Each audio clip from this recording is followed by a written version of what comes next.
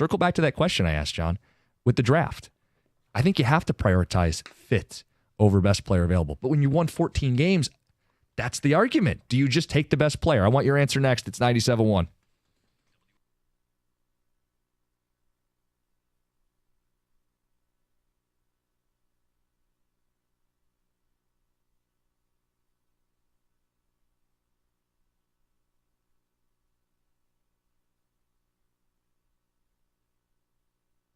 Brought to you by Precision Garage Door Service of Southeast Michigan. We got to see a Little League Grand Slam by Riley Green, bring in 4 of the Tigers' runs last night. However, that was all they could bring in. Washington scored in the top of the 10th, and Detroit could not bring their bonus runner home. A 5-4 loss for the Tigers in Game 1 against the Nationals. And during that game, Kenta Maeda, returning from a side issue to pitch 4 innings of 1-run ball, and was taken out after 77 pitches, only 40 for strikes, and some confusion.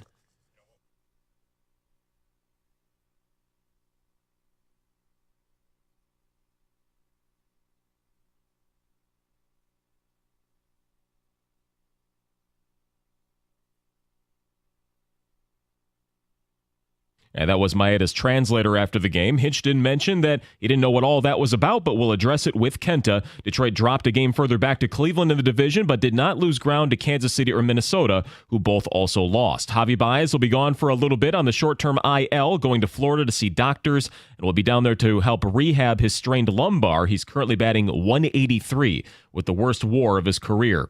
Ben Sutton of Grand Rapids, he won a World Series of Poker bracelet, outlasting over 270 other Hold'em players to earn over $1.4 million in the Las Vegas event. Many noted stars were in the field for it, including Daniel Negreanu and Phil Ivey. And Lions OTAs will continue again today for one final time before training camp. Quarterback Hendon Hooker was among the players out there for the voluntary session as he continues to work towards earning the backup job behind Jared Goff. From the Corewell Health Sports Desk, I'm Chris Villar. For more, go to 97.1 The Ticket and Odyssey.com.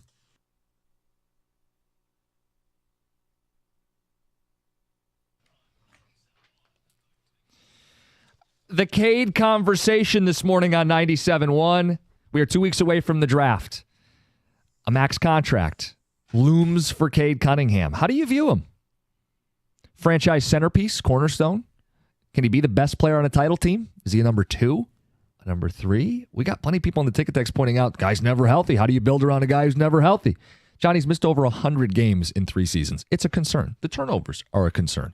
But I think your best path forward is with Cade. You open up all this cap space, and you're not going to be drawing in premier free agents. You pay Cade, and then if you're Trajan Langdon, work cut out for you.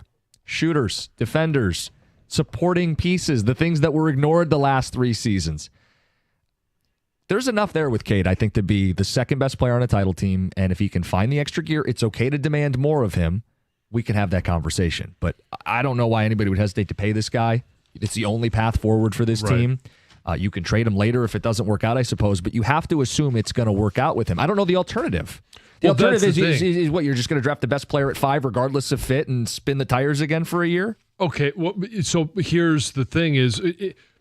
I get this a lot when we're talking about Pistons outside of the studio here. And if it's not Cade Cunningham, what do you do? Like, everybody says, well, why do you give him the max contract? Well, because that's what he's in line for.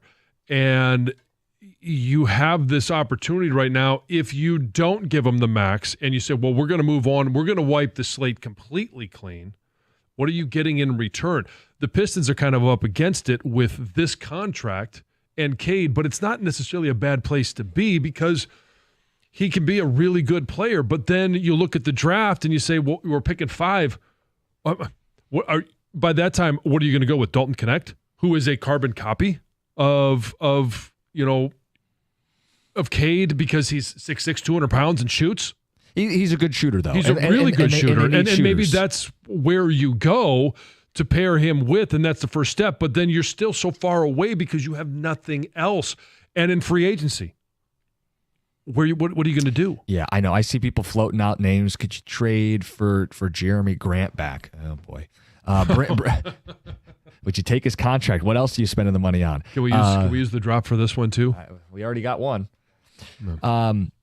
Brandon Ingram. I mean, these aren't number ones. So then the onus is on Cade to be a number one. And if you don't think he is, like a ticket texter says, I think he's a great Robin, but a mediocre Batman. Says you have to pay him, but you also have to find a Batman. That's Steve in New Baltimore. We welcome the conversation this morning. I know it's the Pistons, but they're a couple weeks away from stuff really starting to heat up with Cade's deal and the draft. Let's get to Sheldon in Livonia. Sheldon, good morning. You're on 97.1. Hey, good morning. I think when you actually watch Cade and not just looking at his numbers and not just looking at how the Pistons fail, I think you got to look at the organization not building around him correctly, and his turnovers and the way the coach coached last year. He coached in a way that didn't complement Cade or the team and the players that he had. So I think the coach needs to coach different. I think they need to change the roster around a lot more. And I would go after DeJounte Murray from Atlanta. And I would get Dalton Connect because he's a shooter. I would put him at shooting guard, DeJounte Moore at a point guard, and have him and Cade running the floor. And I really love our shooting guard, but I would get rid of him because him and the coach, for some reason, don't seem like they work together. And I would get rid of him and bring in DeJounte Murray, and probably save Atlanta some money and go with that. I really like Jalen Duren. He just needs to be coached differently. They tell him to raise his hands and not block shots.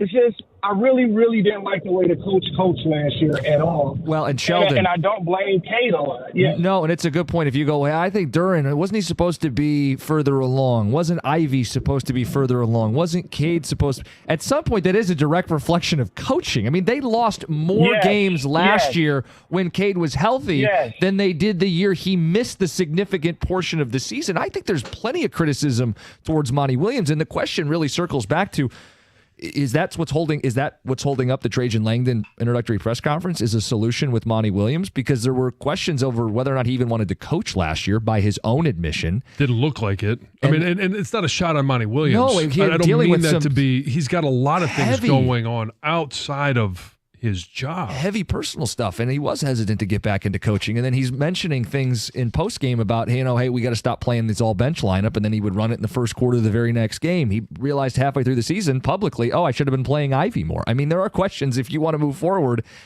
Is he the best coach for Cade? No would be the answer. The question is, financially, are they going to figure out a solution there?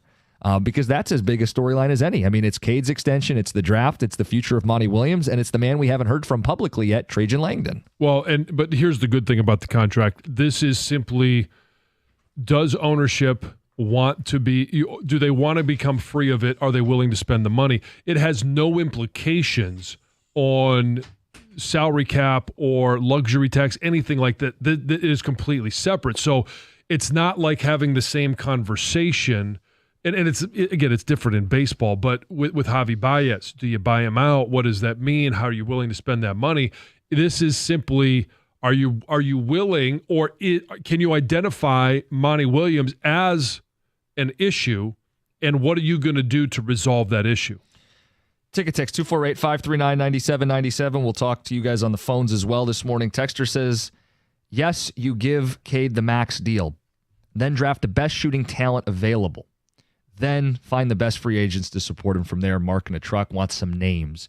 Ticket Texter throws out Malik Monk as a name. The reality is the free agent crop is not a good crop. No. It doesn't mean you don't try. Like last year, they just opted out entirely. I do think you have to try. But I think that his idea is the right idea, whether it's Reed Shepherd or Dalton Connect, some of these pure shooters in the draft, to force teams to respect them. Do you think one of those two will be there? I don't expect both of them to be there. Here's the thing we don't know about the NBA draft is you have so many individuals that are going to be drafted that that aren't household names. Right, you may have heard of them. You can't pronounce their name. They're coming from France. They're coming from the G League. They're coming from all over, but you don't really know who they are. You don't keep throwing good money at a bad investment.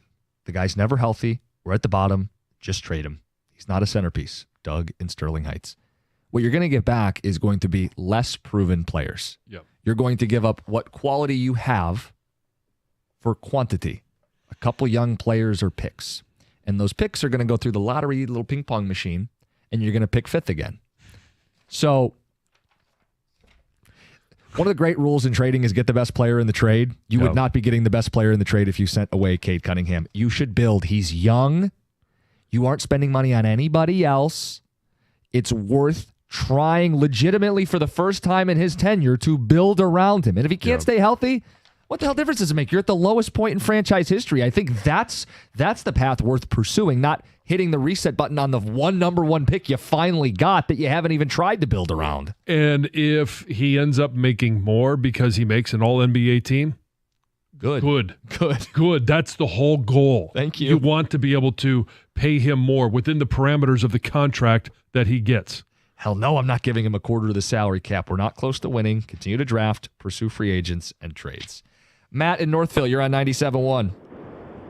Good morning, gentlemen. I wanted to bring something up and see what you guys think about. I've had this thought that Cade's tenure with the Pistons thus far is so reminiscent, to me at least, of Stafford's first couple of years with the Lions, where it seems like he's just being raised by wolves, and his talent is being almost oppressed rather than being allowed to flourish. And I just can't shake the feeling that if we were to get our act together around Cade, like John said, when he's surrounded by really good infrastructure, he flourishes and shines as an elite talent. And I think that would be the case.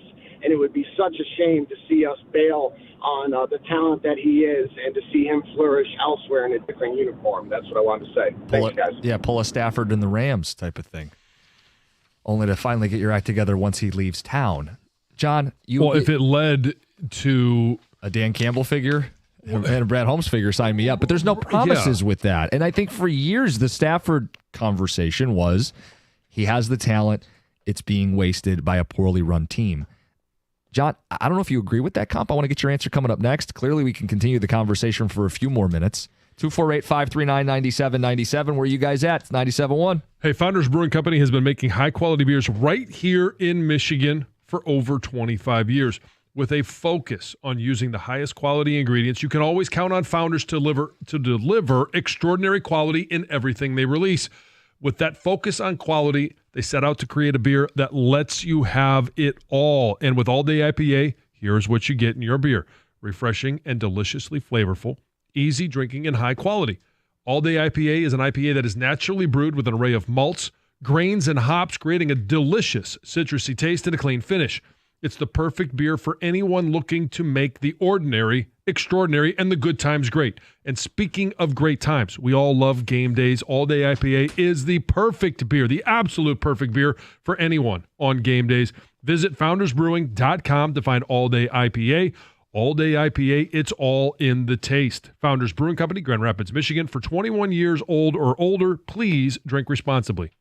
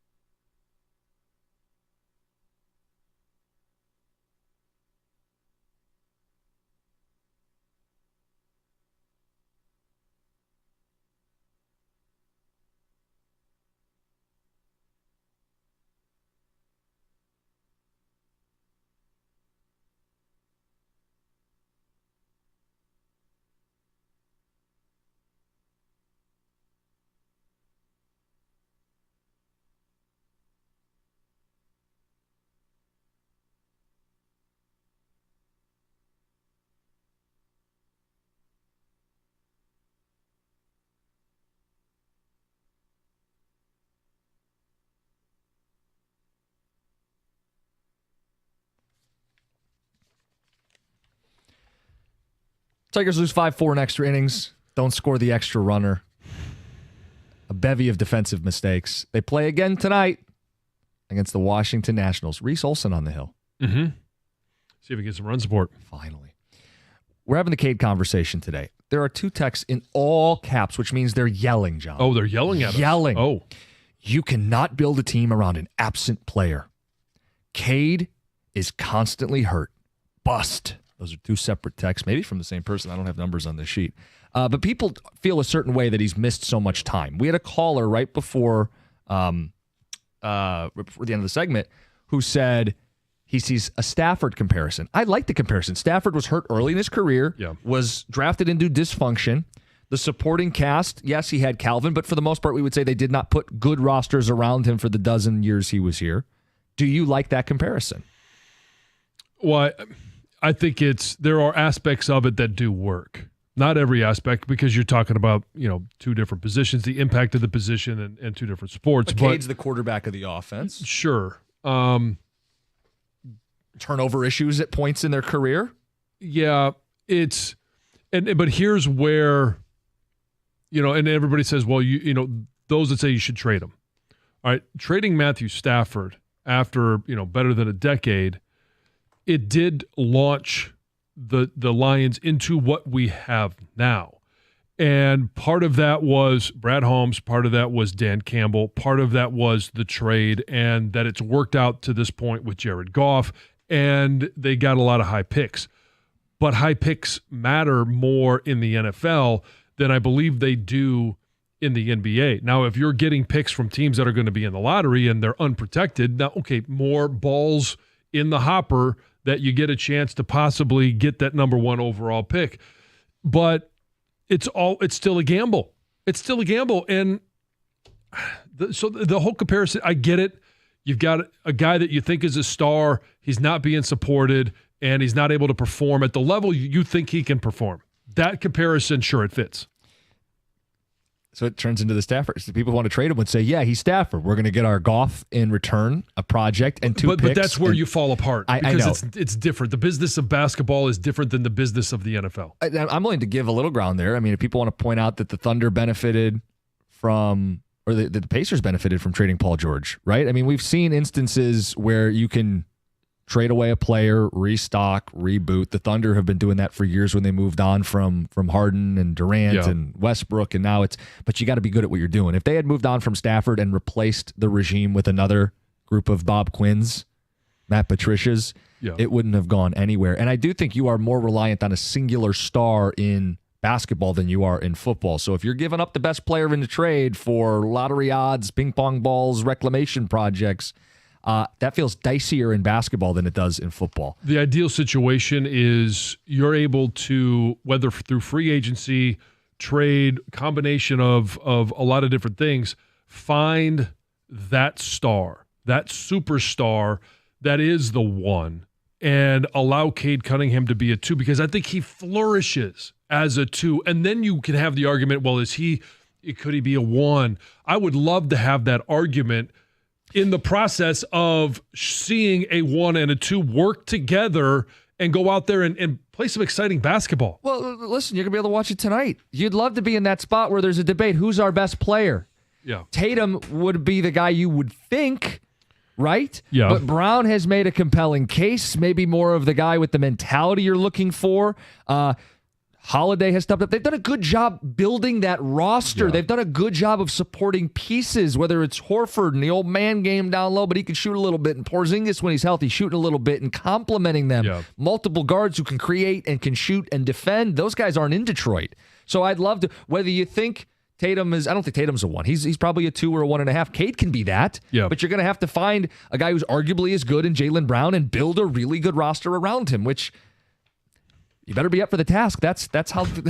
Otherwise, find someone else. It's a tall mountain to climb right now. Yeah, no kidding.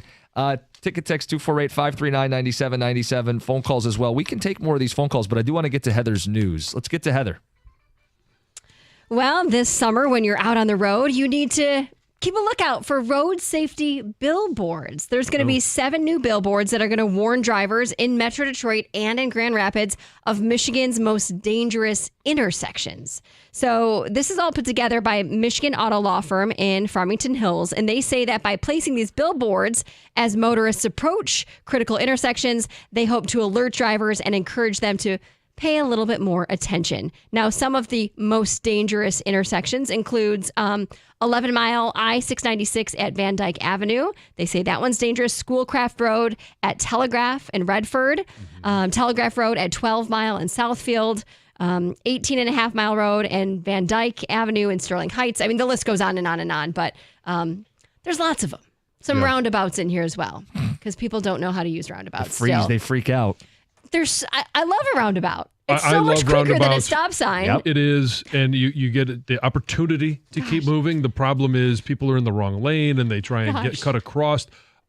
It almost happened to me 2 weekends ago, going to a baseball tournament on a Saturday morning where it wasn't even busy. Yep. Somebody cut across 3 lanes because they couldn't figure out the roundabout. It's so frustrating because they are efficient if you use them properly, but a lot of people don't. PGA champion Xander Schauffele recently revealed that NBA legend Michael Jordan handed him an embarrassing loss when the two athletes competed in a round of golf. Really? So Schauffele was telling the story about his matchup with Jordan during a segment with Colt Knost during this practice for this, Memorial Day tournament, right? And Knost asked him if he had ever golfed with Jordan, and he admitted that his trash talking actually backfired.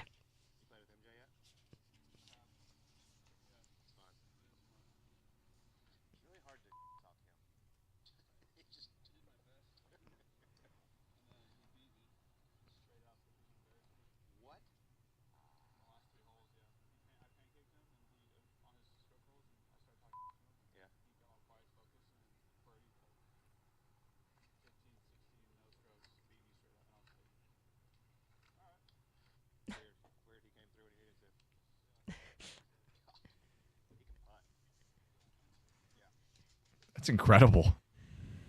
Challenged Jordan, and he said, I'll beat one of the best golfers in the world. Watch this. Yep, and he did. So I'm excited to hear this sound. There's a BBC News anchor that's getting a lot of attention online after having a Ron Burgundy moment live on air.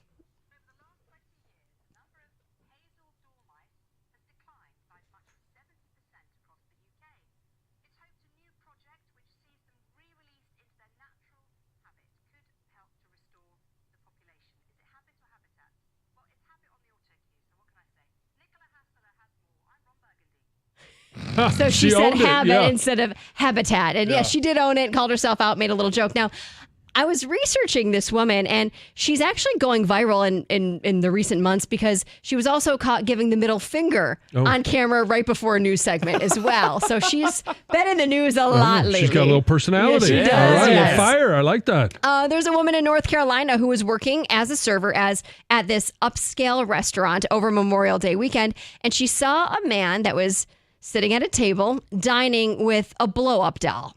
And she thought, this is too good to not document. Yeah. She said, I know the rules of the restaurant say I can't be on my phone. I can't be, creating social media content, but she did anyway. She got on TikTok, created a TikTok, and she said, okay, I'm not supposed to be making TikToks at work, but this calls for it. Well, that TikTok went viral. She ended up getting fired from her job for violating the rules. Yeah. And she said, you know what? It is what it is. And turns out this guy, he was actually filming his own TikTok during the dinner.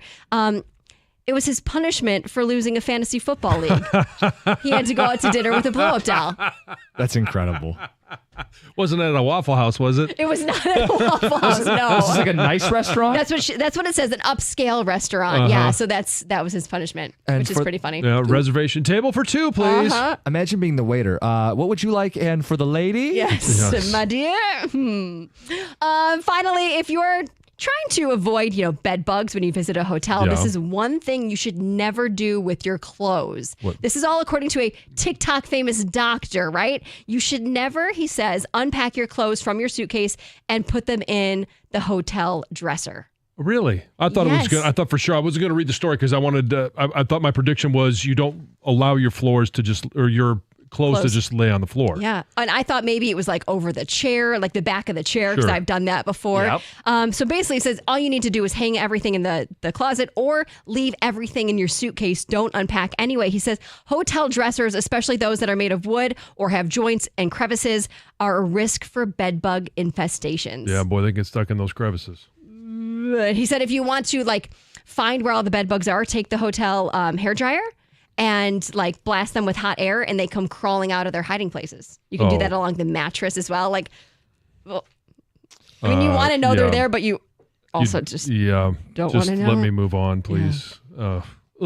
Thanks for that, Heather. Yeah. All right, Heather with the news. Coming up next, we got some people who still want to weigh in on that Cade conversation. We are going to get to Joey Chestnut. Was in the news. We'll dive in a little deeper. 4th of July's ruined. It's 97.1.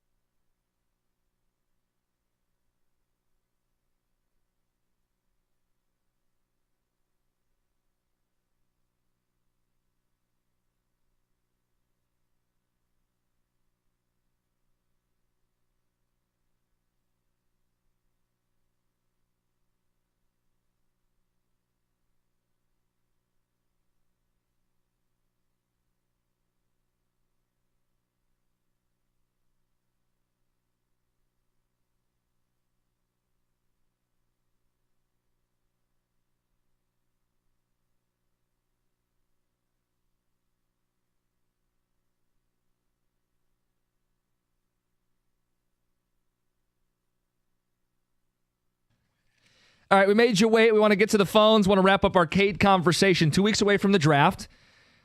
There's a couple questions.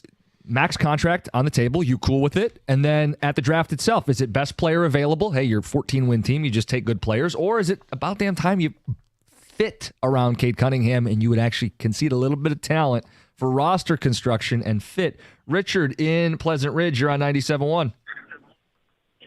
Hi.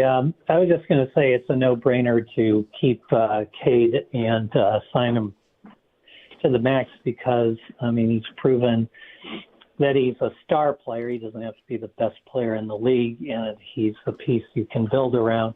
As far as the draft, I would say you would definitely go with fit around him. The past few years, they've gone for the best player available.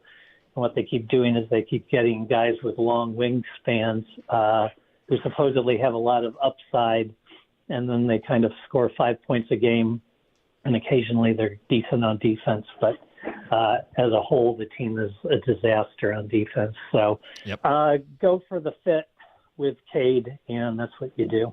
I'm in the same camp you are. Whether you think you could be the best player on a title team or not, title teams often have 2 or 3 max players. The idea that Cade can't be one of the 2 or 3 best players on the title team is ridiculous. Yeah.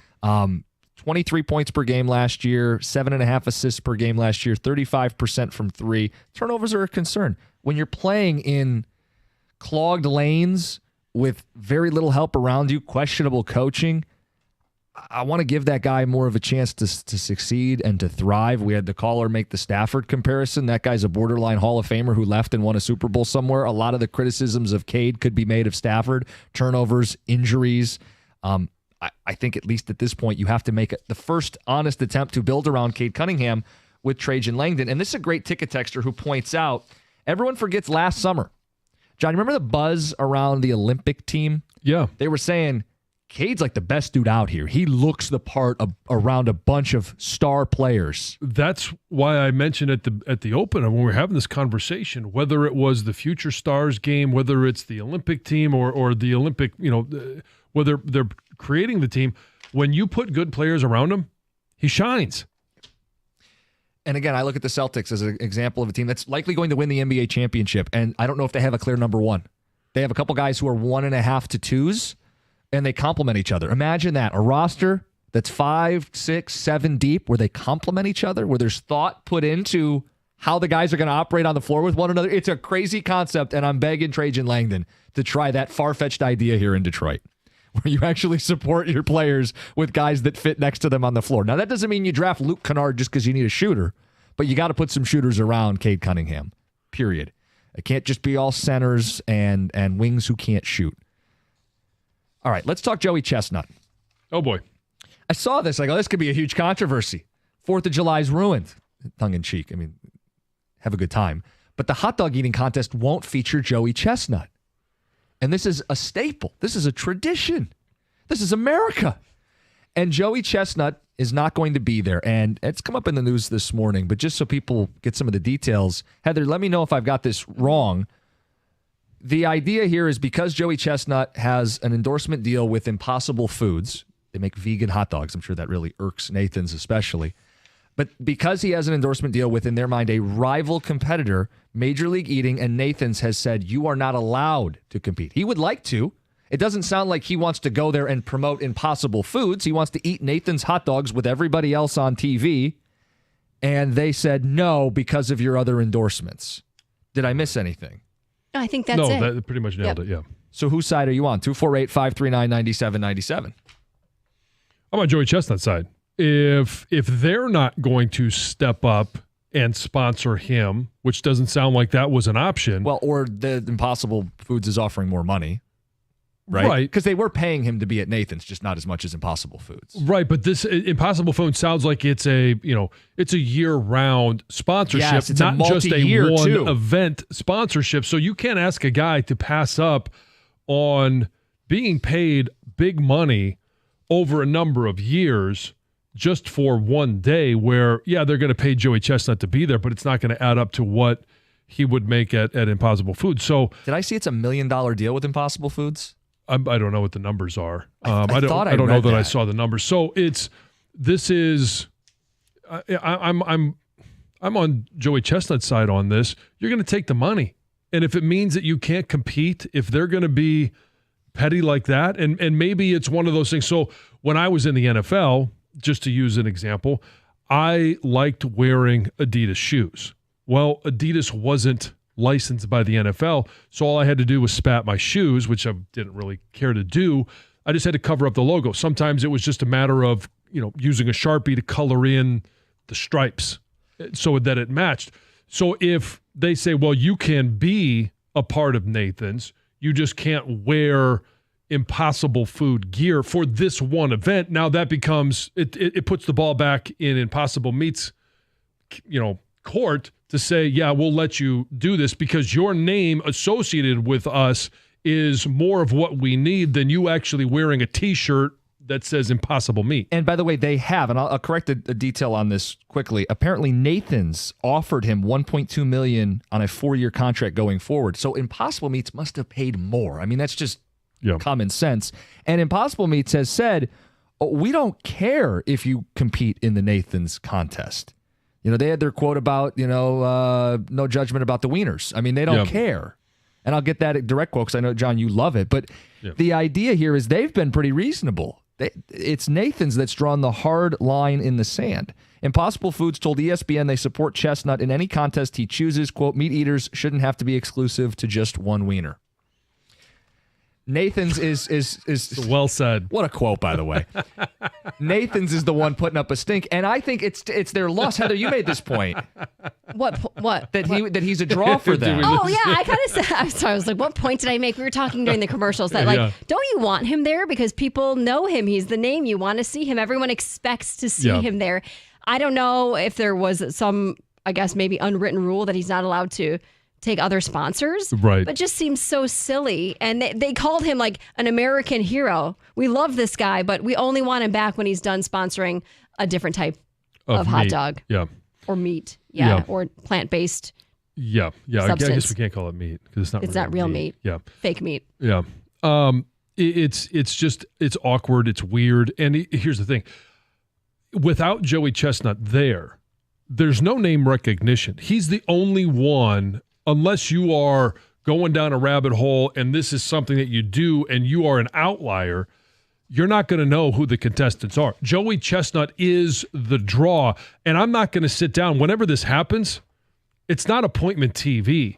It is a highlight that runs once a year because you see Joey Chestnut and the other contestants doing something unique on that one day. There's no... what are the ratings for this? It's not going to be a ratings bonanza. No, the win for Nathan's would have been to have Chestnut in the event because people talk about it. The loss for Nathan's is that everybody's talking about it right now, and they'll be talking about why he's not there, and they'll be Googling, and they'll be finding this competitor. Right. So not exactly the win that I think them holding to their ground and their drawing guns. The hard line is. Yeah, I don't think it's this win for them. Ticket text coming in. Joey Chestnut is the most dominant American athlete ever. Is that sent in by Stoney or? Yeah. Mm-hmm. I know that's one of his bits. Yeah. Someone said, I didn't hear this yesterday, that this broke while he was on the air with Valeni. Was he really passionate about it? I didn't hear it. Someone said he sounded sad at the news that Joey Chestnut would not be in the hot dog eating contest.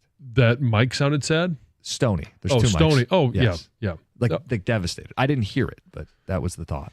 Yeah, I do believe that Stoney would be sad that his star athlete... So Stoney has 2 star athletes. Yeah. One of them is Joey Chestnut. The other one is Micah Parsons. One of them is a literal star. Yeah. Okay, this one says, now that Chestnut is out, I'd like Nick Weary to win. Again, ever heard of that dude? EatingReference.com has him at plus 5.5 DAR. That's dogs above replacement. Thanks for the memories, Joey.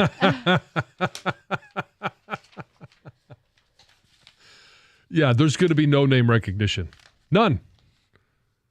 And whoever wins it, you're going to be like, the next day, you'll forget who it is. I'll ask Evan on the way out. Do we need to cut a Cash the Ticket episode for the Nathan's contest now? No, because no one cares. How are you going to handicap it? Right, well, it's wide open field. Maybe some value to find. But you're right. Who cares? Who cares if there's no Joey Chestnut, which is Nathan's problem, not Joey's. He's getting paid by a competitor. All right, more ticket text, and we'll get to Doug and Gator coming up next, 97.1.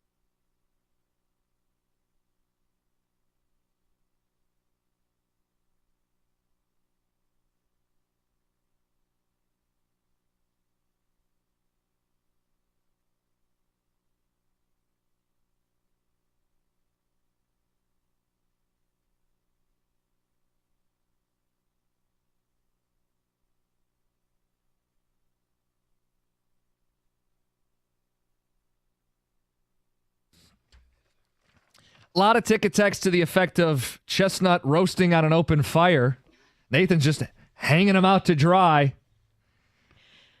Joey Chestnut won't be at the 4th of July hot dog eating contest. Nathan has said no. Ticket texter, corporate people need to make this happen. Like the Olympics need to make it happen with Cade Clark. Certain people are bigger draws than anybody else. Nelson in Novi. Several Cade Clark references. This one says, but will Cade Clark get an invite to the hot dog eating contest so people don't flip out about her not making that? Signed, Kurt.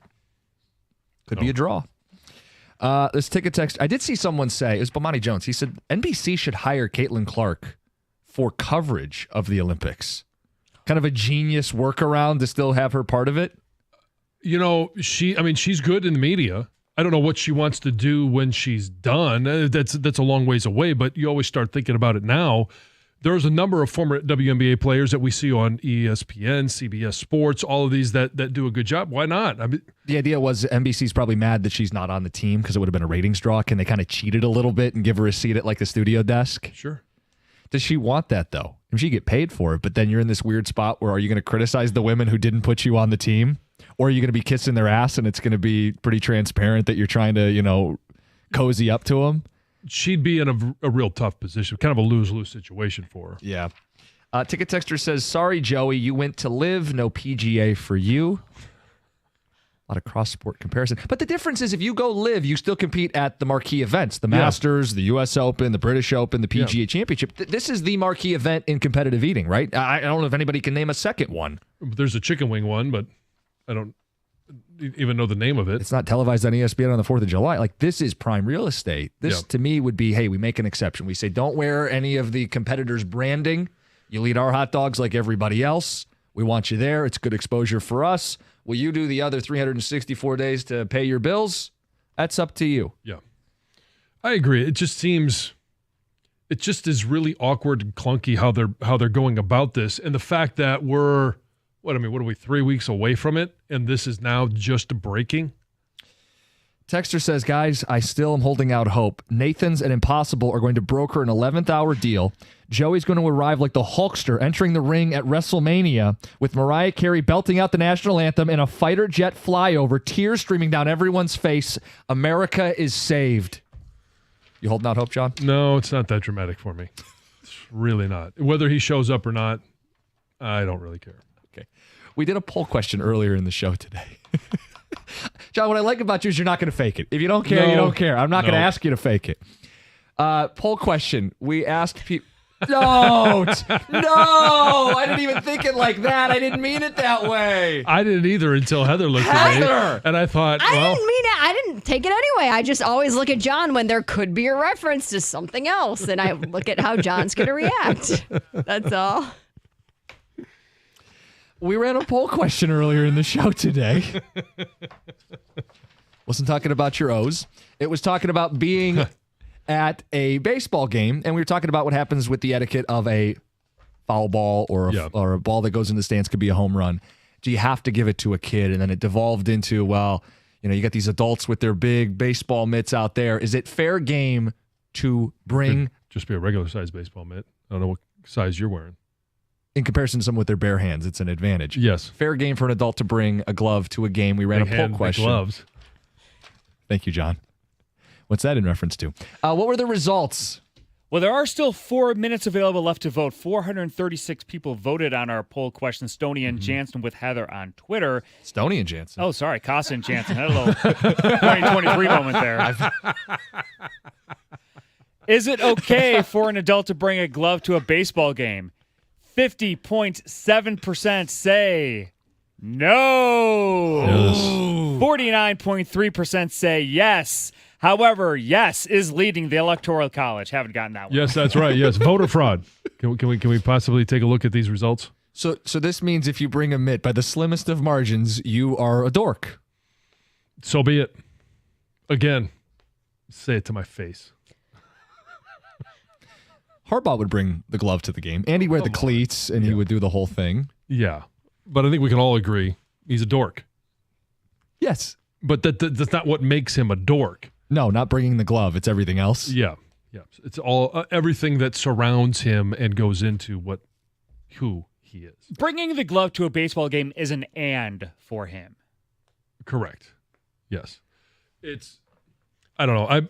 When I go, because we haven't gone this year, but when I go with Jack, and it'll be the same way with Teddy, like it's just, I kind of feel like I'm going with, obviously with younger kids, but you're going to a kid's game. And it's that little sliver of you get to be a kid again for a little bit of time. And if you want to call me a dork, then so be it. Do you get a pass because you have the sense of humor of a child? Does that make it okay? Well, I do then? fit better with that demographic. Yeah. Yes. And they get my jokes a lot better. They seem more appropriate. When you catch a ball at a game, I don't know if you ever have, would you feel the pressure to hand it to a kid sitting nearby, or would you say, this is pretty cool, I'm keeping this? If it's my kid, sure. If it's somebody else's kid, I don't feel the pressure, no. I mean, if I, make some heroic movement and make a catch, and steal it from a kid, then yeah, I'll give it to him. Can't really see myself going through that whole process to begin with. Jumping over stands. Yeah, if it falls in my lap, then I'll catch it. If not, it wasn't meant to be. Can you just imagine this playing out where this actually happened and John got the ball and he is just towering over a child because of his height. Mm-hmm. And this thing goes viral, and then like Good Morning America gets a hold of it with Strahan, and it's like Strahan's revenge, and then you finally get the interview with him. He has you on. Why didn't you give it to the kid, John? Yeah. What would be your answer? Well, I don't know. I mean, a lot of scenarios here. Why'd you hate playing against me? Yeah, why'd you hate playing against me? Have you guys not had a Hold on. Have you guys not had a confrontation since you played? Because he says he doesn't like you. You guys have never. We got to get you on Pyramid. That way you can see Strahan. Because he hosts Pyramid. Yes. Oh, he does? Yeah. He does. He hosts like everything. No, I mean, so yeah, going back down the memory road here. There was a moment recently too, it was like a year ago, about this time. I don't know, maybe a year and a half ago, where he was doing an interview and they asked him if there was anybody he hated. And he initially said no. And then it was egged on a little bit and said, well, there's one guy. Played for the Redskins at the time. Jansen. Hated him more than anybody else. My kids have that saved. They have taken video of the YouTube replay. Should be your ringtone. Oh, yes. You know what? I may have to do that. It's incredible. But yes. It's got to be a good feeling. Oh, yeah, absolutely. I mean, that's a great feeling. You got a guy who's a Hall of Famer like Strahan, and the one guy that he stands out of all the players he's faced in his Hall of Fame career, the one guy. Yep. John Jansen. Yours truly. It's a badge of honor. There's no question. It's a real pain in the ass. Yes. That John Jansen. What do you guys got coming up? You can you know how that feels, right? Yeah, Michael and I, it's one of the few things we have in common. Very, very few. Are we going to go down the memory road, Doug? We're going to do that? Which one? Well, that was funny the way John phrased it, memory road. Not memory lane. Yes. Memory road. Couldn't think of the road. It's adjacent to its intersection. It's bigger. Well, it's more. Yeah, it's bigger. Yeah, it's more prominent. Yeah. There's strip malls. Yes. And communities. We have different highways that come off that one, too.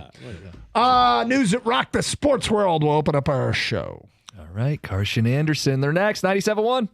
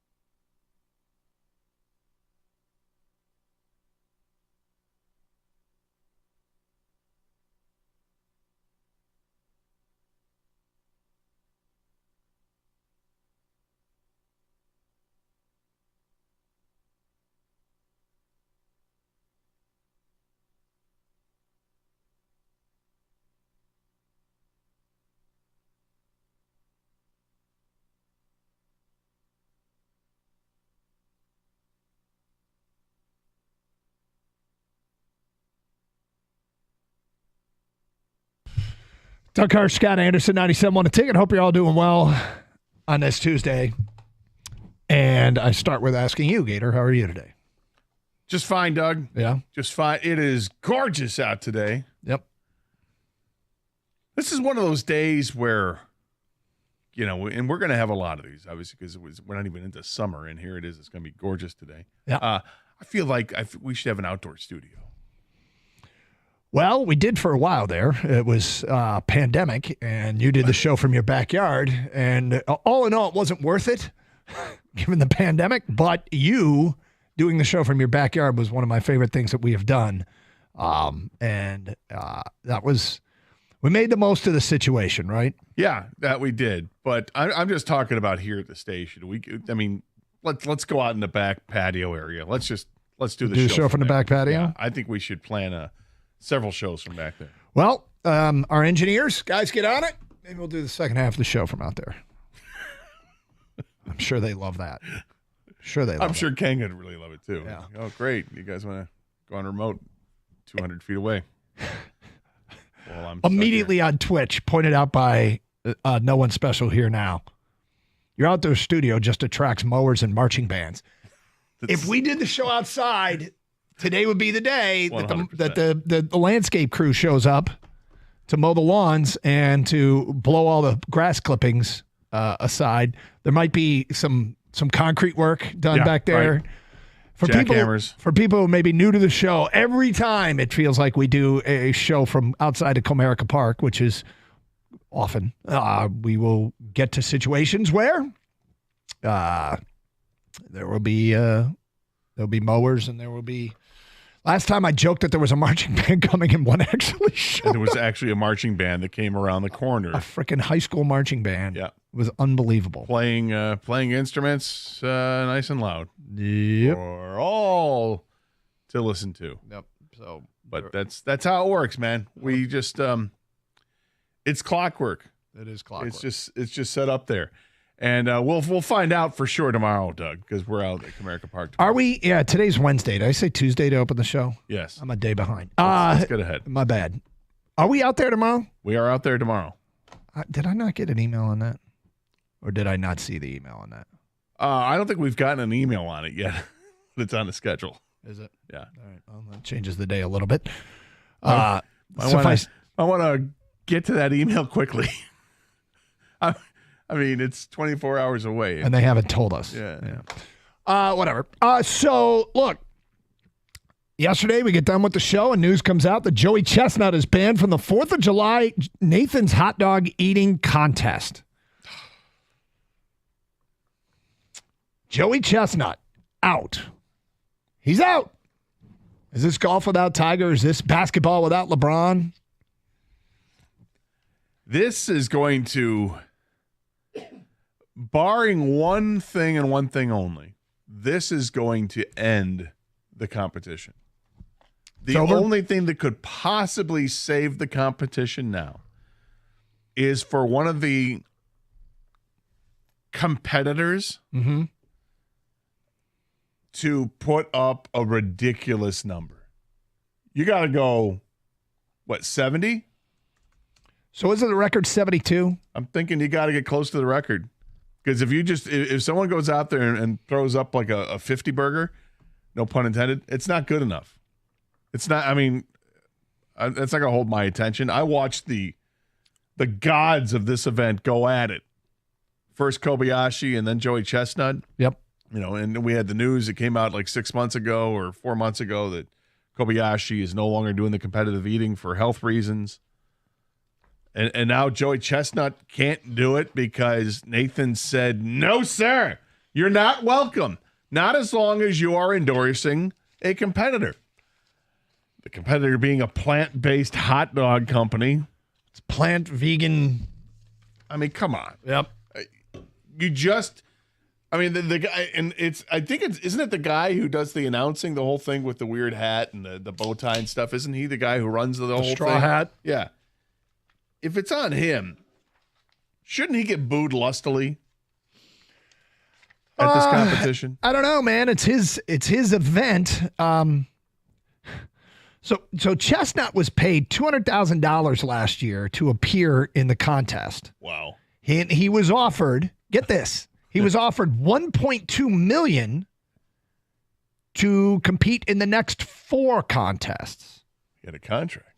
Yep. Offer. Nice. But they couldn't come to, he signed that deal. The two sides could come to a resolution, Gator.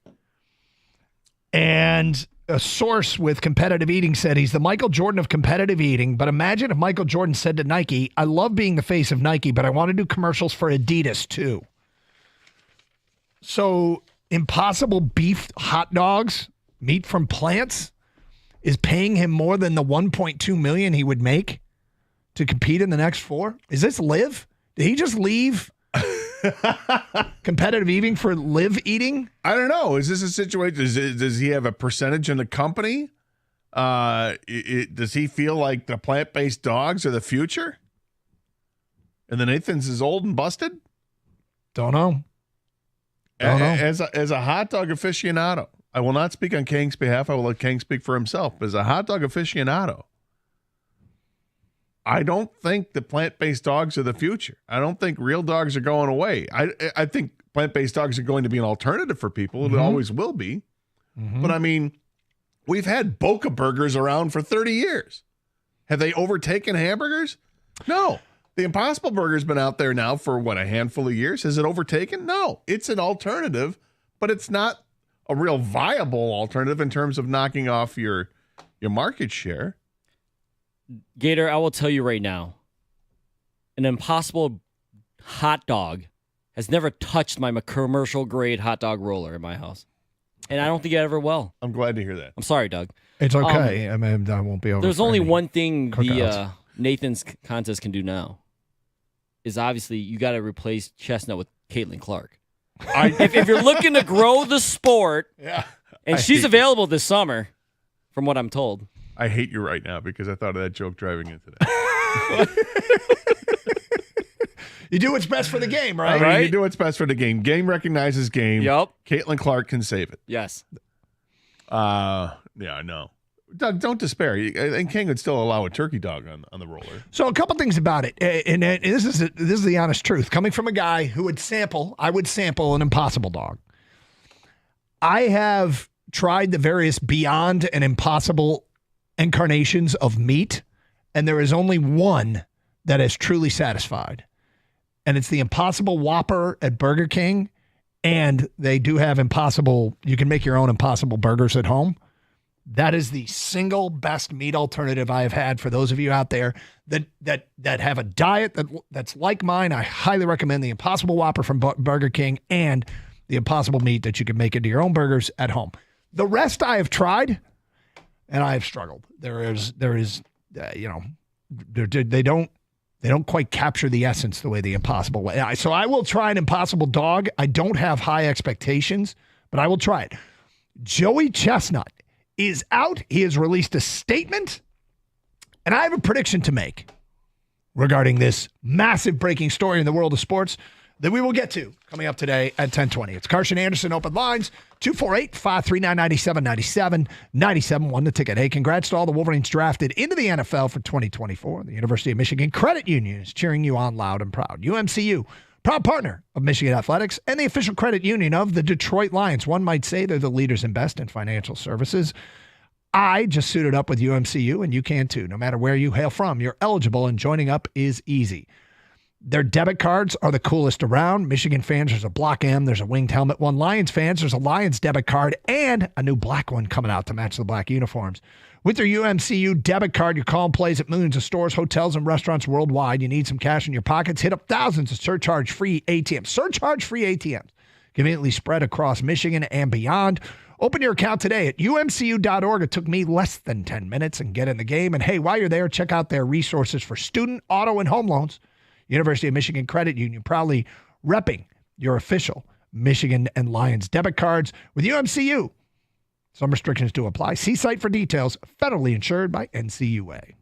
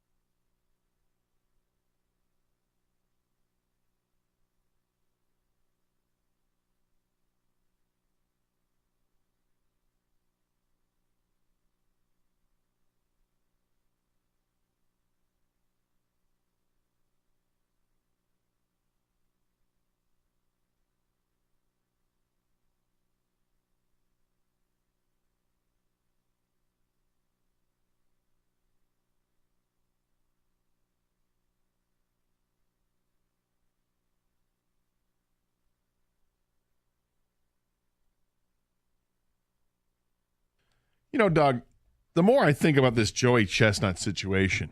Yep. And Nathan saying, sorry, you're no longer available to us. You're endorsing another dog. Yeah.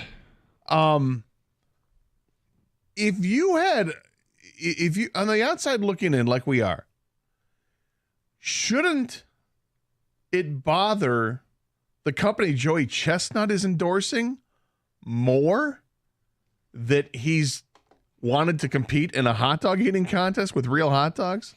Shouldn't it bother them more than it does? Nathan's could take advantage of this and say, hey, even though Chestnut's endorsing the plant-based crap, look, he comes home. He comes home to Flavortown. To Nathan's hot dogs. You might have some issues with Guy Fieri if you say Flavortown, but you know what I'm saying. He comes home to Nathan's. He comes home to Nathan. Well, see, and here's the other thing. What value does Chestnut have if he's not competing in the Super Bowl of competitive eating? Like, as an endorser, did they just sign a guy who got him banned? Well, what they signed was a 16-time world champion. That's what they signed. They signed the GOAT. Here is Joey Chestnut's statement. I was gutted to learn from the media that after 19 years, I'm banned from the Nathan's July 4th hot dog eating contest. I love competing in that event. I love celebrating America with my fans all over this great country on the 4th, and I've been training to defend my title to set the record straight. I do not have a contract with MLE or Nathan's, and they are looking to change the rules from past years as it relates to other partners I can work with. This is apparently the basis on which I'm being banned, and it doesn't impact the 4th of July event. Sadly, this is the decision Nathan's and Major League Eating are making, and it will deprive the great fans of the holiday's usual joy and entertainment. To my fans, I love you and appreciate you. Rest assured, you'll see me eat again soon. Stay hungry. He's right. This decision is ruining my 4th of July. And now I have to see who wins between Bartley Weaver IV, Gideon Ogie, or Jeffrey Esper. Just to name a few of the favorites now. I mean, is Eater X involved? I don't know where Eater X is. I haven't seen his ratings on Eater X. Gator, here's my prediction. We have seen unusually high traffic in Major League Eating off-season news. It's because this is all a setup. You think so? Yep. You think they're setting up a potential showdown? One-on-one, 1 versus 1. Joey Chestnut taking on Kobayashi. Yep. It's two biggest names out there. It's not just Chestnut. It's Kobayashi too. Brought to you by Netflix. And I think they're going to go one-on-one. Or they're both showing up at Nathan's. Do you ever remember an off season with this much news? No. And it's the two biggest names. It's the two biggest names. They'll both be back on July 4th. Prediction. At Nathan's, you think, or you think somewhere else? I'm not convinced it's going to be Nathan's, but it could be Nathan's. I'm suspicious that it's all part of a Nathan's promotion, that they're going to have their glorious return. Like the week of, we're going to hear that they're both back. Prediction. You know, in all seriousness. Tell me I'm wrong, people. I can't tell you you're wrong, because in all seriousness, that would make money. Yes, it would. That would make money. They're not going to be hotter than they are right now. Like, I think the hot dog eating contest, it's gotten old, right? Mm-hmm. Watch Joey. Nothing new. Go ahead. His numbers have slipped. Like, his numbers have gone down. Have they? Do you have a total of hot dogs he's down over the years? I think he's, the record I believe was 72, and he was 60 last year. So how do you create 60? I know. Disgusting. I know. But the fact that he is the GOAT, and I do think that the sport is getting old. It's trending old. There's nothing new. Tell me I'm wrong. I can't tell you wrong. And I kind of want a piece of this, because I think if promoted correctly, this thing can make millions. Yep. I mean, this is something that Netflix should do. A live event. If Netflix wanted to get in on Jake Paul and Mike Tyson before he had to get, rescheduled because of Tyson's ulcer situation, this sounds like it's a brilliant step-in feature. The world record was set in 2021 when he downed 76 dogs and buns. Oh my God. Last year, Only 62. Didn't have to. He doesn't have what he used to. He's lost his fastball. And so what are they doing? They're creating excitement with this bogus story. Prediction. That's my prediction. Well, you're saying bogus story. Well, I think it's a conspiracy. Story, I'm going full on conspiracy. Okay, but Yep. not think contrived by Nathan's. Actually, I think this is all contrived by Nathan's, Chestnut, and Kobayashi. They're going to be at Nathan's. They're going to be at Nathan's. Prediction. Set it up like professional wrestling style where they show them in the crowd. They meet up face to face, and then the guy with the straw hat comes in and says, "Hold on, not today. We're not going to do this today. But if you want a piece of him and you want a piece of him, we can settle the score." Yep. We'll do it Memorial Day. That's my prediction. Well, I don't know if they're doing it. I think they're going to be on stage on July 4th. Or Labor Day, I guess, is one I should have said because Memorial Day. Tell me I'm wrong. I'm not going to tell you you're wrong. I think it's a brilliant idea. I think it's a money maker right there.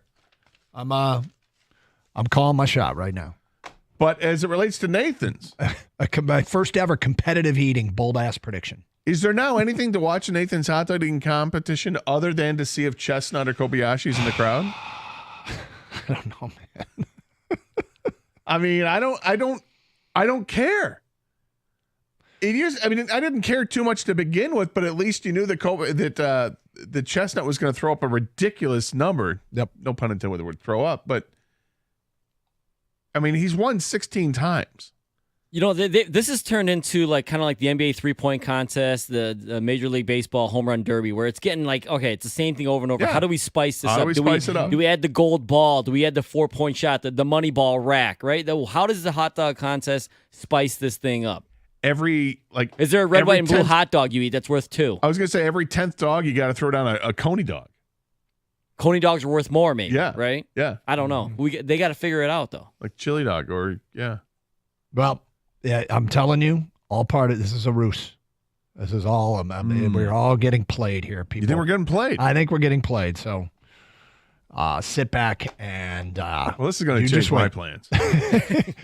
I feel like I do a lot of 4th of July shows. I'm not on the air this year on 4th of July, but you sit here in the middle of the day on 4th of July. That thing's always on our TV, and we always get traffic on it. It's the weirdest thing, but watch for it. All right, Gator. Moving on to a team we know as the Detroit Lions. They have today's the last day of OTAs, and it's just the rookies, right? They just had the rookies coming through this week. I think the veterans left, and the veterans are gone. So it's like rookie. I think, basically it's rookies and undrafted free agents, those types. Yeah. Yep. Maybe practice squad guys. So with that said, I'm interested in a topic that has been very hot with the fans, and that is that the Lions need to address the defensive line, right? They need to address the defensive line. If you look at what they did defensively this offseason, they went heavy in the secondary. Mm-hmm. They went relatively light on the front four. Relatively. They added 4 new pieces to the secondary, 2 rookies and 2 veterans that all could play. Up front, they basically added DJ Reader. Mm-hmm. They added Marcus Davenport. My question for the people is... Well, they added more than that. If you're going to... I mean, who do you include in the secondary? Who do I include in the secondary? Yeah, of guys that they added. Terrion Arnold. Okay, so you're talking rookies too. So you have to mention Mingo. I can't mention Mingo.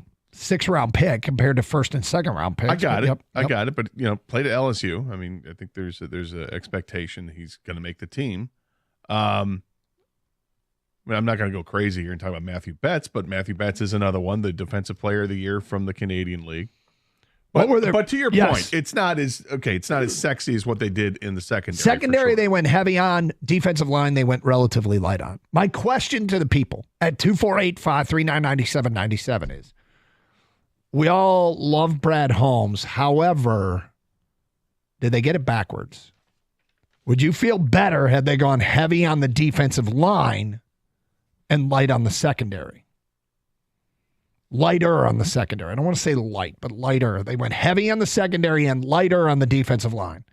Would you have preferred they'd done it the other way? I'm just intrigued because people will still say, you can't check every box. You try, but you have limited resources. There's a salary cap. You only have so many draft picks. There's only so many free agents you can get. They still have so much money. And they do have money. But as it stands right now, the bulk of their defensive resources went into the secondary and not the defensive front. Did they get it backwards? 248-539-9797. We'll give our 2 cents on that. Want to hear from you. Is anybody uncomfortable with the way they went about it? And if so, why? It's Carson Anderson, 97.1 The Ticket. You know what's really aggravating? When you got a big project you need done, you hire somebody to do it for you, and they can't do it on your schedule. If you want something done on the weekends, for instance, and they come out and say, yeah, well, it's going to cost you extra. Well, it doesn't when you call Precision Garage Door. I needed my garage doors redone. They came out, and they walked me through the whole process. I was very comfortable with it. John and Jeff, the whole crew, easy to work with. True professionals. Not easy to find true professionals these days. It's exactly what they are at Precision Garage Door. I knew exactly what was going to happen. I couldn't have been more satisfied with what they did. Plus, all calls are answered 24/7 when you give them a call. And you can schedule your appointment on their website for a time that works for your schedule. No need to call in. You can do everything online. But you can call if you'd like. It's what I did. 1-800-DOOR-REPAIR, or you can visit precisiondoormi.com and schedule an appointment yourself.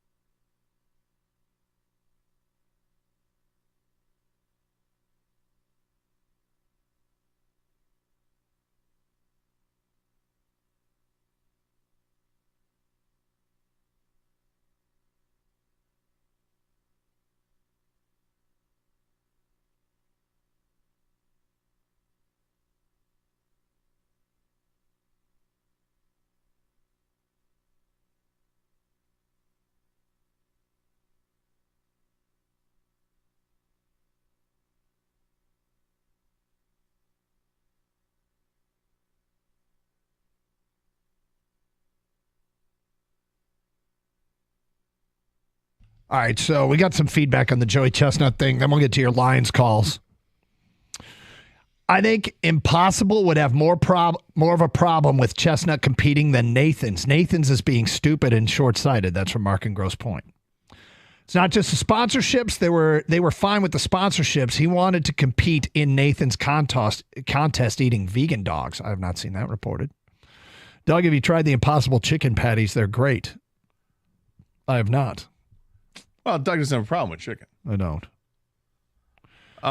I tell you what, if he wanted to compete in the competition with the fake dogs, yeah, I wouldn't allow him to compete either. I'm like, that's not what this is. Not what We're yeah, Nathan's hot dogs. Well, additionally, it could be a competitive advantage. I don't know if it is or it isn't.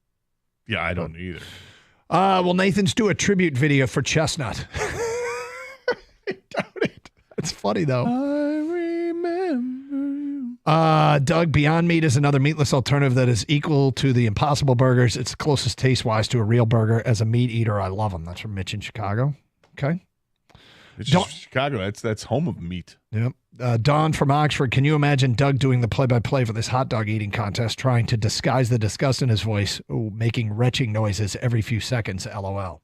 Gator, that'd be a different bucket that Doug has for that, It is telecast. a different bucket. I'm telling you, he's going to compete in the large Nathan's bucket. hot dog eating contest. He is competing. He's not. Doug, Yes, it's he not is. happening. Yes, he is. It's not going to happen. I think your other prediction is probably more accurate, that they're going to set something up with Kobayashi. But I'm telling you right now, it's not going to happen. He's not going to show up, and he's done. All right, here's the bet then. You want to wager? I do want to wager. If he does compete in Nathan's hot dog eating contest, and you don't think he will, you have to eat an Impossible dog. Okay. But if he doesn't compete in the Nathan's hot dog eating competition this year, you have to eat a real hot dog. This is a good bet. This is very fair and even. I like it. I'm in. I'm in. I'm not worried. This is good. I'm not worried. I think it's fair. You down with this? I'm down with this. All right. And we'll do it on the live stream. Never One of had us. a fake hot dog. I honestly cannot remember the last time I had a hot dog. So hold on, just so we have everything out in the open here. I'll be the moderator. Yeah. Yep. Yeah. All right, this is hot dog and bun. What about condiments? Are you allowed condiments, guys? Yes. Yes. Okay. One condiment in each, or it doesn't matter? Because the You thing can is, throw ketchup and mustard. Yeah, I I'm don't cool with know. Okay. throw ketchup and mustard. Yeah, I think whatever you want. okay, I just don't want someone masking the hot dog. Do you know what I'm saying? Like, I want the You're true. worried that Doug's going to throw on like Yes. a bale of kale Yes. in addition to this. Yeah. I'm going with a heavy relish. No, see, that's what I'm talking about. What's Gator. wrong with I want heavy him. relish? Relish is I a think thing. you get one Yeah, condiment. you're fine though, because you know what heavy relish means to Doug? An extra half teaspoon. That's Doug's heavy relish. Okay, True. All right, so this is a bet. it's a bet. Okay, and it's Joey Chestnut competes in the Nathan's hot dog eating contest. If he does, Gator on the live stream will eat an Impossible dog. If he doesn't, I will eat on the live stream eat a regular hot dog. Yeah, and that's for this year. I will have to make one requirement. Oh boy, what's that? Actually, probably I shouldn't, because people get more. If I do it, I was going to say let me do it late in the show in case there's a reversal, but probably people would watch more and care more if I did it earlier in the show and had a reversal. I think it'll be noontime. It'll be a lunchtime thing. All right, I'm down. I'm totally down. Okay, that is on. Yes. All right, back You to know the who Lions. wins? Everybody. Yeah, I suppose one of us is not going to be. No, One of us is not going to be happy. Back to the Lions. Did they do it backwards? And look, this is thin ice we're walking out on. Brad Holmes has done a great job, but that doesn't mean you have to endorse each and everything that he does. And relatively speaking, okay, let's think about this. This is all relative. They made a trade. They made a big free agent signing. They used their first and second round picks on corners. In fact, they moved up to get one of them. They went heavy in the secondary defensively. Mm-hmm. Relatively speaking, they went light on the defensive line. They did have two veterans that they brought in Davenport and Reeder. I don't know that is as much as they did in the secondary in terms of veteran, but they didn't use a high draft pick on a defensive lineman. They used a 6th-round pick on Mekhi Wingo. Would you have preferred that they went 1st and 2nd round defensive linemen and gone heavier in terms of like Marcus Davenport and gotten somebody else, and gone light in the secondary and rolled a little bit more with what they had? 248-539-9797. Did they do it right, or would you have inverted it and done it the other way? And we understand what we're doing here. But as I've watched, and we've watched feedback and reaction leading into this season, it feels like part of the feedback we have gotten is I'm uncomfortable with their defensive line. They didn't get the guy opposite of Hutch. Reader's an injury risk, et cetera, et cetera. So they could have gone heavier on the defensive line at the expense of the secondary, likely. Here's some of the feedback we have gotten, and we want to take your phone calls at 248-539-9797. If Reader could stay healthy, him and Mack equal 4 guys alone. Hutch, Davenport needs to stay healthy, and Betts. We still have Houston. Our D-line already stopped the run better than just about every other team, and Hutch's constant pressure is definitely a factor. All they need is one half decent guy opposite of Hutch, and he starts making it home more. I don't see the issue. That's from an unnamed texter. Will writes in, I'm shocked at how many Lions fans are presuming James Houston is going to capture his hot stretch from 2 seasons ago. Pair that with adding Davenport, who is injury prone. I wish the Lions would have flipped their offseason plan. Will wrote that. Cooter from Ann Arbor, I like the way Holmes approached it. Secondary was glaring last year. Holmes has improved the team pretty significantly each season of his tenure. I trust he will do it again. All right, what do you think of this feedback? Anybody make a good point? I think people make some interesting points there. I mean, if I'm looking at it objectively, which this is what I do and what we do, the answer to your question for me is that I think they did it the right way. Because if I look at it, they had players that they on the roster that you still want to see at those positions on the line. They didn't have that in the secondary. They were paper thin on the secondary, but on the defensive line, you still have James Houston.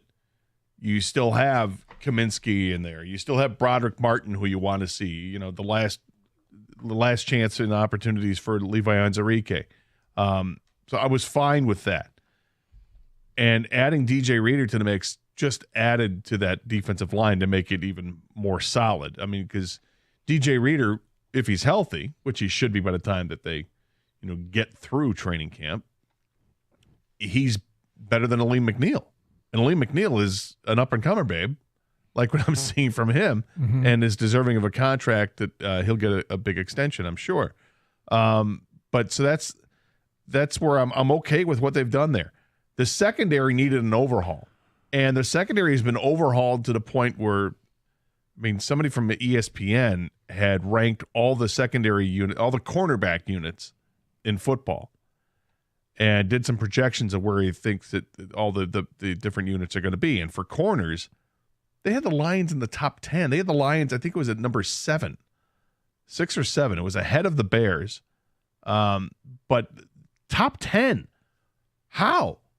By adding Carlton Davis and Terrion Arnold, and then you have guys like Branch or Rakestraw that'll come in the game. As we know what Brian Branch does, and Rakestraw can come in and play some of that same as well. And Amik Robertson, obviously, the addition of him and bringing back Mosley. I mean, they've done a lot with that secondary to overhaul the room and also show confidence in the guys that they think that have more than just promise, because obviously Brian Branch is one of those guys. It would be much better if we disagreed on this as far as on-air debate, but here's what I keep asking myself. If they had done it the opposite and gone heavy D-line and rolled with what they had coming back, I think they would have been betting on the wrong long shot. And what I mean by that is there is a chance. Like the one guy said, I'm amazed at how many Lions fans think James Houston is going to hit, but he could. He could. But I'll give you one where the other way would have worked too. It would have been interesting anyway. I don't know if it's a gold mine that works or not, because it's a contract you have to pay him down the road too. But had they signed in free agency Danielle Hunter, okay? That would have been going heavy. It does not affect the draft whatsoever because it's a free agent. But it affects the salary cap moving forward. But they clearly have the room to pay him for this first season. So if you had Danielle Hunter as your other end with Hutchinson, and then you could still have Terrion Arnold and Ennis Rakestraw. Well, then you kind of would have gone, maybe you don't sign or acquire one of the veterans. Maybe you don't sign Carlton Davis. But anyway, back to my point, Gator. James Houston has a chance to be good in this league. Yeah. We don't wild card Matthew Betts, dominant CFL player. I don't have huge expectations, but he has a chance. Josh Paschal has a chance to be a good end opposite Aiden Hutchinson. With all respect due, I didn't see Khalil Dorsey or Kendall Vildor or one of those guys. They don't strike me as having the upside of Houston or Betts or Pascal. So had they gone, they went relatively light on the defensive front, but they might have the in-house solution. I didn't see a possible in-house solution at the secondary spot. No, I agree with you on that as well. But there's another name that they have on the defensive line that none of us has mentioned yet. Well, let's get to that coming up at 10:47. Are you happy with the way they did it? Or should they have gone heavy on the D-line and not necessarily the secondary? 248-539-9797. Got a question for Tiger fans we will get to today at 11:10. Carson Anderson, 97.1.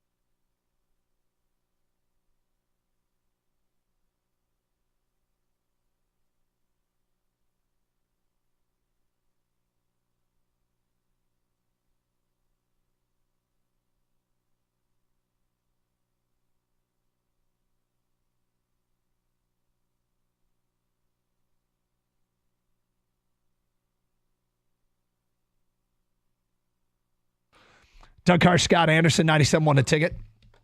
Open lines. Hey, streaming on the Odyssey app. Download it for your mobile device today. AUDACY. Here's the thing about the app. You could take the show anywhere. You're driving up north. You drive out of our listening range. Guess what? You got the Odyssey app, and bam, you can keep listening all the way as you make your way up north to the Upper Peninsula. You're going to Chicago for the weekend. Maybe you're following the Tigers on the road, whatever it is. You'll be glad you have the app. And that includes the ability to listen to baseball games. Odyssey app, AUDACY. Download for your mobile device today. If you don't want to do that, you can stream to our website, 971theticket.com. Additionally, there is the opportunity to stream with video, twitch.tv. Search up 971 The Ticket. Love the people that watch on Twitch and YouTube. YouTube.com, same thing. Search up 971 The Ticket. There's a streaming chat with a great community of people. And we do love reading what is being written and, well, some of it. Oh, boy, did we trigger someone on Twitter. Oh, we triggered. Twitter? Yeah, we did. I'll get to that later. But, and what we did was very offensive. I will say that. We were very super offensive. Weren't respectful? Yeah, I guess not. We'll get to that next hour. But anyway, yeah. So we will read some of the streaming chat stuff. So a bunch of ways to take in the show. But get that Odyssey app for your mobile device, AUDACY. 248-539-9797. Let's go to D in Detroit. You're next here on 97.1 The Ticket. Hi, D. Hey, D. D, are you there? Oh, boy. I want to know what D is doing.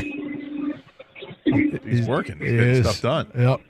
Let's put D on hold. Yeah, we'll go back to D. All right. So I had mentioned that there's a guy that we haven't talked about in the defensive line at all. Yep. And reason being is neither one of us had heard of him. Yep. Even though he was signed to the practice squad last year in September after being waived by Miami. Mm-hmm. And that is defensive end Mitchell Agude. Now, he's a guy who played a couple years in college at UCLA and then finished up at Miami. Prior to that was a JUCO guy and had some success in college football.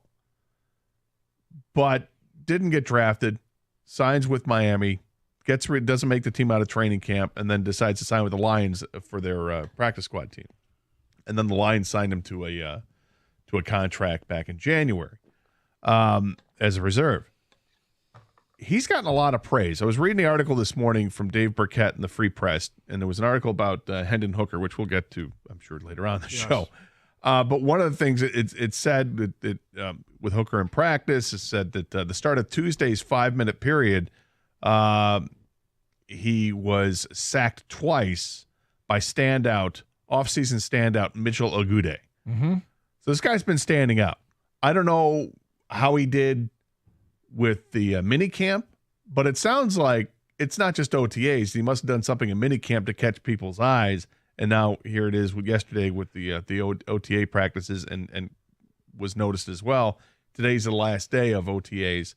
We'll see if there's even more mention of him or if there's some kind of article to come out on him soon. But Mitchell Agude is somebody that maybe they took a flyer on. Now, do I expect him to be a double-digit sack guy? Absolutely not. Absolutely not. But I'm just saying it's another source that they've got, another resource that they have to potentially bolster the defensive line. I don't know if he's anything or not, but it was just that the fact that his name was even mentioned in an article about somebody that just caught people's eyes, I thought was interesting. Yeah, I like to think that we try to cover our bases with everything, but I don't mind admitting that every once in a while we're caught off guard. I never heard of this effing guy. And I read the same thing you read. And I'm like, who? Who's that guy? Former Big Ten great from UCLA. That's right. Mitchell Agude. Keep an eye on Mitchell Agude. Maybe he is a surprise performer for them. 248-539-9797. D, are you there? What's going on, DK? Hey, D. Gator, man. What's up, D? I was at work, man. But check this out, fellas. Of course, I'm happy with the way this draft played out. For one, this is a position of need, bro. We desperately need defensive backs.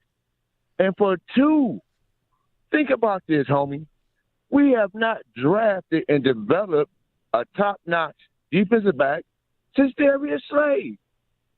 So it's about time we get some new, young, talented blood in that backfield. I know we need some more help on the defensive line, But, bro, this is a no-brainer, bro. We got 2 young dogs that's ready to come in and solidify this secondary. That's how I feel about it. Look, for the most part, we agree with you. We are feeding, with the topic, we're kind of feeding into the complaints that we've heard about the Lions not addressing the defensive front enough. And, we were like, okay, on the surface, they went heavy secondary, relatively light defensive line. It's not like they didn't do anything with the defensive line, but they used first and second round picks and marquee offseason moves, a trade and a free agent signing, where you could say they had 2 free agent signings on the defensive line and a later pick. So, they could have gone. What if they had gone first and second round defensive linemen? Here's the other thing why I'm not mad they didn't do what they didn't do that is because defensive linemen sometimes can take a couple years to get used to the physicality and put on some weight. Guys in the secondary, if you're good, you can get on the field right away. This team's trying to win a Super Bowl this year. Like they want to be, and so these guys, the secondary guys are more likely to make an immediate impact than the defensive line guys. And DK, like you said, between Betts, Davenport, and Houston, bro, y'all got to be better than what we had last year with the Okoro brothers, Charles Harris. Bro, it got to be much improved. But like I said, bro, I'm rolling with the secondary, and we cannot go wrong as long as you draft University of Alabama players. Mark me down, baby. Love the show as always, fellas. Do you appreciate the phone call? Kang, do you think they did it the right way? Or do you wish they put more into the defensive line and maybe a little less into the secondary? I think they did it the right way, what was given to them. They took what was given to them, and what was given to them was these high-end cornerbacks, high-rated cornerbacks in the draft, and the free agency defensive linemen didn't seem like they were available. People wanted Danielle Hunter. It didn't look like he was ever going to come to the Lions. It looked like probably the Texans or Minnesota. I think let's just address the elephant in the room, guys. The question is, are you upset they didn't get a bigger name to go opposite Hutchinson? Yeah. Really, right? Yeah, because, Betts is a Canadian guy. We don't know anything about him. Davenport, injury-plagued career, had one okay season. Who knows? We're banking on Houston, who got hurt pretty much all of last season. So they didn't get a quote-unquote name to go opposite Hutchinson. That's the real question. Are you okay with that? Right. It could have been Hunter. Could have been Brian Burns. They could have Clowney. I don't know. Whoever. Yeah, and the other thing is, they can still, like, if I had to bet, are they going to add one, if they're going to add between a defensive back or a defensive lineman still through free agency or whatever before the season begins, I think they're still going to add to the defensive backfield because there's still some very talented safeties out there, and it still sounds like they could use another safety. Another thing you could say, are they disappointed they didn't do? Are you disappointed that they didn't trade up for Jared Verse? They traded up for Terrion Arnold. Would you feel better if they traded up for Jared Verse?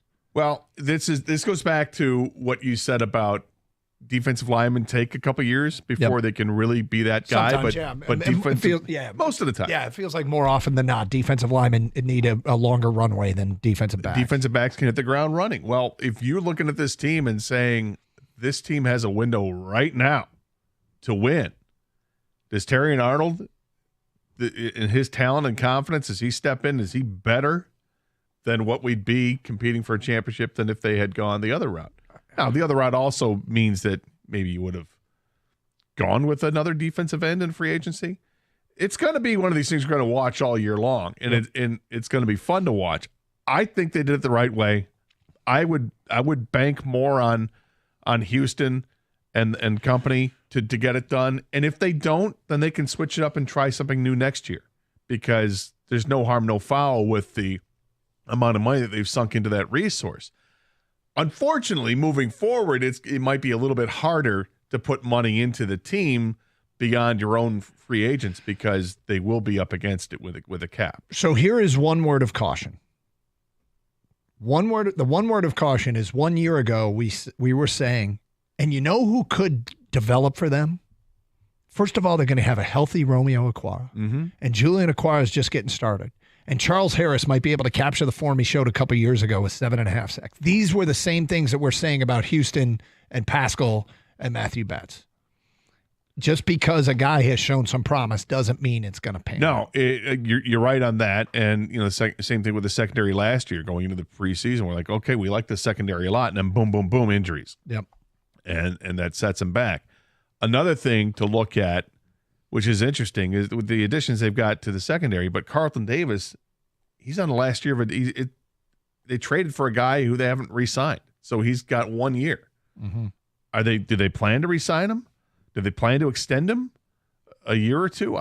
We still don't know. It seems like that would be a move that might make sense given all the money they still have left under the cap right now.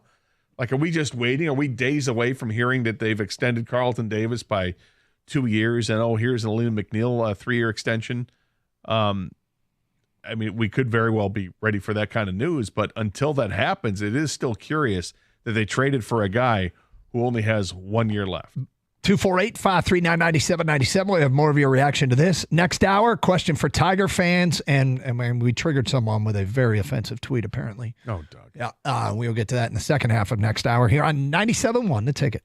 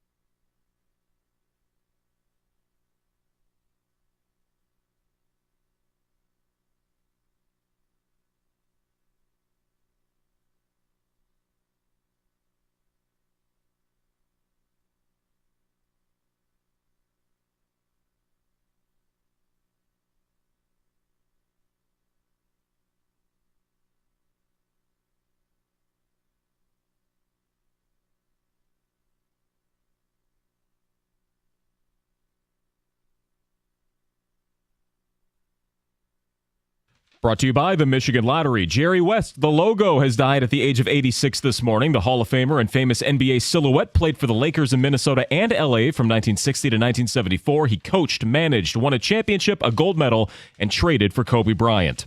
One final taste of Lions practice today before training camp in July. Coaches are getting a good look at some of the brand new rookies, including the very self-confident Terrion Arnold, their top overall pick. DB coach Deshae Townsend says that he's just fine with Arnold's vanity.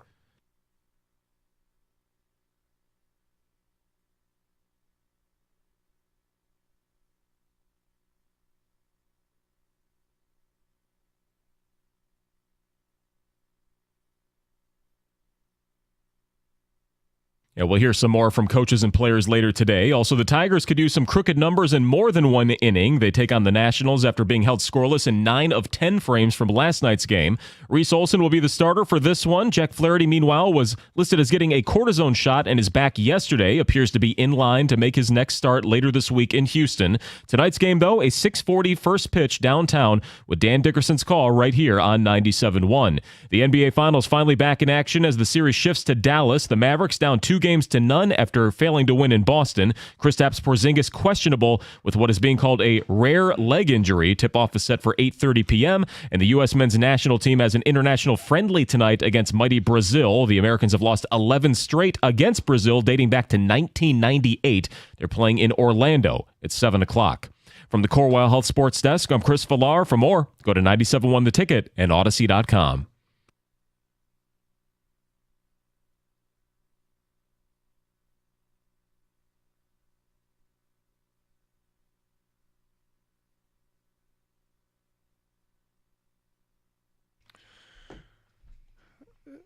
Doug Carr, Scott Anderson, 97.1 The Ticket. 248-539-9797. So, look, we've had a busy first hour. First of all, Gator and I, we made a bet. Joey Chestnut banned from the Nathan's hot dog eating contest. I'm buying fully into the conspiracy here that there's no question in my mind that Joey Chestnut will compete in the Nathan's hot dog eating contest. He is banned because he is endorsing Impossible Dogs, a meatless hot dog alternative. Nathan's is like, look, you got to endorse our hot dogs. You know, and if you're not endorsing our dogs, you're not competing in our event. Here's another meatless hot dog alternative: mozzarella stick.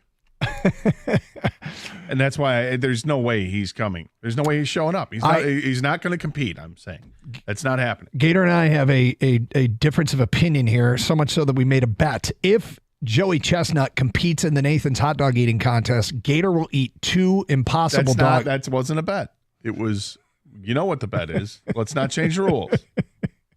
Gator will eat an Impossible Dog on the air live. If he doesn't compete, I will eat an actual hot dog for the first time, and it's probably been over 25 years. So that's you're gonna love it, man. Yeah, great. Would you go mustard or ketchup? I'm going relish. Relish? Yeah, Okay, I'm a relish. relish. Yeah. No mustard or ketchup? Okay. Nope, just relish. Okay. Is there a hot dog you'd prefer? You want Hebrew National? You want a Nathan's? You want Ballpark Frank? Oscar Mayer? Yeah. Dearborn? I have no point of reference. You're asking me. You want all beef? You want pork and turkey and beef, like the mix bag? No turkey. Honestly, no I'm turkey. starting to feel ill thinking about it. But I'm not going to have to eat one. Right. He's competing. My this is all part. Look, go all beef. The sport has lost a little bit. Chestnut's lost his fastball. How do we regain interest in this thing? A dramatic comeback. And that's what this is all about. Tell me I'm wrong. Or do you want a Coney? You're asking me. It's like me asking you, who's your favorite painter? Chagall. Yeah, no, but I understand what you're saying because I go back and forth. I mean, Doug's is Curtis painter. Toulouse-Lautrec. Yeah, right. You know, who's your favorite poet, Gator? Keats. Great answers. And we're talking some Lions. Should they have done it the other way? Gone heavy on the defensive line, a little bit lighter in the secondary? Because relatively speaking, they went heavy secondary and lighter on the defensive line. We've had some angst, some D-line angst trickle in through these phone lines and texts over the past couple of months.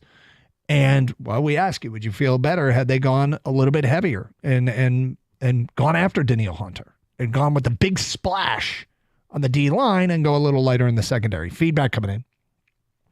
Lions did it the right way. The secondary was awful. That's from Pete in a truck.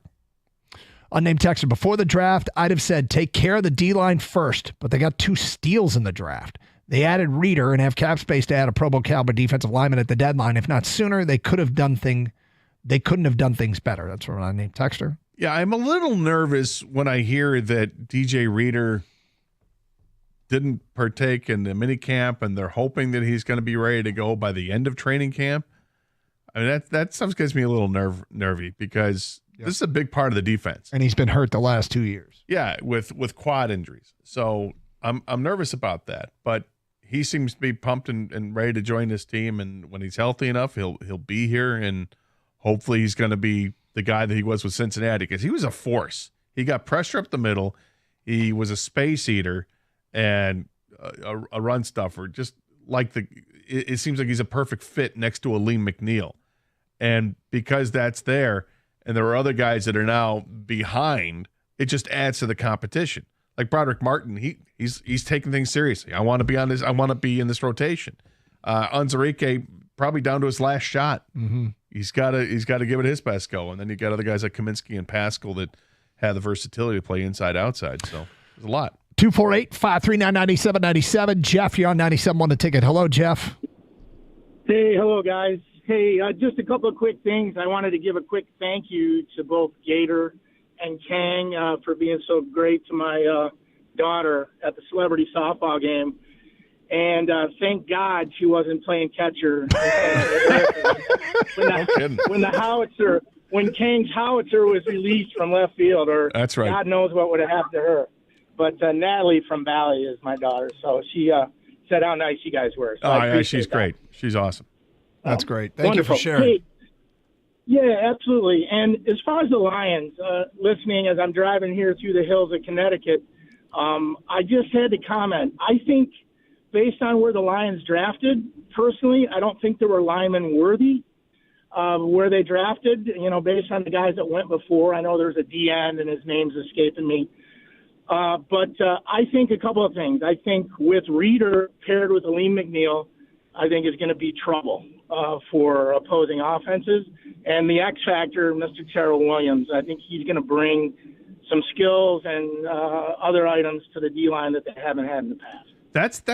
I'm glad you brought him up, because the coach is certainly, Dan Campbell in particular, speaks glowingly of Terrell Williams and the impact that he thinks he's going to have on the defensive line. He thinks he's the best defensive line coach in football.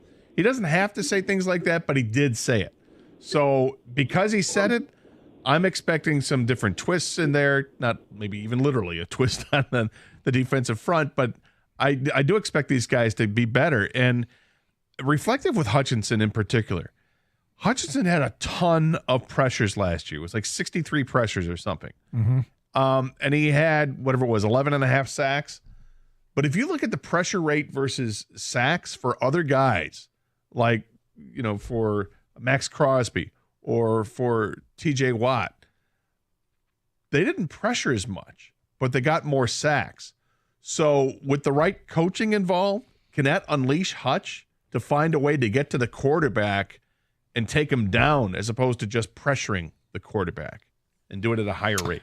Thank you for the phone call, and I'm glad he did bring up Coach Williams. We had not. So, valid observation. All right, Tigers in action tonight. Tiger All-Star to be Reese Olson. Looks to improve his 1-7 record. Actually, he looks to get back on track. He's had 2 rough starts back-to-back. Please get back on track. If this is a rough start, you really have to start getting concerned. 3 in a row is... you don't want to overreact because baseball seasons are long. It's not like you're going to say, hey, send him down. I'll be awfully... I think it'll be legitimate concern if he has 3 bad starts in a row. It's not like he's not been elite, because he had been elite. He'd been great. Well, you don't want a trend. No. You don't want a trend. 3 would start feeling trendish. But that's something to keep an eye on tonight. But we're going to take 10 texts right now. And here is our question for Detroit Tiger fans. Are you personally scoreboard watching and paying attention to games back in the wild card chase? Are you personally scoreboard watching and paying attention to games back in the wild card chase? And that's, look, everybody's going to be different, but this will be, I want to find out in our 10 texts, or we collect the data and then share it with the people, where this fan base is with where this team is. And hey, got it. They're not a great team, but they still are in the mix here. I mean, another loss last night, but still just 2.5 games out of the wild card. So let's get 10 texts.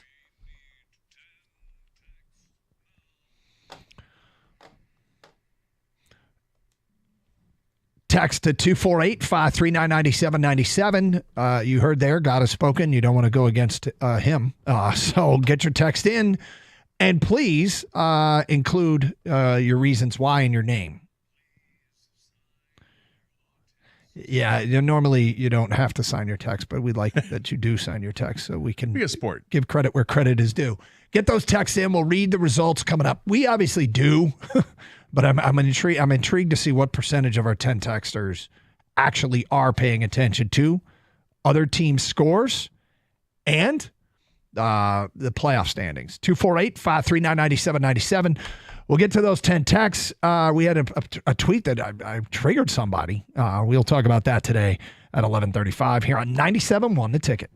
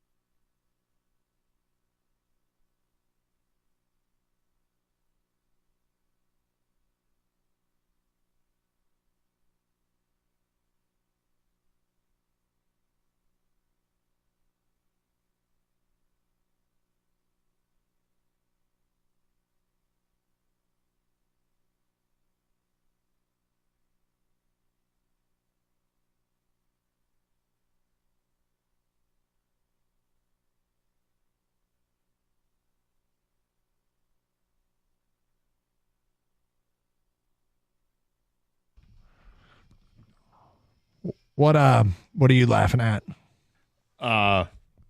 Limp microphone. So it just kind of went. You know. Oh, that's watching on the stream. If you're watching on the stream, hopefully you saw that. Like, what happened to the mic? Come on, buddy. It's okay. The mic just. Mike needs a little blue pill. Is there a screw you need to tighten there, so to speak? Yeah. Well, yeah. Doing my best. All right, gotcha. Okay, so we asked for the 10 texts. Whether or not you're scoreboard watching, whether or not you're paying attention to games back. I felt like this was an interesting experiment to just get where people are. Let's read these 10 texts that came in, and thank you all for signing your texts. A. Mays writes in, not paying attention, time to sell. Brian in Detroit says, no, not scoreboard watching, still very early in the season. Anything can happen.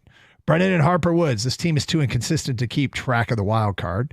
Trevor in Roseville, I get the score notifications and they have and I have a tally going in my head, but that's about as far as I am with scoreboard watching.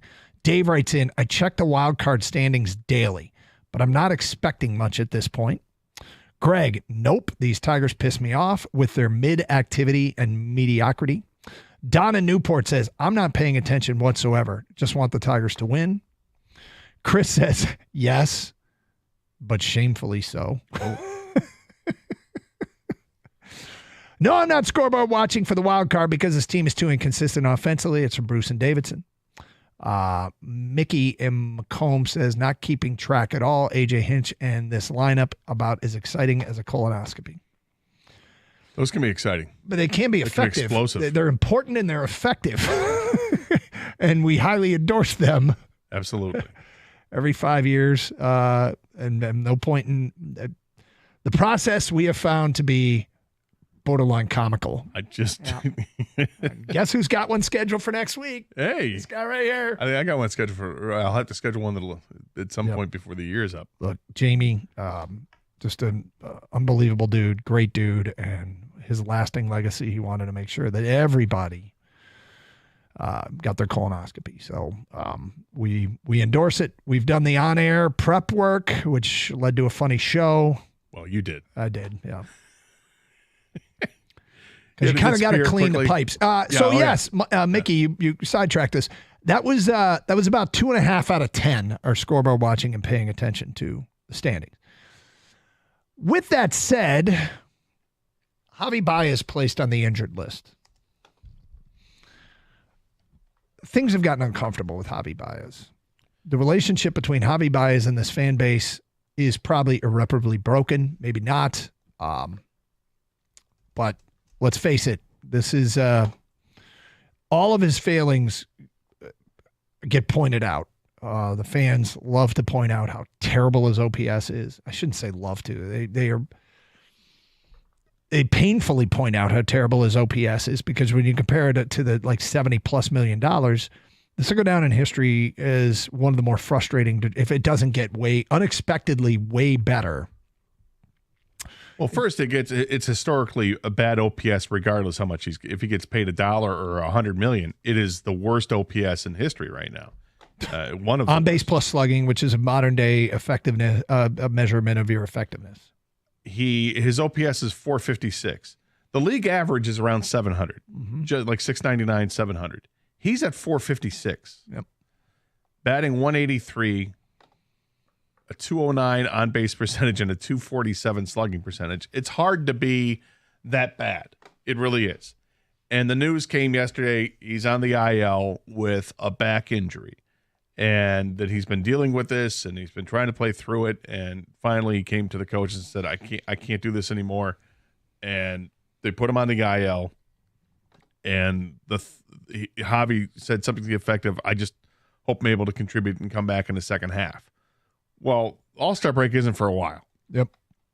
So you're talking a lengthy stay on the IL, which is going to be interesting because now you give Ryan Kreidler his opportunity. I mean, Ryan Kreidler just got back to Toledo after a short rehab stint in Lakeland after recovering from a broken bone in his hand. And it's a stretch to say he was tearing it up when he got back to Toledo. Yeah, he certainly didn't do anything in Lakeland. And when he got to Toledo, I think he finally had one game where he had a couple of hits, but he only had a few games at Toledo, and then boom, now he's back with a big club. Now, you could argue he should have made the club out of spring training because he had a great spring at the plate and also in the field, but he didn't. But he's here now. He's going to get a long look. McKinstry and Kreidler will split time. It's not going to be a straight platoon versus righties and lefties and stuff like that.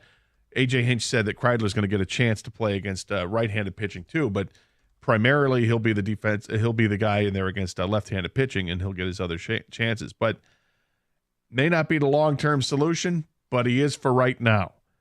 And with Javy, you don't know how long he is going to be out, but it could be a long time. All right, this is the question that it'd be great if he could turn it around. I don't think very many people expect it. Is there a chance we've seen him for the last time?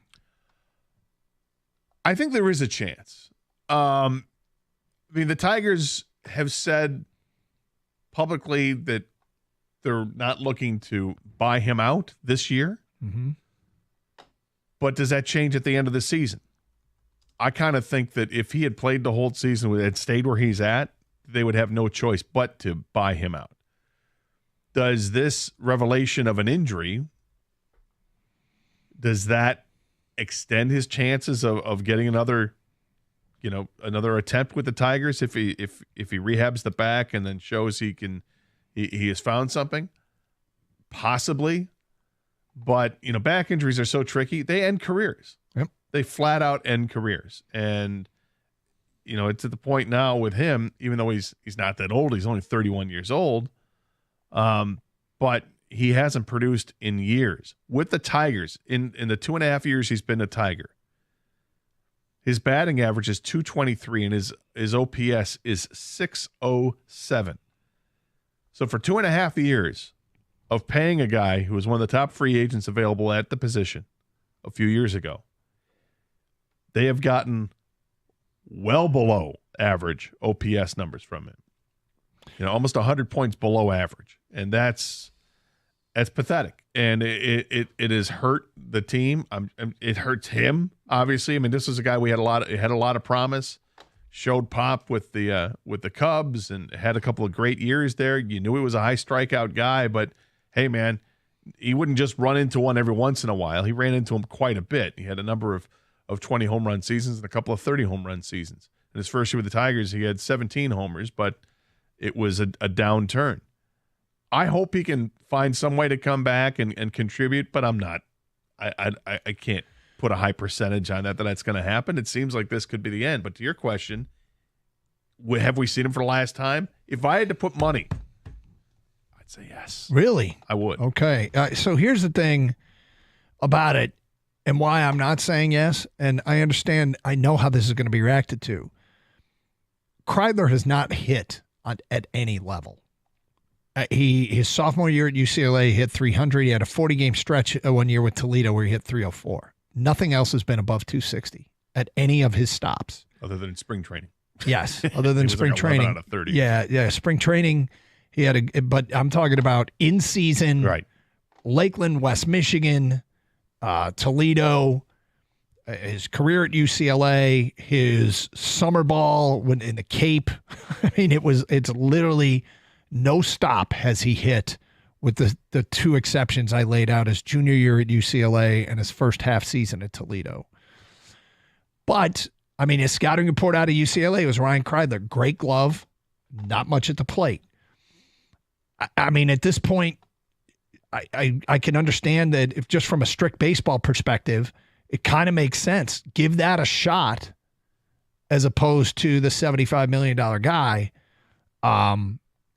But this... I don't know that we're going to see Ryan Kreidler be the solution by any stretch of the imagination. And I don't get the sense, I haven't heard anything about any problems with Javy in the clubhouse. No, nor have I. So this is, Kreidler, we wish him the best. I hope he comes up here and finds a way to hit. I just don't know that it's remotely realistic to even expect it. Hopefully he can be a great glove and be a plus player defensively. He can run the bases reasonably well. He's got a little bit of pop. The thing is, if he doesn't hit, right, and he's going to get every chance over the next month at least anyway, mm-hmm. The alternative is McKinstry, who's not hitting either. McKinstry's hitting below 200 right now, mm-hmm. and Baez was hitting obviously well below 200. They have to find a solution somewhere, and the other guy that they've got two other options at Toledo. One is on the 40-man roster, and Eddie's Leonard, but he just came back from injury as well, We'll see how he does, but he's not your ideal shortstop. And the other one is a guy who's played shortstop up there is Andrew Navigado, who was a draft pick in 2019 out of Oklahoma State, whose offensive numbers have been better than Kreidler's, but I don't think he's anywhere near as heralded defensively. But they got to find something there. This is the shortstop. This is what's so aggravating about it is, it's hard to find a really good shortstop. You had all those guys available 3 years ago in free agency. The Tigers got the guy with Javy. They didn't want to spend too much to get Correa, and they're in this situation. I'm going to say something that's going to be very unpopular, and then I'm going to duck for cover. At least with Javy, he did hit at one point. He did. Kreidler never has. Right. And if Javy is healthy, I can see why he gets the job back. Because at least he did. I get what you're saying. I know. I know. And I'm not asking you to duck for cover. I'm just trying to, work with you on this, because if Kreidler doesn't do anything offensively, are you any better off? I mean, who's the better defensive shortstop? Well, and that's what you have to ask yourself. And Kreidler is supposed to be great. Kreidler could be better. Although he made an error last night. He could be the better. I mean, did you see it? I don't know. Yeah. Did you? Was it a bad one? Well, there was a runner at second, and there was a ground ball to short, and looked like the runner may have, he crossed in front of him to that, distract him a little bit, and he booted the ball, and it would have been, it was I missed just it. part of the sloppiness at the end of that game that cost the Tigers. It was one of the things that cost the Tigers. Jake Rodgers had a misplayed on a pitch that went in the dirt that was a strike three. Anyway, they had issues there. Yeah. But they need to find something. Somebody's got, because the problem with the Tigers is they can't hit. So you're replacing a guy who couldn't hit with another guy who right now might not be able to hit, but I'm going to give him the benefit of the doubt. He had a great spring. Yep. Can he turn that? Can he get on base? Because if you're not going to hit, get on base. And Javy wasn't doing that. So can Kreidler get on base at least at a better rate? Is his OPS going to be north of 500? That's an incredibly low bar, and I don't even want to look at that. I want to look at a long-term solution. And maybe something clicks when he's at this age, at this stage in his career. We'll find out. He's going to have a chance to do it. I don't think this is going to be like, oh, you got 5 games, and if you don't do it, we're bringing up Navigado or bringing up Leonard. I think he's going to get at least a month's worth of look. It's Carson Anderson, 97.1 The Ticket.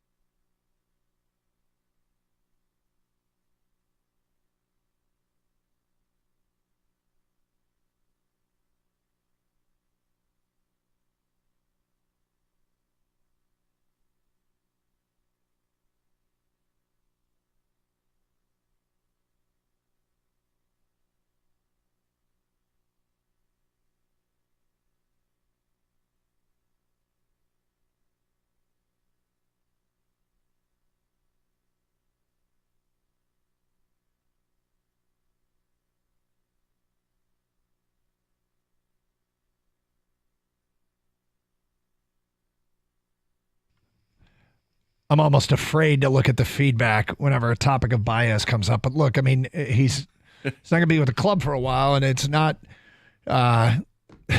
It's funny because I think we've talked about this a lot in the past, and that is one of the things, and I've done it too. They got to get rid of this guy. They got to get rid of this guy. Well, when you say that, that's if you could unload him. There are players that historically, if you could unload, you would. But what is it? How do you unload him? And does it make you better, or does it just make you feel better momentarily?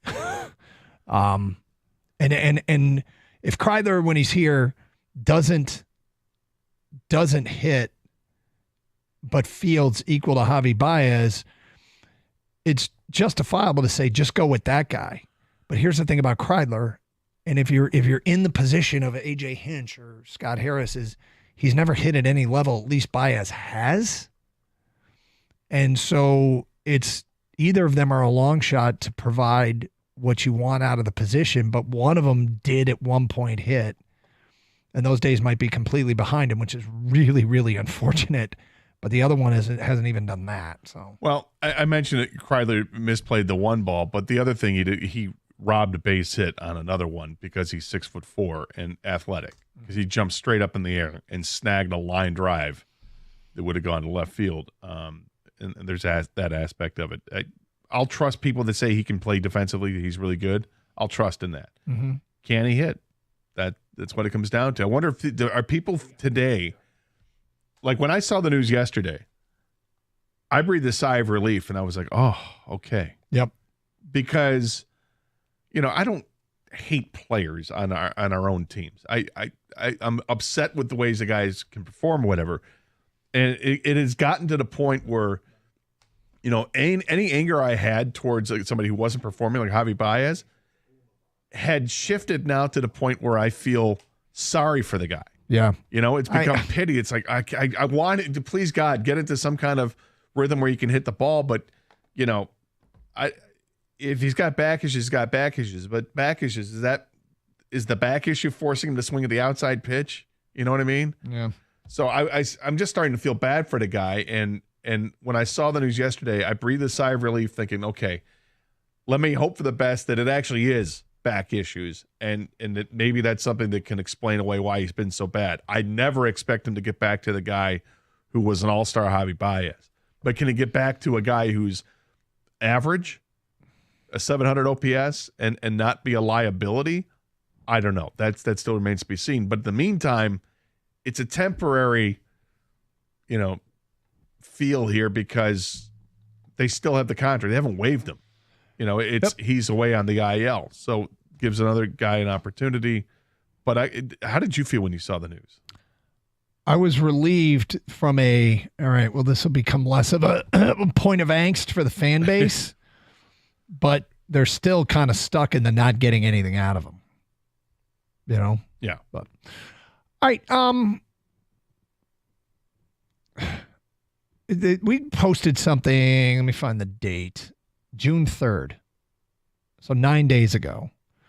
There's a Connor McDavid highlight in the series against Dallas. It was a great goal he scored, right? Yeah, he walked through, split two defensemen, ridiculous dangle, and incredible hands, and then scored on a backhand. I said, we tweeted out, you had to watch this multiple times, completely understand Connor McDavid did here. It's amazing. And the NHL should flood North America with this highlight. And we got a tweet back from what appears to be a Florida Panthers fan in Florida. And our tweet must have shown up on his feed out of algorithm. I mean, maybe he's following us. I don't know. But a Florida Panthers fan responded last night to our tweet about the Connor McDavid goal, the ridiculous goal he scored that we wanted the NHL to promote so that it would make the sport more popular, sport that we love and care about. And we got a tweet from somebody who said, remind me how many Stanley Cup games it's worked in so far. LMAO, Florida Panthers.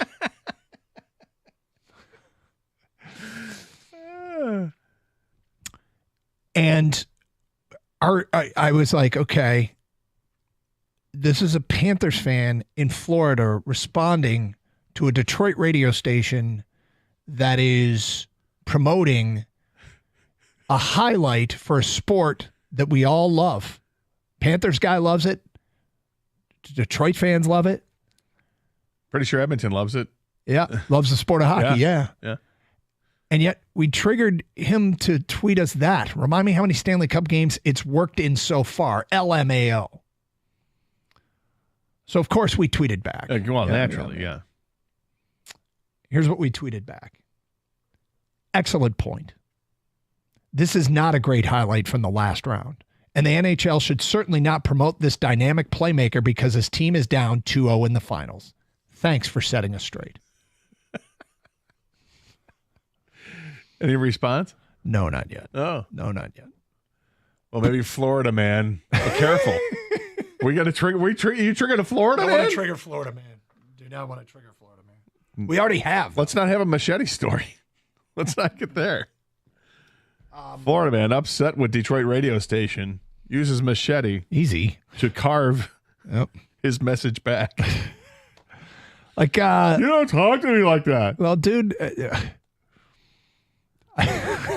I mean, it's talk about harmless. All we're doing is I know. Hey, check this highlight out. This is pretty awesome. I mean, I guess they wanted us to show a Matthew Tkachuk highlight instead, or Bobrovsky save. This just in. Those guys are good. Yeah, they are good. They're 2 wins away from hoisting the Stanley Cup. I think we tweeted out a Bobrovsky save earlier this year because we'll do this occasionally to get into how great the sport is. How great the sport can be. I mean, for a while there, we were tweeting out, this is our NHL goal of the year of the week because it happened so frequently. But Bobrovsky had one earlier this year that was insanely good. But anyway, I thought it was funny. That is funny. Yeah. Oh. 248-539-9797. Let's get back to your open line calls. We go to Lenny in Farmington Hills. You're on 97.1. Hi, Lenny. Hi, guys. Well, first of all, I have to admit that Javy Baez has got more hits this year than Javy. But no, it doesn't make sense to me with this back thing. And he's still making tremendous plays defensively. He runs the bases probably better than anybody on the team. These tag plays, and when Rodgers or Kelly will make perfect throws, and he still gets them out.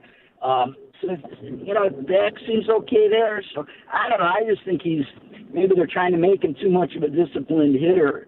He's like the old, the senior Vladimir Guerrero or guys like that who just, they're unconventional hitters, but, maybe he's just thinking too much at the plate, trying to, Well, in everybody's career, it comes a point where you got to, there's a downturn and things happen. And it feels like in baseball, it happens quickly. Like it's not a gradual thing where you go from 30 home runs to 28 to 26 to 25. And, it goes like that. And I don't know, maybe this is what's happened with Javy. It just gets to that age and the game passes you by. And the game is different now than what it was just a couple of years ago. I mean, the OPS numbers across the league are down significantly from where it was just a handful of years ago. It's just different pitching you're facing. It's more specialized again, even more so now because pitchers are going like 6 innings now instead of going 7. So it's harder to hit, and he's not doing it. He's not getting it done. Yeah, I mean, I do wonder in the back of my mind, is this all right, let's reset with a trip to the injured list, rest up a little bit? Is there any kind of wear and tear, or is this just a hope and a prayer that, I mean, because you got to try everything. Sure. If you're stuck paying the guy $75 million, you have to try everything. Because exactly that. I mean, you're still paying him, so what harm does it do for you to send, okay, hey, back issues, great. Go to Florida, go see the doctor, see what they say, and, then he, according to the plan, I guess he's going to go there for a few days and trying to work out a little bit at Lakeland, behind, not in the game, but behind the scenes kind of, and then come back up north to do rehab. We'll see how that works, but yeah, from the Tigers' standpoint, if you're not going to waive him, the only harm of him not being on the team right now is that he's still on the 40-man roster. Is that it? Yeah. I don't think there's really there's no downside right now. There's a downside if you want to promote somebody and you're going to pick somebody else off the 40-man roster if the person you want to promote isn't on it. Let's say, for the sake of argument, I don't think, is Jace Young? I don't think he's on the 40-man roster. But if you wanted to bring Jace Young up, then you got to take somebody off the 40-man roster. And if that somebody isn't Javy Baez, well, then is that an issue? 248-539-9797, 97.1 the ticket. Hey, the NBA Finals are here, and FanDuel is giving you a chance to win alongside the champion because right now new customers get $200 in bonus bets with any winning $5 bet. That's $200 you can use on same-game parlays, live bets, and so much more. I've talked about this a lot. The way to make sure you score the 200 is to find a prop bet. You can change the over-under on a player. You won't win a ton of money on your $5 bet, but if you go over, Luka points scored, you can really score big, but you change it to like over 5, and then you get your $200. There's no better place to bet on all the finals action than America's #1 sportsbook. Just hit FanDuel.com/Doug. That's FanDuel.com/Doug to get started and take a shot at that extra $200. FanDuel, official sports betting partner of the NBA. Must be 21 or older and present in Michigan. First online real money wager only. $5 first deposit required. Bonus issued as non-withdrawable bonus bets, which expire 7 days after receipt. Restrictions do apply. See terms at sportsbook.fanduel.com. Gambling problems? Call 1-800-GAMBLER.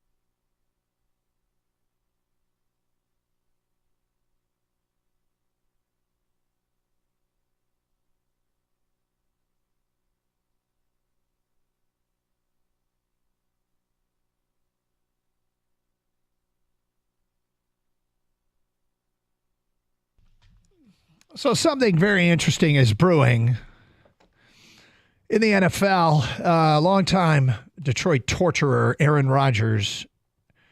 It was reported yesterday that he did not show up for the first day of Jets minicamp, mandatory minicamp. Robert Saleh said it was an unexcused absence and had the quote, he had something that was more important to him. We listened to the quote in context. We only read the quote. When you listen to it in context, it wasn't in a, hey, it's okay, but it also wasn't a mocking of, hey, he's got something more important to him. Like he wasn't right. It wasn't a full-on attack either. It was almost more of a statement of fact. But I think you could tell that Saleh wasn't necessarily happy. So here's day 2 of Jets minicamp, and guess who's not there again? Aaron Rodgers. And now it has come out that he is going to miss all 3 days of Jets minicamp. There is a headline in the New York, I think it's the New York Post. And the headline reads, full of hot air. Air spelled A-A-R. Full of hot air. And then they quote January 8th, quote, the BS that has nothing to do with winning needs to get out of the building. Tuesday, Aaron Rodgers AWOL from Jets' first mandatory practice. Full of hot air. Here's the crazy thing. We still don't know where he is. We still don't know where he is or what he is doing instead of preparing for the season. Do you remember his last season in Green Bay where he skipped some mini camps and then as the season progressed, blamed the receivers? Yeah. Yeah, he was pouting and he had a group of rookie receivers that he chose not to really work with. So he skipped that time where you can help these receivers. Like I'm going to speak specifically to one person here and wonder how they would feel about this. And that person I'm speaking to is our own Jared Goff. Jared, do you use the offseason as a chance to develop your chemistry with your receivers? Do you value trusting your receivers? Do you and your receivers use the offseason to get on the same page? Do you practice to get on the same page? So when it's 3rd and 10 against the Rams, and Amon-Ra, and you have a chance at a knockout blow, and Amon-Ra St. Brown is running a choice route, as you explained to us, and you know if you move the chains, it's game over. And Amon-Ra has to run straight down the field at a defensive back, and when he hits the top step of his route, has to cut right and in or cut left and out. And it's up to him to decide based on the coverage, and you trust him and you let the football go before he makes his cut to the spot that you and he, you know you've run this play 1,000 times. It's one of your favorites. Jared Goff told us this. And Amon-Ra hits the top of his route and cuts right, and Goff completes it right on the numbers to Amon-Ra St. Brown for the kill shot in a playoff game against the Rams. Is that something that happened because they decided to run that play that morning before the game? Or is that something that happened because back at minicamp and OTAs and training camp and practice all season long, you ran that play 1,000 times? For each of the 3 years you guys been playing together. And Jared Goff has told us he trusts Amon-Ra and gave us examples. When we asked him, what does that mean? He gave us an example of a touchdown pass he threw to him earlier in his career. Same thing, where he had to read the defense, and based upon the defense, Goff's looking at the defense, Amon-Ra's looking at the defense, and Jared Goff knows Amon-Ra's going to be in this spot, and I can deliver the ball to that spot. Bang, touchdown. Bang, first down against the Rams. So Jared Goff, when Aaron Rodgers, and I don't expect you to call us and answer this because it would make headlines, unnecessary headlines for you. But I'm talking directly to you, Jared, because I know you listen to the show. When a quarterback skips minicamp and then blames his receivers, like Rodgers did his last year in Green Bay, or is now skipping camp again for something that's more important to him, is that taking the BS out of the building that has nothing to do with winning? Or is that actually putting a ceiling on what your team can be because you're not there to work with your guys. Look, the way Goff does it isn't the only way it can be done. Right. But, correct me if I'm wrong, would Jared Goff do that? No. And maybe that's one of the great things to come out of another one of the great things to come out of that trade is that Goff came into this with a chip on his shoulder, right? Mm-hmm. That people thought that he was a throw-in in the trade. The trade was really for the 2 draft picks, and we had to take on Jared Goff and his salary in order to make it equitable with the Rams taking on Matthew Stafford. And he came in and worked hard, earned that starting job, and by halfway through the season, the light switch went on, and they started to show they had a really good offense. And it carried on through the next year when it went 9-8, and it carried on last year when it went 12-5 and the 2 playoff wins and all that. It's I'm so glad that he's here, and he's a guy that wants to work and doesn't feel entitled. He was run over by his previous coach. Yeah. And this coach and this staff, they believe in him. The players here, they love him.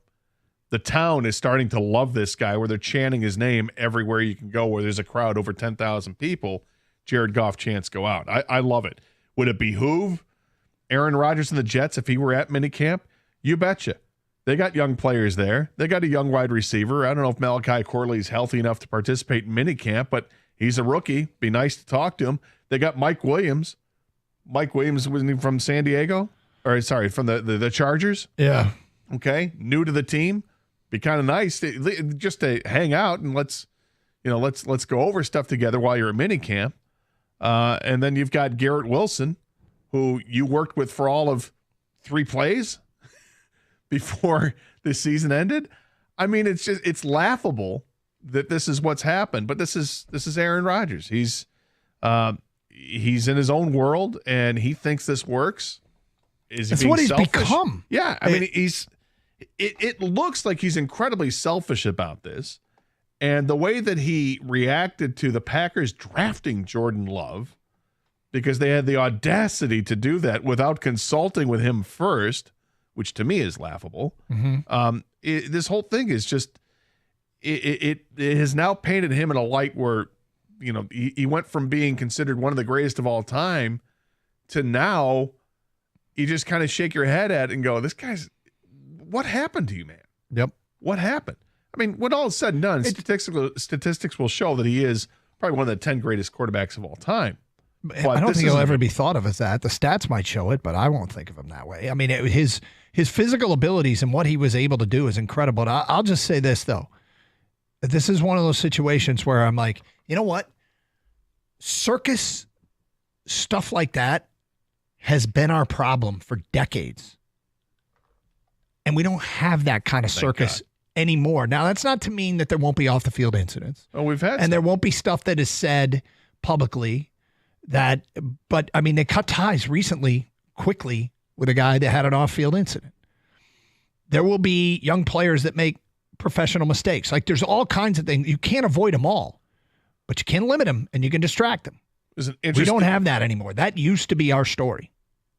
It's an interesting tweet from Pro Football Talk, Mike Florio's group. It said, Robert Saleh met with reporters again today, and like Tuesday, no one from the supposedly bare-knuckled Big Apple media horde asked the most obvious question. What's the very important event that Aaron Rodgers chose over mandatory minicamp? Wow. He's getting a pass from the New York media. Wow.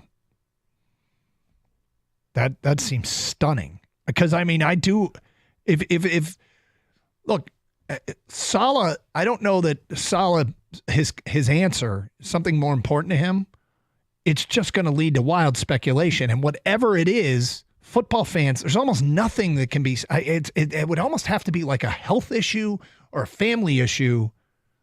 And it might be. To be clear, it might be. But if it's something other than that, yeah, right. If he's at Coachella or something like that, it's not going to fly. Golf trip with the boys. Right. 248-539-9797. Speaking of quarterbacks, much is being said about Hendon Hooker. We'll get to that next hour here on 97.1 The Ticket. Hey, Twin Peaks has made a change for the summer, and your favorite bourbons and brews has a sexy new twist, officially starting tonight. It's tequilas and cerveza parties. Wednesdays all summer long, they'll be featuring and sampling their best drafts and bottles along with high-end and special tequilas. Twin Peaks girls are in their hot red lingerie, ready to help you cure those midweek blues. Sampling take place from 5 to 7, so get in early and see why it's the hottest night of the week. They'll even sample one of their excellent craft cocktails this week. They feature the amazing Lunazol Silver Mexican Mule. What makes Wednesdays even better, Game 3 of the basketball finals. And if you really want to cure those midweek blues, well, have an awesome night out at Twin Peaks. There isn't a better bar in the state. Enjoy all the action. Don't forget they have baseball games. They got the Twin Peaks girls. They got the teeth-chattering 29-degree draft beer that you have grown to love. You can even take advantage of their late-night happy hour at 10 p.m. while the games are still going on, offering up great deals like $3 shots, fried pickles, as well as $5 house draft beers. Come see why Twin Peaks throws the hottest party in town. Find a location nearest you. Go to TwinPeaksRestaurant.com, especially on game day. Twin Peaks, eats, drinks, and scenic views.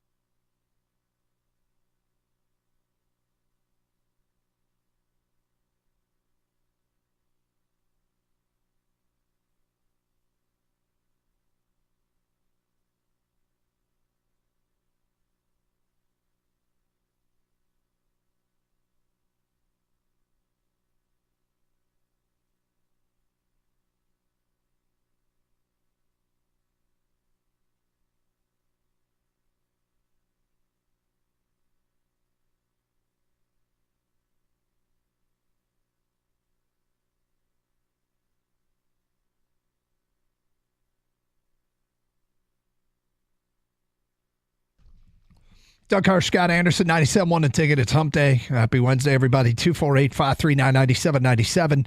A few things we've discussed today, and including the bet. If you missed the bet Gator and I made, we're not going to recap the whole discussion, but I think the entire Joey Chestnut not being banned from the Nathan's hot dog eating contest, I think this entire thing is part of a grander conspiracy as they are trying to inject some life into a contest that's seen, quite frankly, it's lost its fastball. I think Chestnut has lost his fastball. His number of hot dogs he's eating in 10 minutes is down.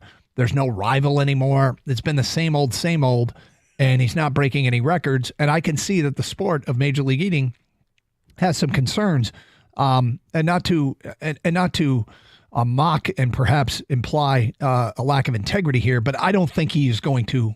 I think he's going to compete in the Nathan's hot dog eating contest. Gator does not think so. He's out. There's a conflict of interest there. Nathan's called him out and said, "Look, you can't be promoting a competitor to us, even if it is a plant-based dog. You know, you and your fake hot dogs are not welcome." And they put the foot down. They put the foot down before with Kobayashi. Remember that? Yep. So sorry, man, you're not competing in this. Not up in here. Not while you're endorsing, a competitor here. Can't have that. And now here it is, 18 years later or whatever, and the same thing is wielded its ugly head. It's the end of an era. Well, and no more Joey Chestnut. As long as he continues to endorse this other inferior product, forget it. Well, Gator and I made a bet, and the bet is as follows. If Chestnut actually, if I'm right and he does compete in the Nathan's hot dog eating contest, Gator has to eat an impossible dog, one of the dogs that Chestnut is actually endorsing on the air live. But if Gator is right and Chestnut isn't competing, yes, I will have to eat a hot dog, an actual real hot dog for the first time in probably 25 plus years. I only eat chicken, turkey, and fish. To me, do you remember when I had to take a bite of the bologna? Was it a bologna sandwich? I ended up throwing a piece of the bologna and it stuck on the window that was over there. I mean, it was. You whined about it for an hour. It was awful. You were you were nibbling on it like a mouse. Yeah, to me, the texture, I'm like, what am I eating? Human skin? I mean, I was just disgusted by it. And the now texture's the same texture as if you were eating turkey.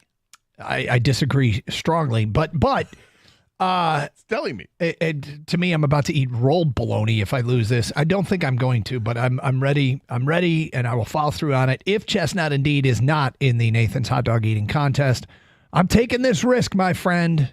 And so that's our bet, and it will be done live on the air. Kang, you approve? I love the bet. I think it's very even here. I understand both arguments. I see the points from both guys. I think this is a very fair, even bet. I just hope if Doug loses that he doesn't whine like an NBA superstar to a ref. I mean, that was a lot of whining on the last one, Doug. Yeah, I think Gator, if he loses, he'll take it like a man. He will eat that impossible hot dog with mustard because he loves mustard. A lot of mustard. But he will eat it, and it'll be the end of that. You're worried that I'm going to whine too much? Count on it. I'll be crying like a baby. Yeah, I'll be crying like a baby if I have to eat a hot dog. But I'm not worried. I'm not worried. And you asked me what kind of hot dog. I would hope that you would do me a solid. Oh, we'll get you. First of all, here's what happens. Let's assume, and I know it's hard for you to picture this, that you lose. If you lose and you have to eat a hot dog, you know who else wants a hot dog? This guy. Okay. That guy. We'll all eat one with you, Doug. We'll all gladly have dogs with you. So we're going to get a higher quality dog? Yeah. Okay. Good. You want a foot long, Doug? No. Oh, God, no. And then some. Do you want me to make it through the... Just call me Nick. Are you just? I mean, you want me to make it through the show, right? Yeah. Should we do this like later, like near the end of the show? I first had that thought, but then I thought, drive home. I think people want to. If it does go over like the last time I had an actual hamburger, an entire hamburger, then it's going to be sketch the entire show after I eat a hot dog. But we'll see. We shall see. Oh, cross that bridge when we get to it. I mean, maybe I'm the one that's going to have it. Let's hope so. And I might have the same reaction. In the meantime, we also discussed some Tiger stuff. Look, Javy Baez is now on the injured list, and we just debated whether or not it's possible it's the last time we've seen him. Ryan Kreidler calls up plays last night, but the thing about it is I don't have huge hopes for Kreidler. He did hit in spring training, but if you look at his you go to Baseball Reference and look at every stop he's had, he's never hit over 260 minus his junior season at UCLA and a 40-game stretch. The second half of that year, I think at Toledo is when he first got there, he hit. So at least, I mean, here's the part that, I say I duck for cover, but at least Baez has hit at one point in his career. And if you're paying him anyway, you can hope and pray that he actually refines that form. Whereas I don't know that Kreidler, it's realistic to think that he's going to hit at this level after not hitting at really any of the rest of his stops. Plus defensive glove, though. He did make an error last night, but he's a plus defensive glove, and I will hope and wish that something that at this point in his career, something positive comes out of it for the Tigers. A previous caller mentioned with Javy this year that he was playing very well defensive, makes some spectacular plays. He makes the occasional errant throw without question, but also mentioned his base running.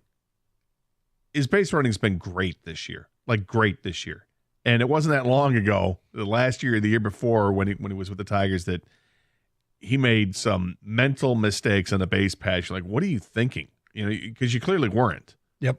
And then this year, he's been a plus once he's on the base pass. The problem is he was never on the base pass. So want to give him at least a little credit for when he is on the base pass. He was stealing bases. He was taking the extra base if he could, coming around home and scoring. I liked him there. From Ryan Kreidler, when you say he's got to hit, and I say he's got to hit too. But what does that mean? Like, I don't expect him, like hitting, I think if you can hit it, it's like average in Major League Baseball. Do I think he's going to do that and hit 245? No. Does he just have to be north of the Mendoza line to make you feel better about this? Like, does he have to hit like 210 with, a 600 OPS? I mean, because that would be a big, it'd be better than what we got out of Baez. I mean, that's it could have. The bar is so low with that. It really is.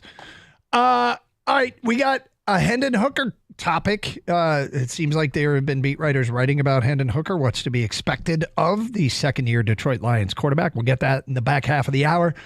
An event got canceled, or at least postponed, and I, for one, am disappointed. We'll get to that today at 12:16 here on Carson Anderson on 97.1 The Ticket.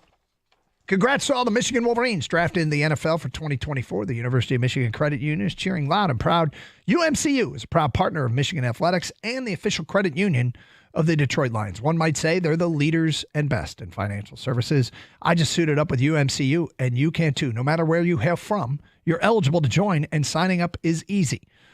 They have the coolest debit cards in the league, the Block M, the winged helmet. They've got Lions debit cards, including a new black one coming out to match the black uniforms. And with your UMC debit card, your call and plays at millions of stores, hotels, and restaurants worldwide. Need some cash in your pockets? Hit up the thousands of surcharge-free ATMs conveniently spread across Michigan and beyond. Open your account today at umcu.org. It took me less than 10 minutes. And while you're there, check out their resources for student, auto, or home loans.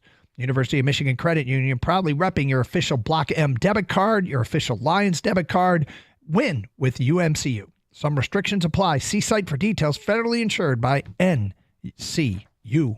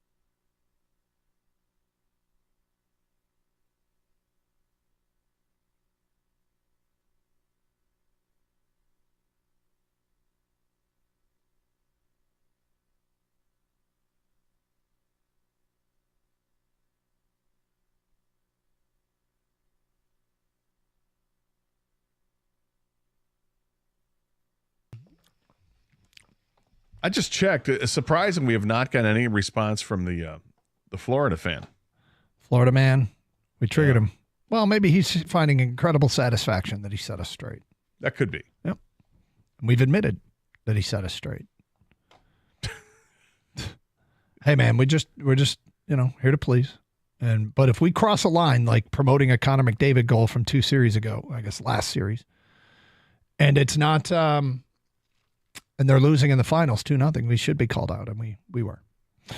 Okay, Gator. We'll get to this Hendon Hooker, what's being written and said about Hendon Hooker in the back half of this hour. But I have to admit, I, for one, am disappointed that Jake Paul and Mike Tyson, that fight has been called off. It was called off last week. At least it was postponed. And I've bought very few fights. This one I have Netflix already, so I wouldn't need to buy it. But the last fight I bought, do you know what it was? Was it Conor McGregor and Floyd Mayweather? Correct. And I wanted to see this fight. I wouldn't have had to buy it, but I would have. For me, it would have been appointment viewing. And now Jake Paul is fighting Mike Perry, the former UFC fighter who has transitioned to a bare knuckle fighter. And it's interesting. Perry is an MMA guy, but not a trained boxer who Paul has perhaps strategically picked. And look, Perry has some name recognition in the MMA community, but I don't know that he is anywhere close to a box office draw. You can correct me if I'm wrong on that. Kang, you can correct me if I'm wrong on that. Yeah, your MMA guy knows who he is. UFC guy knows who he is. But I think outside of that, they probably don't. Fight not official yet, but this is what everyone's saying, Doug. That should be announced later today at some point. Because since you mentioned the Tyson fight has been postponed, I think Paul wants to fight somebody, and he's been training. So this seems to be the guy. Yep. Now, do you think we'll ever see Paul versus Tyson? No. Well, they say they're going to be in November. Yeah, I know. You still say no? Yeah. Because Tyson will only be older and probably even in worse health for a 60-year-old, near 60-year-old. And it was his health is the reason they called this off, right? Ulcers, yeah, because he had an ulcer issue. Yeah. He got on a plane, and during the flight, he had a medical emergency where they're asking for a doctor. I mean, he's, I think, 57, 58 years old. This is just not a good idea. I know you had said leading up to this that you did not want to see this fight because you thought that Paul's going to knock out Tyson. And look, Tyson's not an angel, but I think he is the more likable of the two characters in this particular script. And I wanted to see Mike Tyson recapture some of that old magic. Like in The Hangover? Yes. When he knocked out, was it Stu? Yeah. I want to see that kind of old magic. He still got it. And finish off Jake Paul. And bring the Jake Paul boxing story to a tragic ending. Not tragic. Sorry, that's too much. His career to an end. I wanted him to get maybe embarrassed. Is it Allen or Stu that he knocked out? Knocked out Allen, you're right. Yeah, my bad. Stu removed his own tooth. Yes. It wasn't from getting knocked out by Tyson. I would have loved to have seen a Tyson Jake Paul fight, but like Kang, I have some. There's a big part of me that thinks that Tyson's too old and Jake Paul is too young and big to do this. Mm-hmm. This if it's going to be Mike Perry that ends up fighting him. Mike Perry was fine as a UFC fighter, but isn't he undersized too? 5'10", 185 as a fighter. So I'm guessing if he were, I don't know what weight they would agree at for him to box. Probably 205 or something like around there. From Flint. No, Mike Perry he's a crazy madman. This guy is in bare knuckle fighting right now, and he's knocking out people in that. He is still smaller than Paul, and he's not a trained boxer. So this is still on that borderline, sideshow entertainment value fighting. You know, this is still kind of like celebrity deathmatch. I'm not sure Mike Perry has ever even boxed professionally. So I think he's got 2 fights. Does he? Oh. According to Wikipedia, his professional boxing record is 1-1, and he's got a knockout. But I don't think that's not bare knuckle boxing. Now I'm disappointed that the Tyson Paul fight, you don't think it's gonna. You know more about this than I do. This is my just my guess, Doug. If it does take place, will you eat a Impossible Dog? And if it does not take place, will you eat another regular hot dog? Let's not push it here, friend. I think they'll fight. I think they'll fight in November. I think there's too much money at stake for them not to. Sorry, I didn't mean to say steak to you, Doug. No, it's okay. It's an easy money grab for both to do it. I can't imagine it. I mean, I wouldn't expect Mike Perry to be the guy that beats Jake Paul. I think he's got a better shot than Tyson. Do you? I do. I hope that's the case because I'd love to see Jake Paul just. Dude, get why are you knocked hating out. on Tyson? Dude, you don't know how bad I want Tyson to knock out Paul. I just don't. Just he's an older guy. Fandom out of it. Yeah, this is not a good matchup. You know what it is? Kang saw me playing softball and he's like, "Oh no, look at the old guy trying to go at it on Friday." Could be. It absolutely could be. And Tyson's older than I am. Mm-hmm. I didn't set a very good example. Well, look, if Tyson could get it done, it would be one of the most glorious days in the fight game, wouldn't it? God, yes. Do you think that the younger crowd though that didn't they didn't obviously grow up with Tyson? No, they did not. They may only know him from the reruns of the Hangover on TBS or something. I don't know. That's what they probably know him as, is that guy from the Hangover. But they're out there drinking Prime and watching YouTube and doing all this stuff. Like, are they just the opposite? Or like, knock out this old man. Like, get this done. Like, well, do you remember I asked my kids who I want to win that fight? Jake Paul versus Mike Tyson. My 16-year-old, now 17, said Iron Mike. My 22-year-old said, agree, I just want this JP blank to be over. And my daughter didn't answer. But, yeah, I mean, my kids were rooting for Tyson. They knew who he was, and they rooted for him. I didn't ask how they knew who he was. They might know him simply from the Hangover. But, I don't know. Well, I can say with a high degree of certainty, I will not be tuning in for Jake Paul versus Mike Perry. Mike Perry? Yeah, I won't be doing that. If it's on Netflix, it will.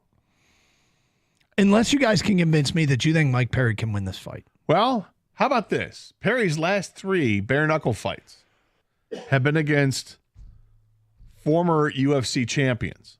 The first one was against Luke Rockhold, middleweight champ. And the fight ended by TKO when Rockhold retired during the bout. Just too much. His next fight was against Eddie Alvarez, former UFC lightweight champion, the King of Violence. And Perry won by TKO due to corner stoppage after the second round. Corner said, no way, don't go back out there. And then most recently, on April 27th of this year, he took on the bare knuckle fighting championship middleweight champion, Thiago Alves, former UFC fighter, in the main event. And he won by knockout in the first round.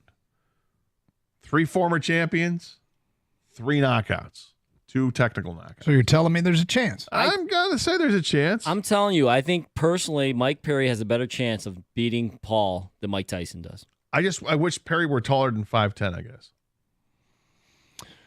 Well, I will hold out hope that Tyson does fight him and that Tyson does beat him.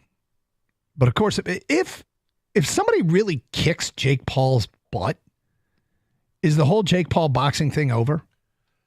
Is that what he's fighting against, is credibility? Yep. If he gets beat by a bare knuckles guy, a former UFC guy, yeah, then I think it's kind of done. Unless he fights other celebrities and people are like, oh, I want to see this celebrity fight. Then it just becomes a celebrity fighting circuit. It's no longer. Maybe he can actually box in actual boxing. Gotcha. But I think he's a better boxer than most people want to give him credit for. Well, we'll await what goes down. Dan Campbell, what do you expect out of Hendon Hooker? Hear what Dan Campbell, the head coach of the Lions, had to say today at 12:35 here on Carson Anderson on 97.1 The Ticket.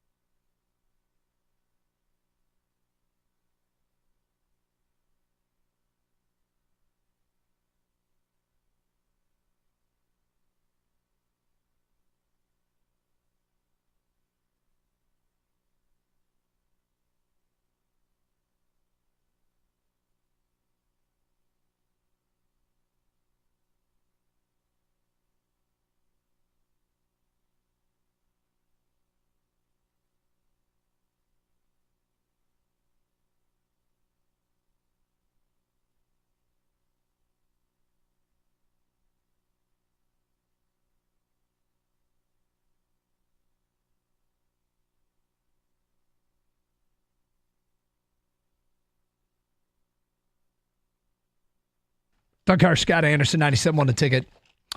Off-season Lions, and this is going to be one of the most anticipated Lions seasons ever. They are considered a legitimate, in all corners of the NFL, legitimate Super Bowl contender. This is a football team that has done, in our lifetime, unprecedented things, hosting a couple playoff games, winning a couple playoff games. They were actually a half away from going to the Super Bowl. It didn't work out. Got it. We all know what happened. It's something that they are using to motivate themselves this year. Every corner of that locker room is going to be scrutinized by the fans and the media. Every corner, every storyline, every position on the 53-man roster, starters, backups, special teams, every move they make, every contract they sign has gotten, for us, we can see it, unprecedented feedback and reaction from a fan base that is starving for this kind of success. And quite frankly, many people waiting their entire lives for this very moment. So here we are, and just, it's like 2 months away, maybe less than that. It's probably less than that, probably a month and a half away from the starting of training camp. And there were two stories about the backup quarterback situation and Hendon Hooker. Now, Hendon Hooker is an interesting player to talk about on the air, and I can tell you what it looks like from our side. From our side, I would say that there is a small but vocal brigade of Hendon Hooker fans. People that envision a future, and a not so distant future, where Hendon Hooker succeeds Jared Goff as the starting quarterback for the Detroit Lions. There's plenty of feedback from the organization telling that brigade that they are wrong. First of all, there's the contract extension they signed Jared Goff to. It's a big indicator that they believe in Jared Goff. And secondly is the way that Hendon Hooker has been talked about this offseason. And they're not, I think what they're doing with Hendon Hooker is respectful and fair. I don't think by any stretch of the imaginator it is disrespectful. But it's sort of, I think, a reality check for the Hendon Hooker brigade that he's probably not close. They haven't even figured out if he can back up Jared Goff, let alone push Jared Goff. Now, there is Dan Campbell talking about what they hope to get between now and the beginning of training camp. The head coach of the Lions spoke recently of Hendon Hooker and what he needs to do to get himself ready for this season and compete for that backup quarterback spot. And here's what Dan Campbell said.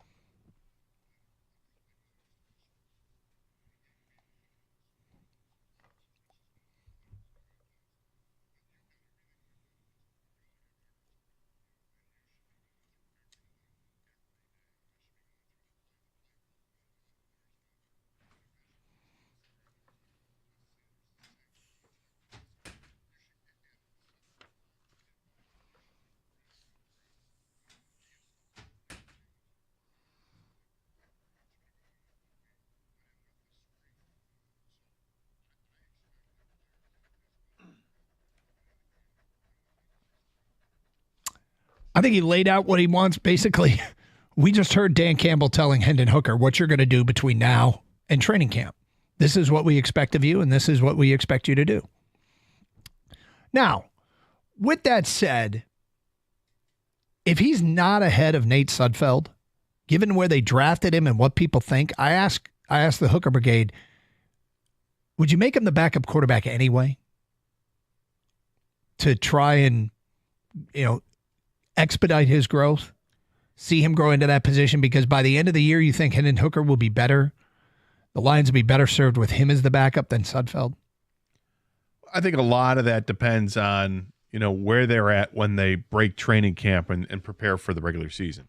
If he's not that far behind, then yeah, I think he should probably get the Lions' share of the second reps after Goff. To get him up to speed. If they feel like it's just a matter of time, couple more weeks and he would pass him by, then yeah, of course. But it's all dependent on how much he grows. And the OTAs are a phenomenal opportunity for him to learn a ton of what they're throwing at him because there's no competition. You know, Nate Sudfeld's not the OTAs. Jared Goff's not the OTAs. There are no veterans there for that matter. It's just him working in shells in different drills and team setting, and he's got a chance to get better and better every day that he goes out there. And it's going to be a process. I mean, anybody that thinks that he should step in right now and be the guy, you're fooling yourself because he missed all of last year. He didn't get any opportunities last year to take snaps because he was hurt. Everything he did was after practice and, you know, working with, you know, a skeleton crew of guys. And really then it was just about getting the knee ready to go. And of course he's trying to learn the offense, but it's a different world that he's working in now than what he had at Tennessee. And, you know, Mark Brunell was interviewed about it and talked about it. And it's going to take a while for him to feel comfortable doing the things that they're asking him to do, things that he didn't do at Tennessee, like, you know, move around in the pocket and look at your progressions. There was some quote in there about him just kind of standing like a statue at Tennessee with no pre-snap movement because they just, you know what the plays were and boom, you just go ahead and operate it. But here at the NFL level and with the Lions in their offense, it's more dynamic than that, and there's going to be a learning curve with it. But he is picking it up. Well, here's the other thing too. I mean, Nate said right down to calling plays in a huddle. Yeah, exactly. He needs to practice calling plays in a huddle, which sounds... Because they were like a no-huddle offense, get to the line of scrimmage and call the play. That sounds like it should be extraordinarily easy. Well, and I don't think it's going to take a whole... Look, how many practices are they having here, right? It's not many. It's 2. 2 in the OTAs this week because they were, you know, kicked out of practice on Monday because of the violation. So they practiced yesterday. They're practicing today. He had a few practices with minicamp, and then the previous OTAs, he had some practices, right? Yep. So what do you got? Like 7 practices? I would imagine that the growth that he showed from practice 1 to where he is after today is probably substantial, but still a long ways away before he can say, oh, yeah, he'd play in a game right now. If the season started today, Nate Sudfeld's number 2. Yeah. Because Nate's got a handle on it, and he's played in the NFL, and he's got this. But let this thing work out, and once we get through training camp and you get into it in July, and then obviously into some of the preseason games, it's going to be valuable experience for Hendon Hooker when you get to the preseason games. And by the way, by most accounts, it sounds like Nate Sudfeld should be number 2. And given that this team has Super Bowl aspirations, you need to prepare for each and every Sunday and the 17 games you play for life without Jared Goff. In case Jared Goff gets hurt, and if you look at the last 3 seasons, and we talked about between 18 and 20 quarterbacks didn't play a full season, not all injury related, right? Some of it's performance related. See Marcus Mariota. But you can have a player, you have to have a player ready to go to win you that game. Just win you that game for that one day that will allow you to be able to, you know, still keep your goals in sight. And if you need a Nick Foles situation, great. Or if you just need to kill time until Goff is back. I don't care if it's Hendon Hooker or Nate Sudfeld.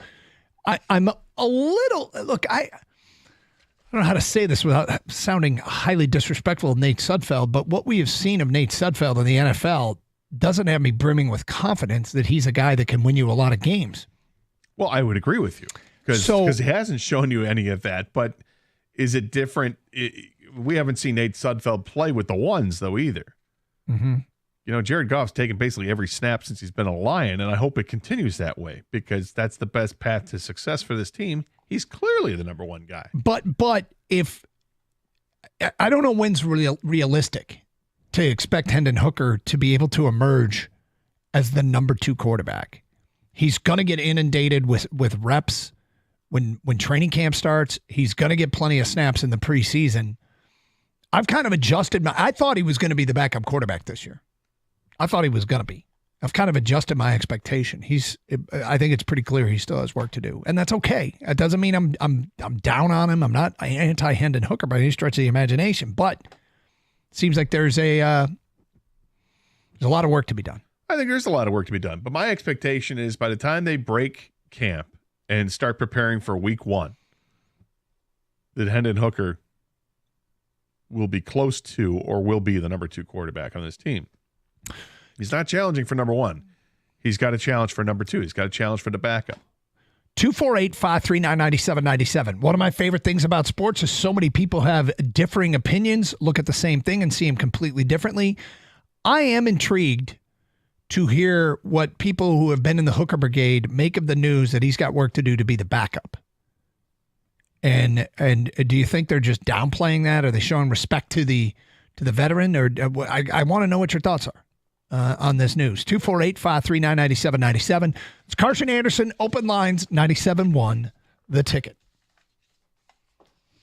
Hey, coming up this summer and this month, Sarah Chevrolet in Sterling Heights wants you to save cash with 0 down deals all month long.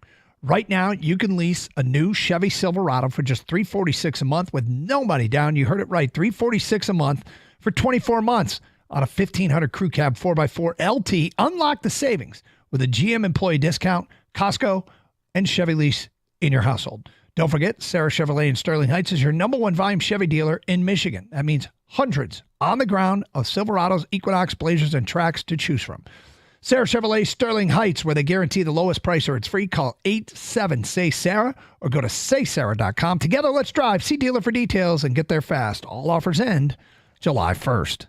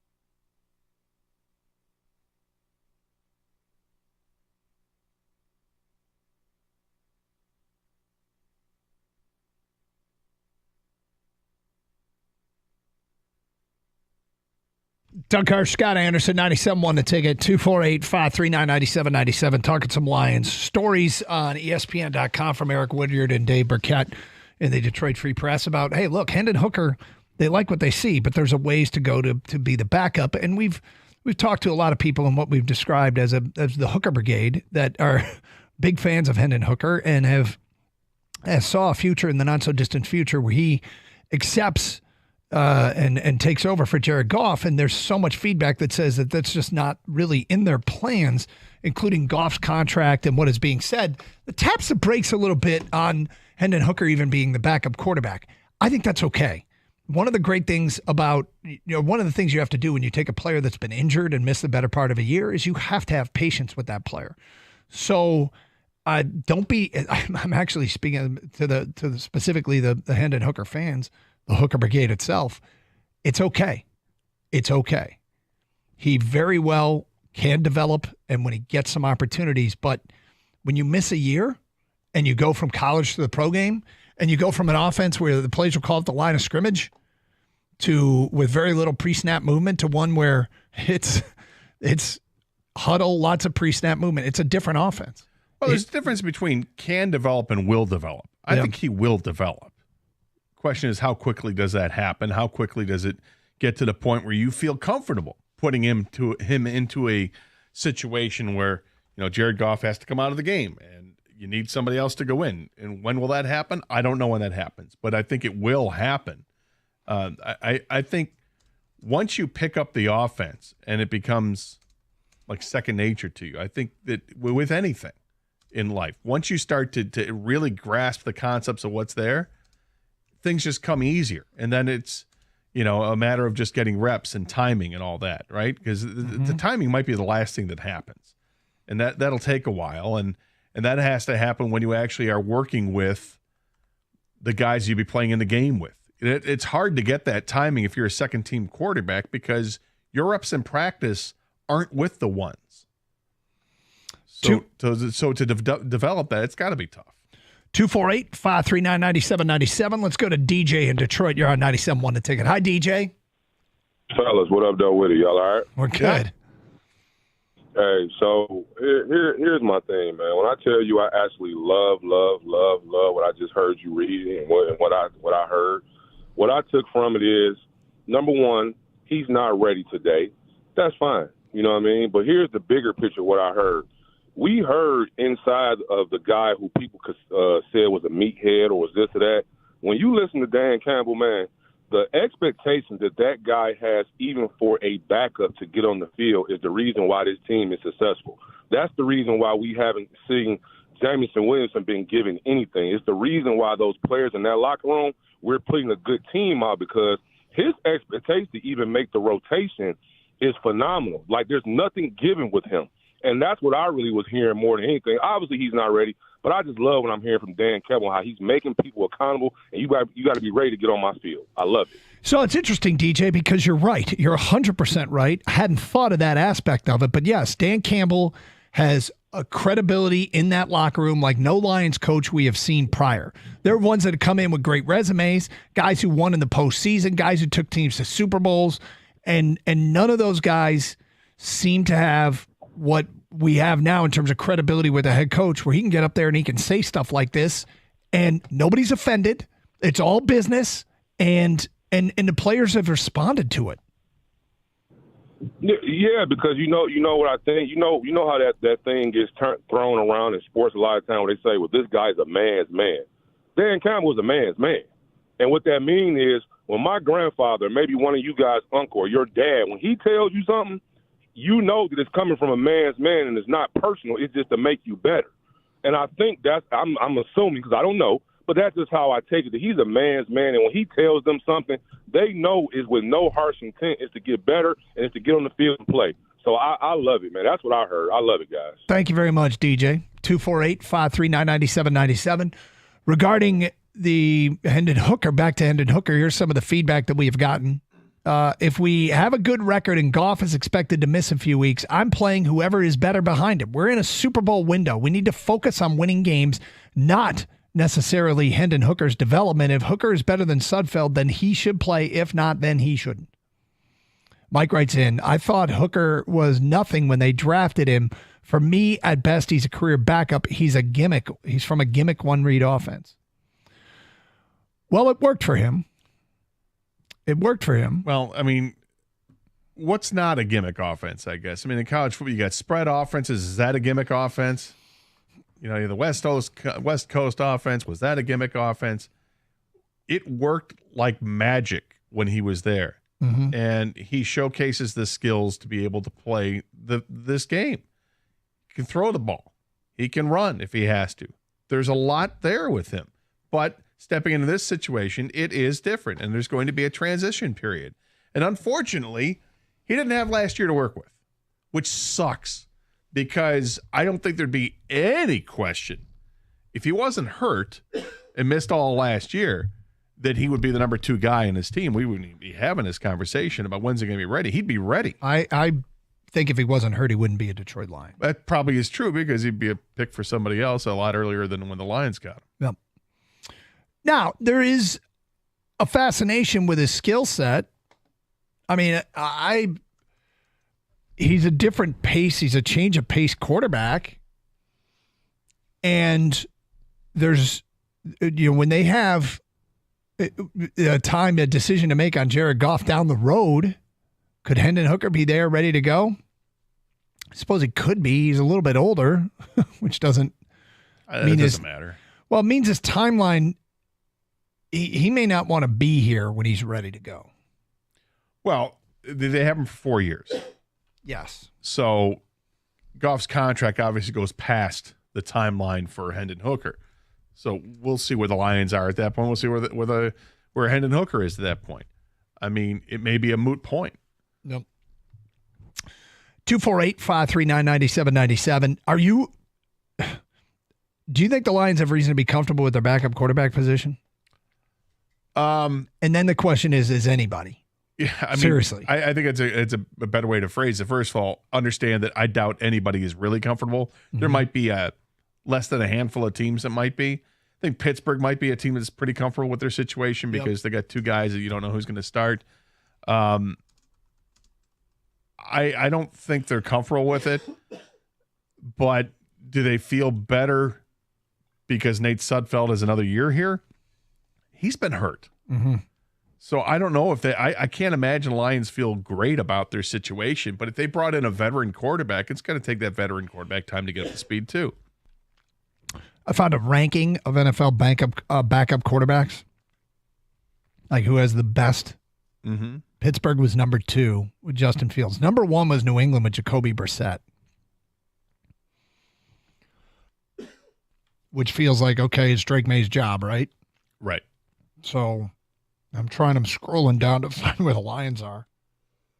Well, I can't imagine the Lions are anywhere near the top 20. It would seem that they'd be, 25 to 32 in that range. I would think because it's Nate Sudfeld. And Nate's record in the NFL, his track record hasn't been all that good. Hendon Hooker's listed as the backup, and he's at 31. No, and hasn't taken a snap with the ones, in a training camp. So I get it. And I mean, if the team was Super Bowl aspirations, that's the worst. Well, where is Philadelphia? Is it easy to find these teams Philadelphia, San Francisco, the teams in Green Bay, the Dallas, the teams that are in the NFC. Josh Dobbs, San Francisco's 15. Philly, Kenny Pickett is 13. That's probably better situations for sure. Yeah, none of these names will blow you away. Although Josh Dobbs, I'm not thrilled with Josh Dobbs. No, I'm not either, and I wouldn't be, but it's a backup quarterback, right? Yeah. 248-539-9797. This isn't college, where you got your starter, then you've got, if you're a big-time school, you got the next 5-star ready to go. Mm-hmm. This is different in the NFL.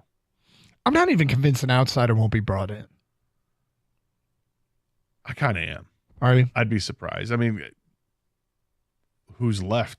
Tannehill? Yeah. And boy, is he underwhelming to me. Do you just go back to Teddy Bridgewater? No, seriously. I'd feel more comfortable, I think, with Teddy Bridgewater than I would just about anybody else. He was just here, right? Yeah, he probably knows the offense better than anybody you'd break in new. I don't know. And for those asking for possibly Blau, Burkett, did you guys read that tweet from Burkett? Yeah, No. he's coaching now. Yeah, and the rule is if you're signed on to coach, you cannot play that same year. So he can't just like drop the coach label and play. He's coaching with the Lions? Yes. Right? Yeah. 248-539-9797. It's Carson Anderson. Open lines, 97.1 The Ticket.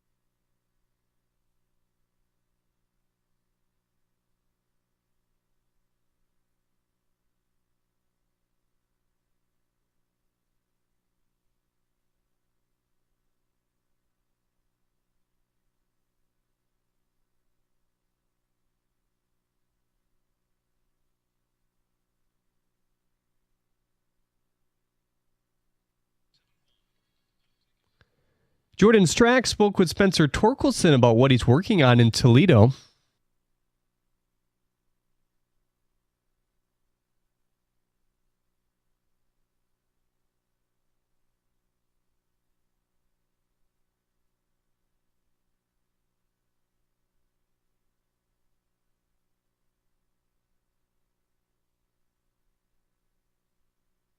After the tough loss yesterday, the Tigers are back at it tonight against the Nationals. Reese Olson is looking for a bounce back on the mound. He had a 4-inning, 12-hit, and 8-run outing versus Milwaukee last week. Pre-game at 6:15, you can hear the game right here on 97.1 The Ticket. Where is Aaron Rodgers? Colin Cowherd thinks he's on vacation, according to a valuable source in his mind, overseas somewhere. He said we would learn where he is tomorrow.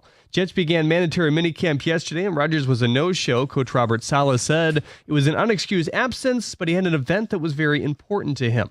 NBA legend Jerry West has passed away at the age of 86. West was an all-star in each of his 14 seasons as a player, winning 1 championship, making 8 other final series. And as an executive, his Lakers team reached the NBA Finals 12 times, winning 6 of them between 1980 and 2000.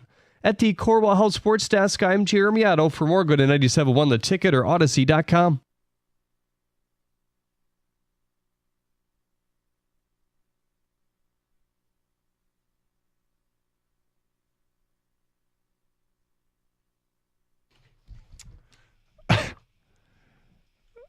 if Aaron Rodgers, if that's true, if he's on vacation, he just said, screw it, I'm going on vacation.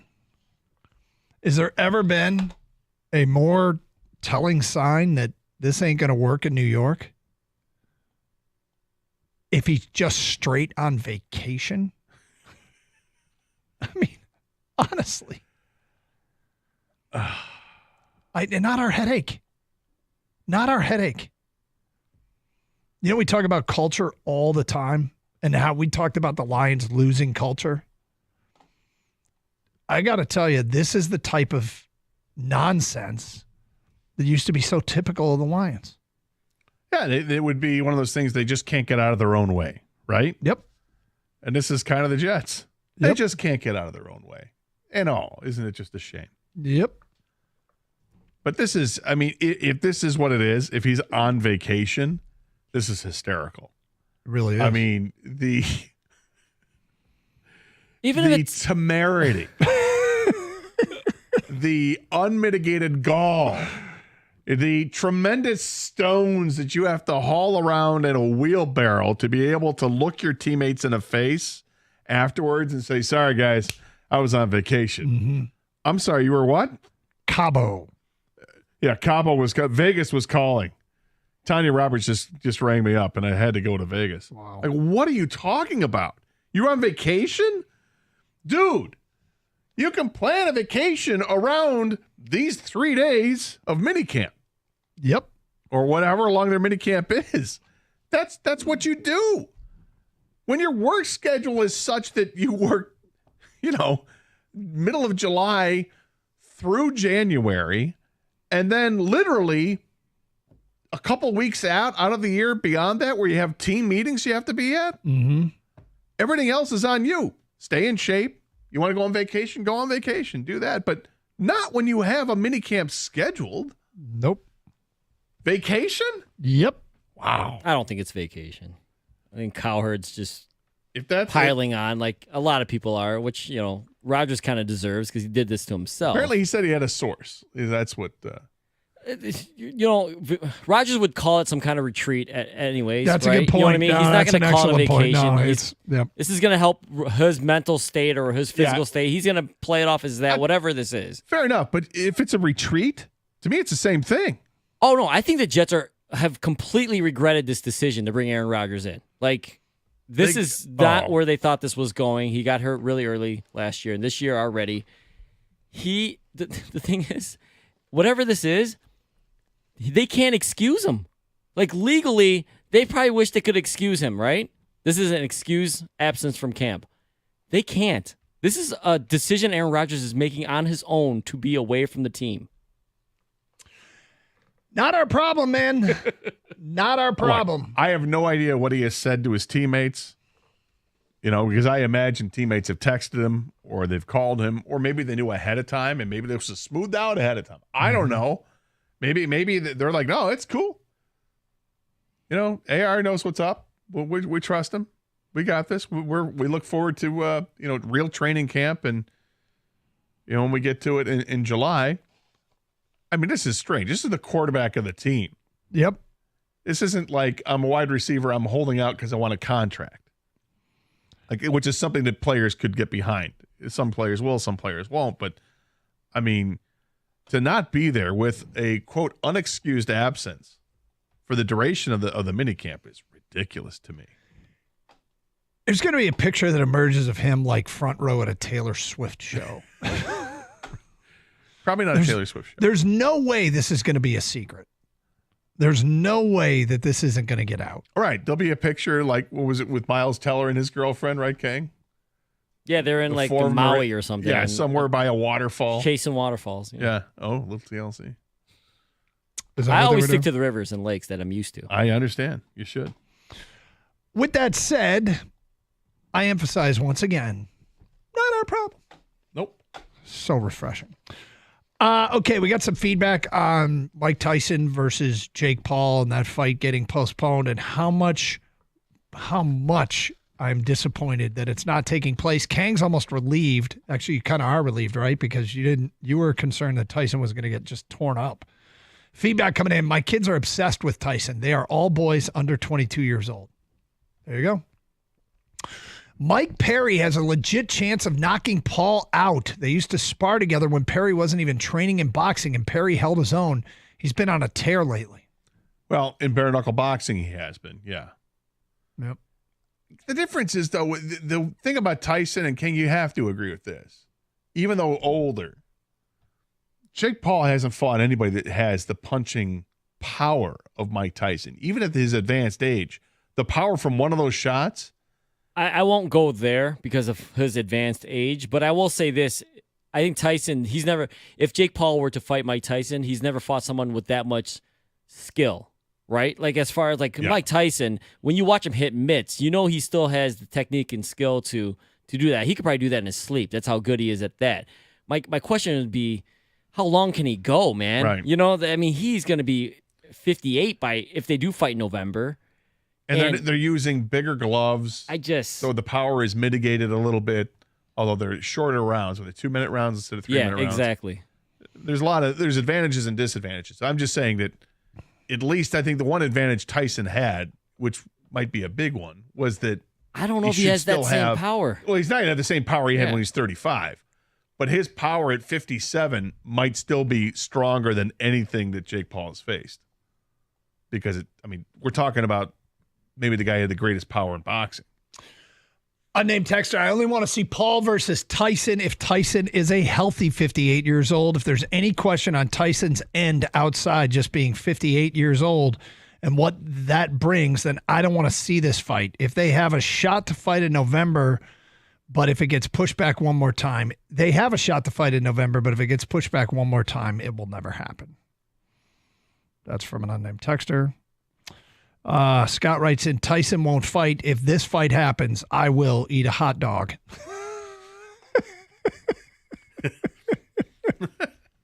I'll probably have a few hot dogs. Hot dog on the way. This fight happens. All right, so people have heard the news that Jerry West has passed away, first NBA All-Star and a longtime NBA executive. The silhouette for the logo. So that's the thing I wanted to talk about.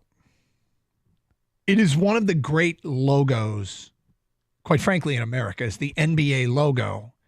And it is indeed the silhouette of Jerry West as a player. I was thinking, is this amongst the top logos, not in sports, but in America of all? I think there's one that stands out. One logo that stands out is the most iconic American logo. And I think there's probably a sports logo that stands out above the Jerry West logo. But suffice it to say, I got to tell you, I'm not sure that there's like a cooler lasting legacy than a league created their logo around you. Yeah, and hasn't there been talk about changing it to Kobe and a silhouette of Kobe instead? There was at one point, I think maybe because when he passed, maybe changing the All-Star logo to him or something, but I don't think there's real traction because the NBA logo is so iconic. Yeah, I would just leave it alone. It is a great logo. It is a great tribute, to the man. And yet, when you think of greatest players of all time, Jerry West's name does not come to mind. Nope. Now, maybe it does for somebody who's 75 years old. Maybe, you should have seen Jerry. I'm sure he was great. All right. But even in his time, was he the greatest at the time? But what a tribute to still be that lasting logo, if you will. The way it became the logo is back in 1969, there was a brand consultant, this is according to CBS Sports, named Alan Siegel, who had just created Major League Baseball's logo. Another great logo. Which is they're strikingly similar. Yeah. And so he was hired by the NBA, and he admitted to the LA Times that what he took was a photograph by Wen Roberts in 1969 of an image of Jerry West, and he just basically made that the logo. And I don't know, I'm wondering how much money Alan Siegel made to take a picture of a popular player and basically just silhouette it and become the logo. Doesn't seem like he did all that much. It's like less than photoshopping. Right, he just stole the outline of a player from a picture he saw. but he probably got paid big money to do it. But Gator, I have in my mind a sports logo and another logo that a non-sports logo that I think probably are more recognizable than Jerry West as the NBA logo. I wonder what people think. If you just think of a logo and everyone in America knows what it is, what comes to mind? I want you to think about that, and I want you to answer it. I want to hear what the people have to say. Text us at 248-539-9797. You can call as well. It's Carson Anderson, 97.1 The Ticket. It's summertime in Detroit, and that means our baseball team and season, it's in full swing. Pick up your favorite Stoli vodka flavor and pair it with a refreshing lemonade to enjoy while you watch. Make it the summer of Stoli. Celebrate with a Stoli blueberry and lemonade, or maybe try a Stoli vanilla espresso martini. No matter what your drink of choice is, remember Stoli for your premium vodka. Whether it's at a game or in your backyard patio, rooting for your favorite player to hit a bomb, Stoli Vodka's got you covered. Pick up a bottle of Stoli Vodka today, and as always, Stoli asks that you please drink responsibly.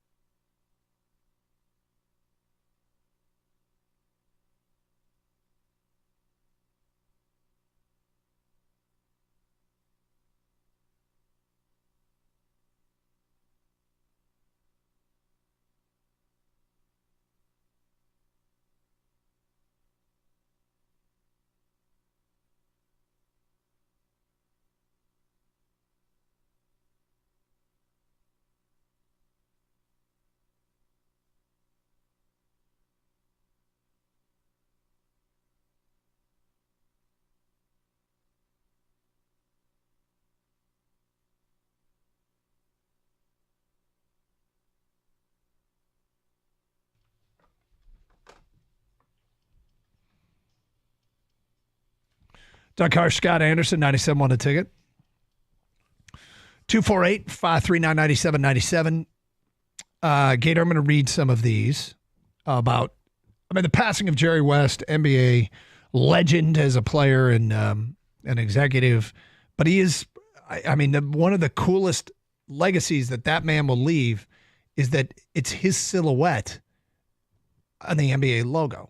It's his silhouette on that blue, white, and red logo of someone dribbling a basketball, which is it's just cool. That's why his nickname was the Logo. But here, and I said that it's iconic. It's one that most people know what it is. But I think there are more recognizable, and I came up with one that I just think is probably America's number one logo. You see it, you know what it is immediately. Do you have an idea of what it is, or? Yeah. Okay. I'm going to read these texts. When I get done with them, you tell them if it was mentioned, and then we'll compare notes. How about that? Okay. Let's see. Should I write this No, down? you don't need to do that. From Bob in Rochester, the Apple logo. Unnamed texter has two of them, the Yankees and Nike. From Rob in Hell, Michigan, the Amazon smile and the Nike swoosh. SP in Sterling Heights says Coca-Cola. Andrew in a car says the Nike logo is what Doug is talking about. Kevin in the Clem says Jumpman. Brett at work says the McDonald's arch. Any of those what you were thinking? Yep. All right. One of those is what I was thinking as well. Should we do a 3, 2, 1? Yes, we should. Are you ready? Yeah. 3, 2, 1. McDonald's arch. Yeah. The golden arches. Yes. Not just one, there's two. Right? There's no mistaking that. No. And it's international. It's been worldwide forever. Yes.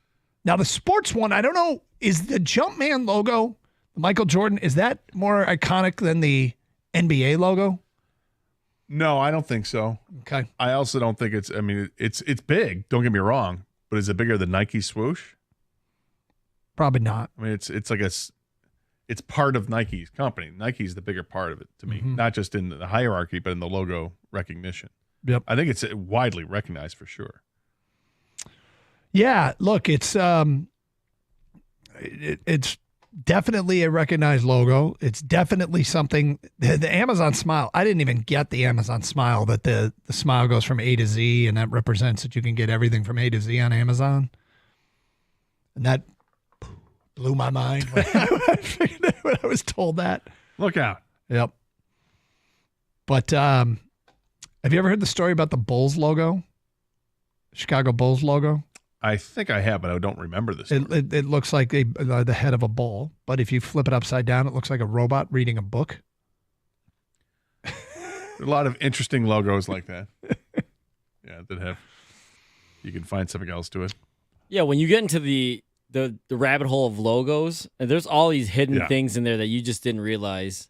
Or maybe you did subconsciously, right? Yeah. Like the Tostitos one is one of my favorites.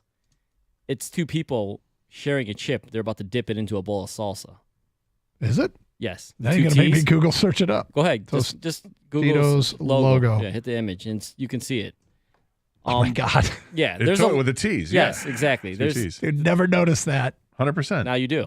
Now I'll never unsee it. But this is with so many logos, guy. Like the A to Z Amazon thing is what, reminded me of all the other stuff that you were talking about, Doug. So the Montreal Expos logo, do you know all that's going on there? There's like an MLB for Major League Baseball, if I'm not mistaken. You are.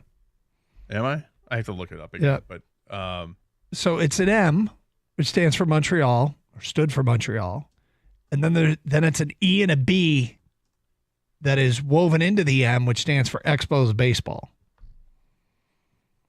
And it is also, I think, one of the more classic retro logos that people love. The one that always confused me, you tell me I'm wrong on this one. What the hell is the Portland Trailblazers logo? Because when I was a kid, I thought, yeah, it's a P and a B for Portland Blazers. And then you look it up, and it's not a P and a B. It would be a Q and a B. That's one. Now, I remember hearing that the 5 lines in that logo represent the 5 players on the court working together. I always thought that it was just that. It's like blazing a trail. It's like if you had one of those machines that drops the I don't know how to explain it. The piece of metal that lays the trail, that grades it out. I always thought that's kind of what that was, leaving the path with the grooves in it, almost like what you would see, in a field. Okay. Like plowing a field type thing, but this is, you're blazing a trail. I mean, I thought it was a P and a B forever, and then I realized, wait a sec, that's not a B, or that's not a P, it's a Q. And to have one being red is kind of like fire. Have you seen the arrow in the FedEx logo? You know where it says FedEx, and there's an arrow. You saw that one, Kang? Yes. Yeah. Yep. I didn't notice that until recently. Now I can't unsee that. And it's not even a stretch. It's just a natural. No, it's there. The letters, it's always been there. Yep.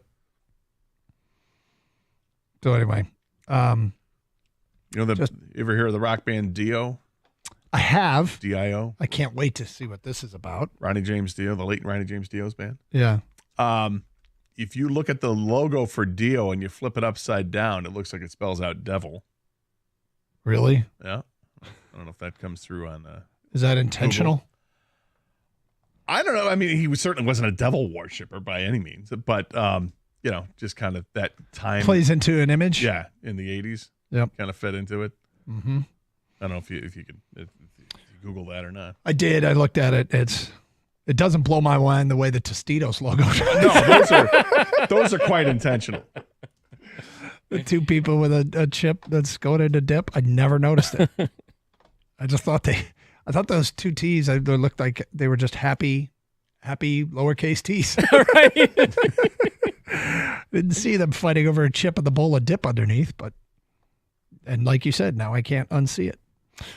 All right, more feedback coming in on Tyson versus Paul. Speed goes before strength. Old man strength is real, and a 57-year-old man is very possibly just as strong as he's ever been, just not quick.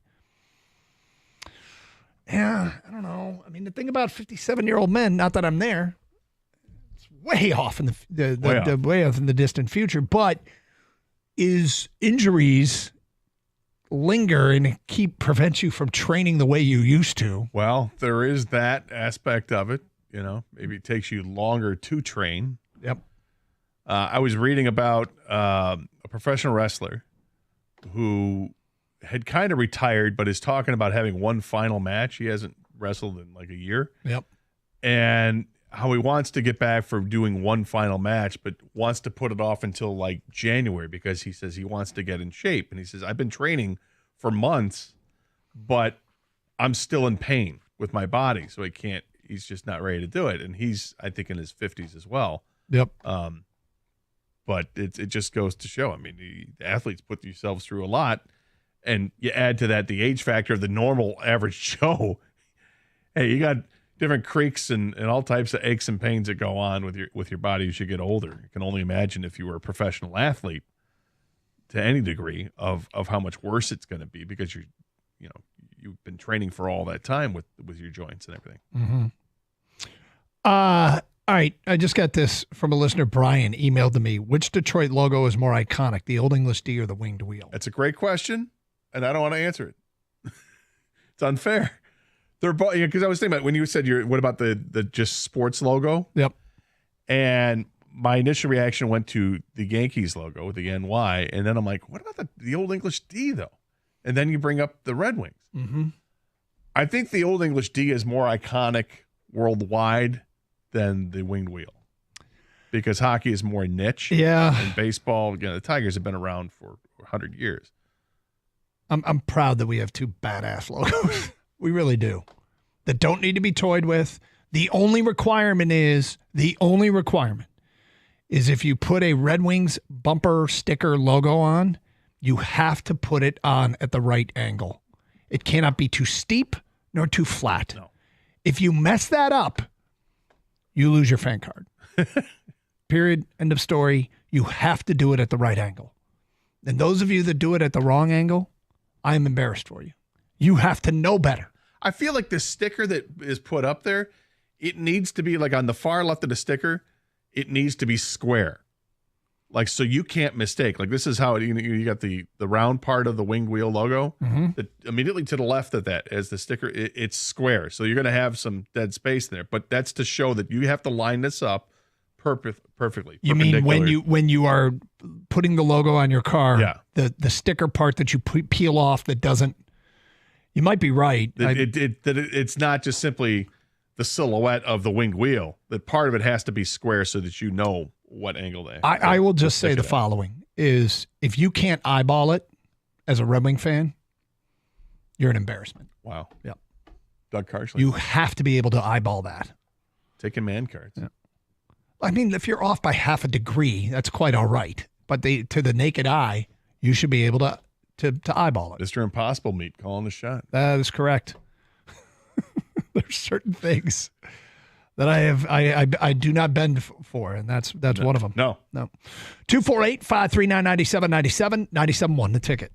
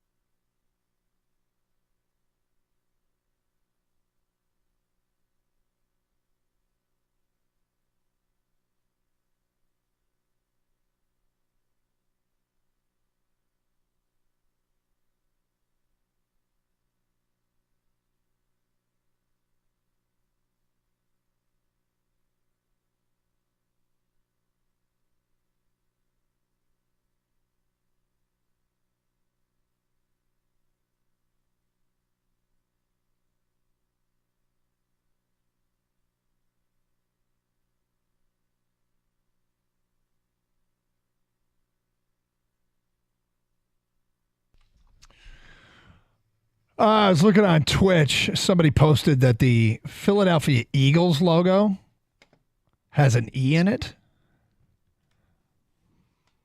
Take a look at the Philadelphia Eagles logo and look at the feathers to the right. There is an E that stands for Eagles. You know the eagle head? Yeah. Did you ever know that? What am I looking at? The Philadelphia Eagles logo and the feathers to the right have kind of three prongs that are at E. Okay. Yep. All right. I'm less impressed, but fine. Fair enough. Not like Tostitos. No, Tostitos has set the bar. Yeah, show me when are there two eagles that are toasting a chip into a bowl of salsa? No, they not impressed. Fighting over a snake. Can I give you a sports logo that I think is incredibly unpopular? Yes. The NCAA logo. Oh, you hate this. That logo is off-centered. The off-center boob. The off-center win, and nobody likes that executive body. Here's another one that, Doug, you didn't notice forever, and I couldn't believe it. The Big Ten logo with the B1G in there. Yeah. Like the Big Ten, the actual, the number 10 in there. Yeah. I like calling it the B1G because it looks like a B, a 1, and a G. But you didn't know that was a 10. I didn't know that was supposed to be a 10. Yeah. Really? Yeah. Gator didn't know either. No, I knew. He knew. He can't believe I was that dumb. I was like, why are we calling the conference big? It was just a big conference. Big. B1G, big. Look at us. We're big. Oh, Big 11. Yeah. Big 14. Yeah. I don't even know how many. Is it 18 now? I think it's 18. I think it is too, but I'm not sure. And if it will be 18, it won't be for long before it's 20. All right. You know something I don't? Dude, I expect everything to change. Which happens first? The Big Ten goes to 20 games or the NFL goes to 18 games? 20 teams or 18 games? 18 games. I expect 18 games to be announced in roughly 3, 2, Has to be 1. agreed upon. Refresh Twitter. I know, but I expect it to happen. All right. Tyson may be stronger today than he was at his prime. The issue, like Kang said, is stamina. Old men's strength is real. That's from Ben in Kalamazoo. How about this one? This might be my favorite text we've gotten to the station in a long time. It starts with the following. Okay. I've been to prison. Okay. Credentials in order. Yep. I've watched several 60-plus-year-olds knock young guys out regularly. On the reg. Yep.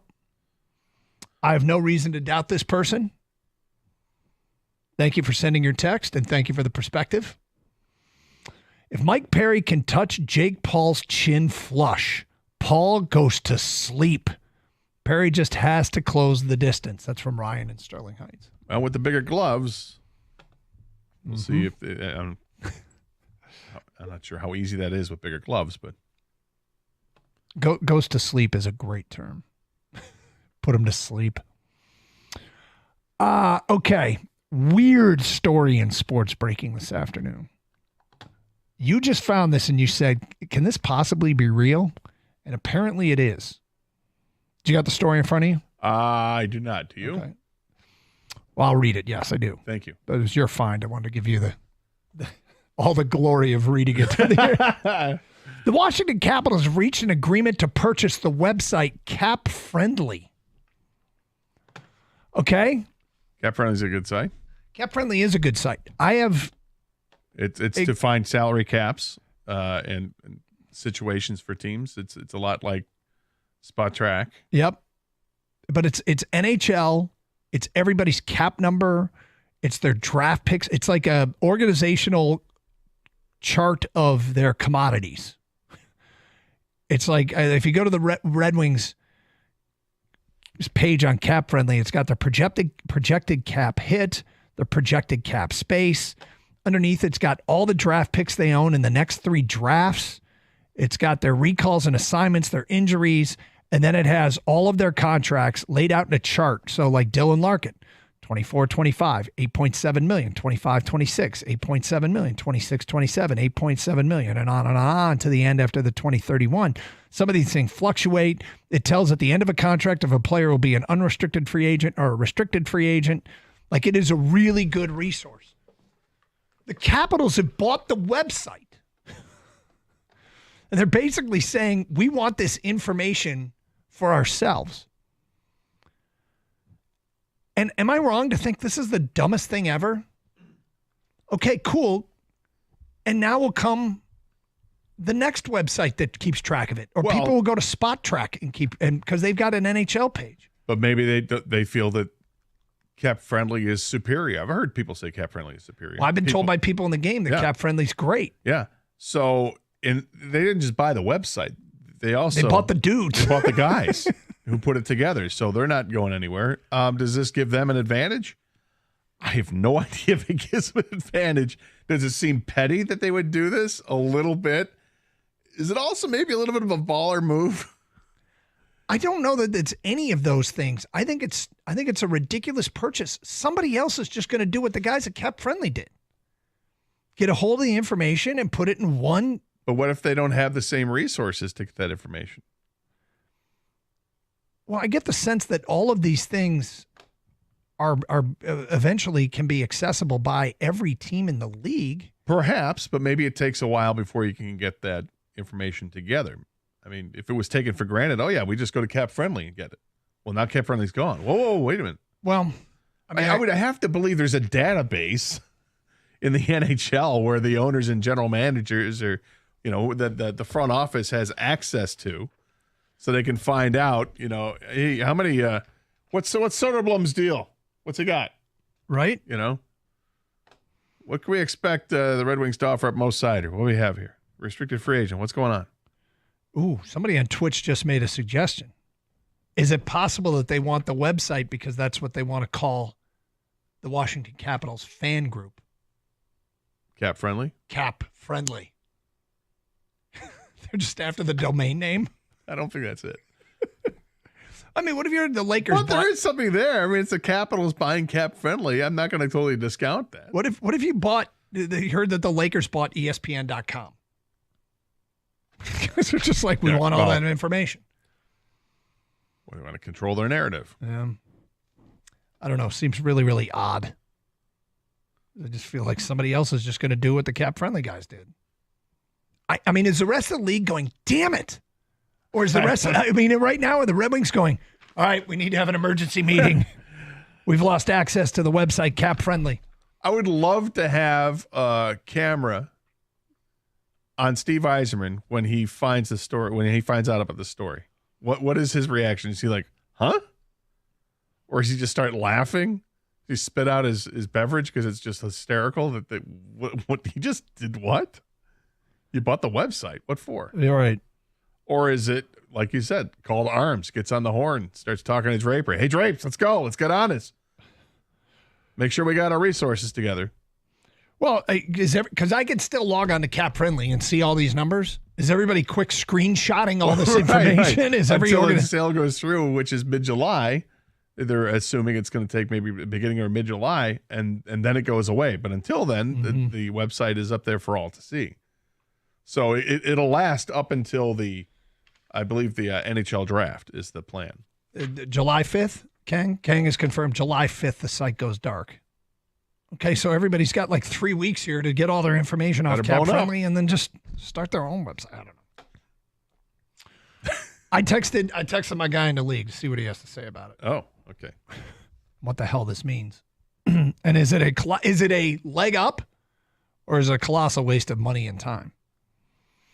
248-539-9797. Open lines, Carson Anderson, 97.1, the ticket. Hey, congrats to all the Michigan Wolverines drafted into the NFL for 2024. The University of Michigan Credit Union is cheering loud and proud. UMCU is a proud partner of Michigan Athletics and the official credit union of the Detroit Lions. One might say they're the leaders in best in financial services.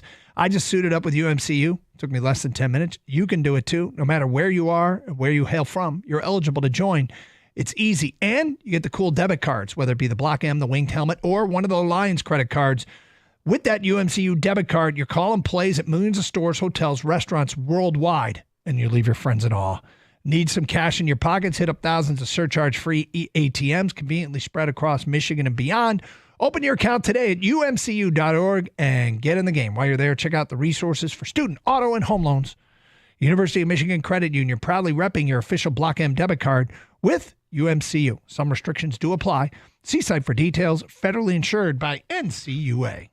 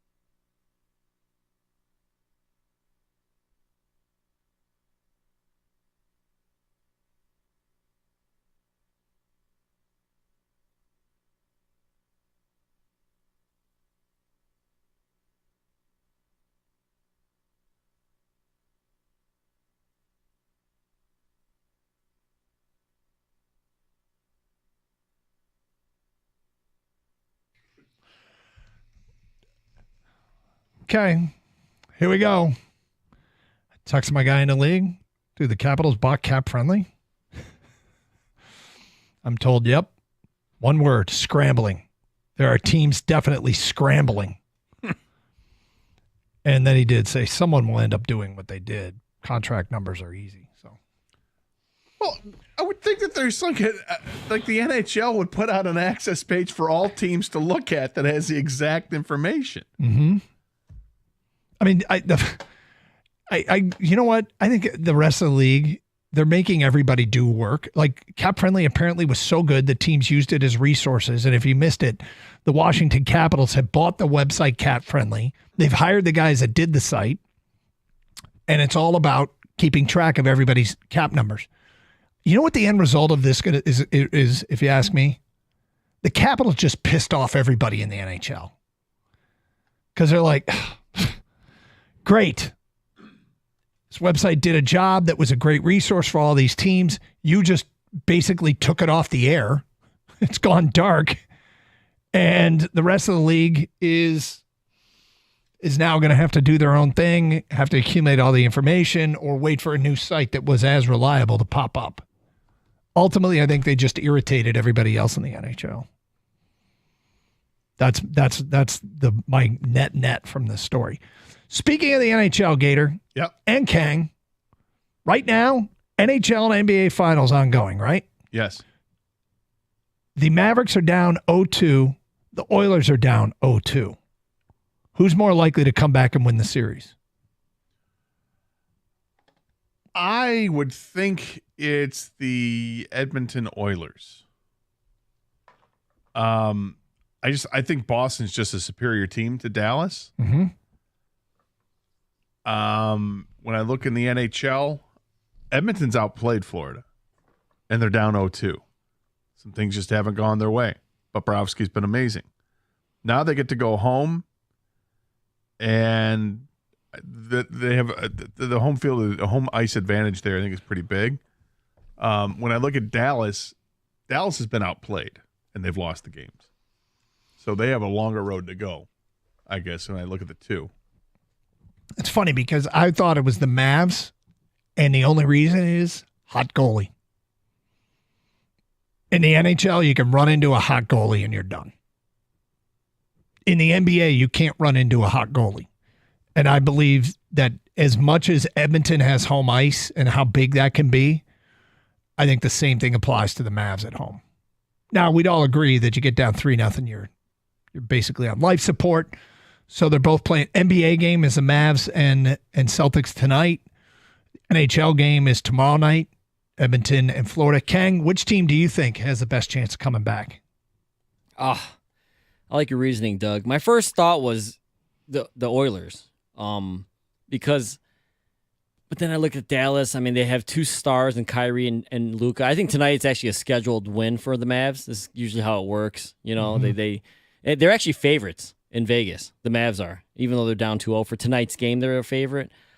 I don't think it will be enough in the long run. I would pick the Oilers to come back. I have a better chance to just kind of catch fire. And then if their goalie starts stealing games, you know, I think that's more likely to happen than the Mavs basically winning 4 out of 5. Yeah, I don't like the way the first two games in either series looked because I don't want the NBA and NHL finals to be boring, and to be a tune-out. But they both look like they had a chance to be a sweep. But if I have to pick one, I'll go with the Mavs to come back. Well, in the hockey, game 2 was exciting, and then once you get up by a couple goals, a couple minutes left, it takes the steam out. But at least for the first 57 minutes of it, it was a really exciting game. You're pulling a goaltender. You're on the power play and you're pulling a goaltender, and you still have 3 minutes to go. You got this opportunity, and then boom, here comes the goal from the other team, and you're done. But I've enjoyed watching the hockey. I've enjoyed watching some of the basketball in this final series. The playoffs as a whole, I thought in the NBA have been pretty good, but this series, a little disappointing with how much more dominant the Celtics have been. But Porzingis isn't totally healthy here. No, I don't think. I think he might be done for the series. Actually, so does that give Dallas, more of a chance? And we'll see. We'll see tonight. I'm looking forward to the game. The good thing is, the Oilers have a superstar in Connor McDavid, right, guys? Yep. And the Mavs clearly have a star in Luka Doncic. Hasn't helped much this series, Kang. But I think in hockey you can neutralize that star over there than you can neutralize the basketball star. Like, Luka's still going off. He's still getting his. It's everybody else around him. McDavid, I almost feel like he's got to be the one to stir the drink over there at some point. Well, they've got more than one superstar with Edmonton, but unfortunately for them, it's the second guy hasn't done it. Well, Kyrie hasn't done it for the Mavs. Right, exactly. Yeah, but with Edmonton, it's Draisaitl. I mean, they don't win when he doesn't score. If he doesn't score, I think the record is like 0-12 now when he doesn't get on the scoreboard. So that's a simple way to look at it. Edmonton, I mean, those two guys are as talented as Kyrie and Doncic are. Draisaitl and McDavid are more talented in their sport. Well, the other thing that's interesting is Dallas just hasn't shot the ball. Like they've had a terrible shooting series, and you can credit the defense certainly of the Boston Celtics, but Dallas in this series is at 24% from beyond the arc. In the postseason alone, I think they were 37%, including those games. 36.1 is where they're at now. And that's what they've been in the postseason, where you're playing better competition night in, night out. Now, and do want to credit Boston for what they've done, but Dallas has been pretty good shooting team this year. They were 37% for the regular season, but they're really not been hitting their shots from the perimeter, and that's probably the key for them to get this thing going. But we'll see. When they get back to their own building, they can turn it around. And Luka's banged up too. I mean, I suppose everybody's banged up at this time of the year.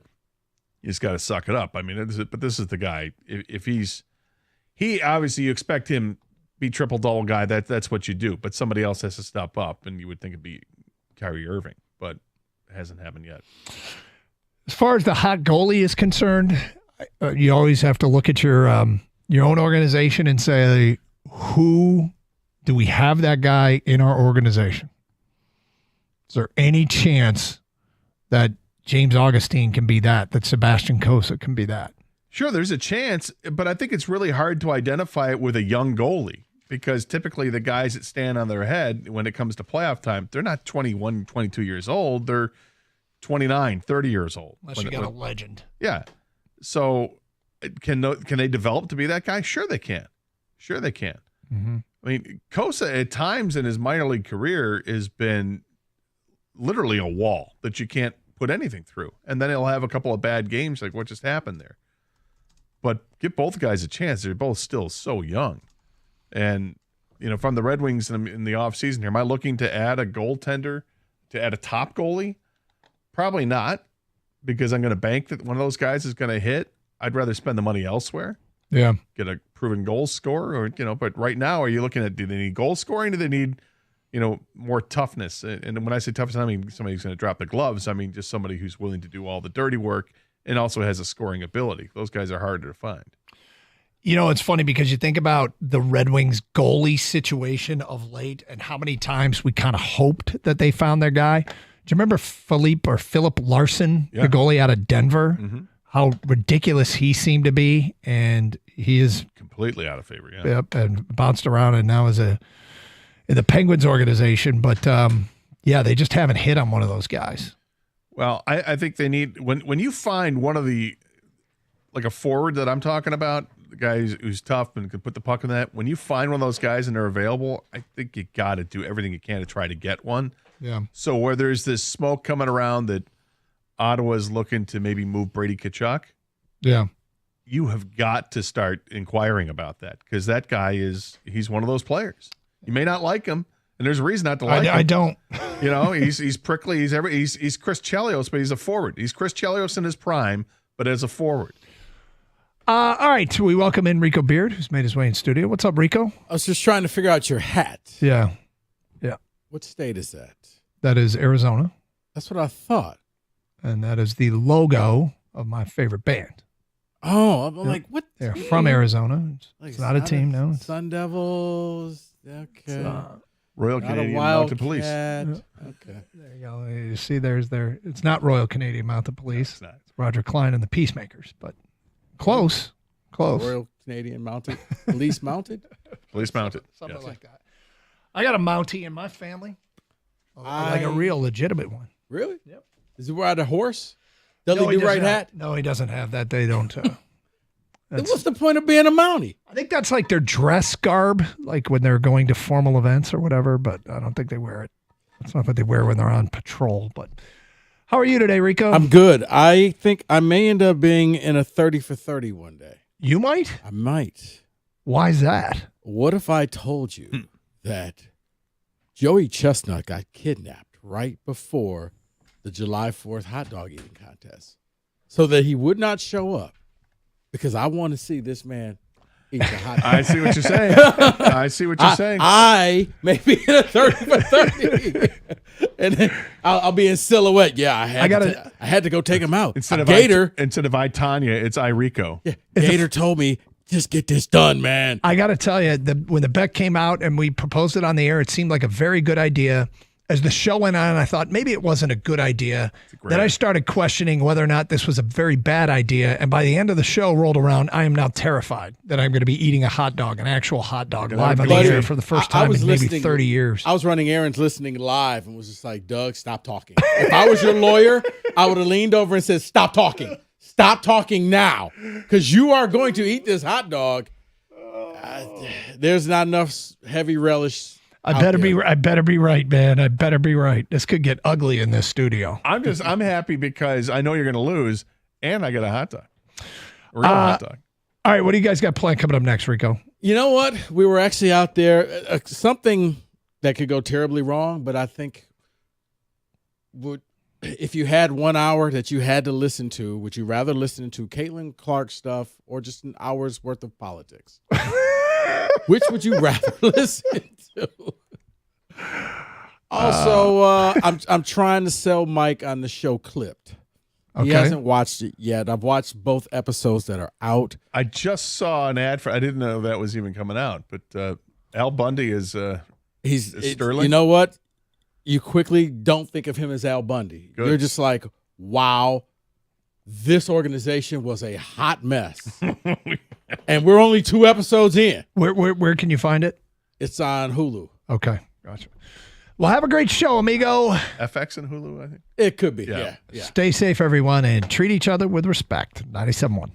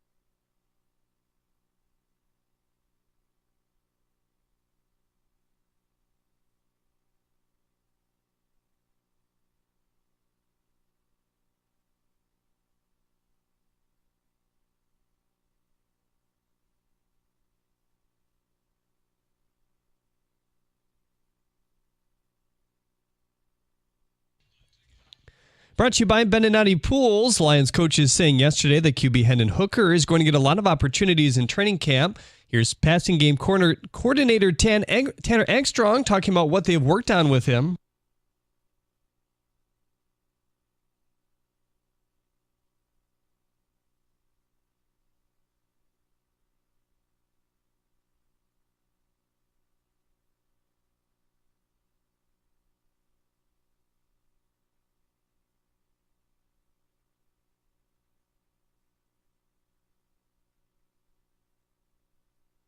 The Tigers face the Nationals tonight for Game 2 of the series. Jake Irvin heads to the mound for Washington.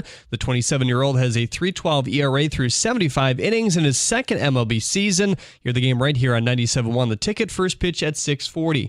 MLS star Lionel Messi says Inter Miami will be his last club and added that there's not a lot of time left in his career. Messi helped turn Miami from one of the worst teams in the MLS to one of the best teams this season after coming over from Europe.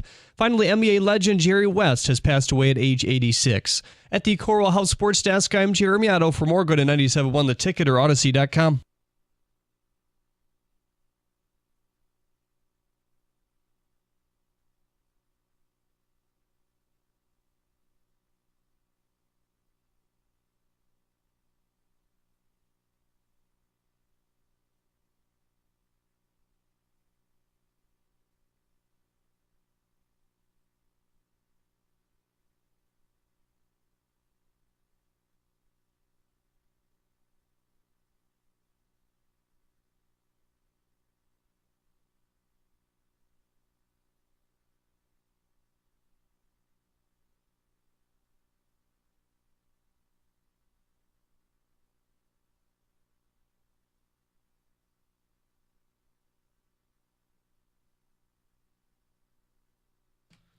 Oh, good. You've sufficiently cursed Game 3 tonight. Thanks, David.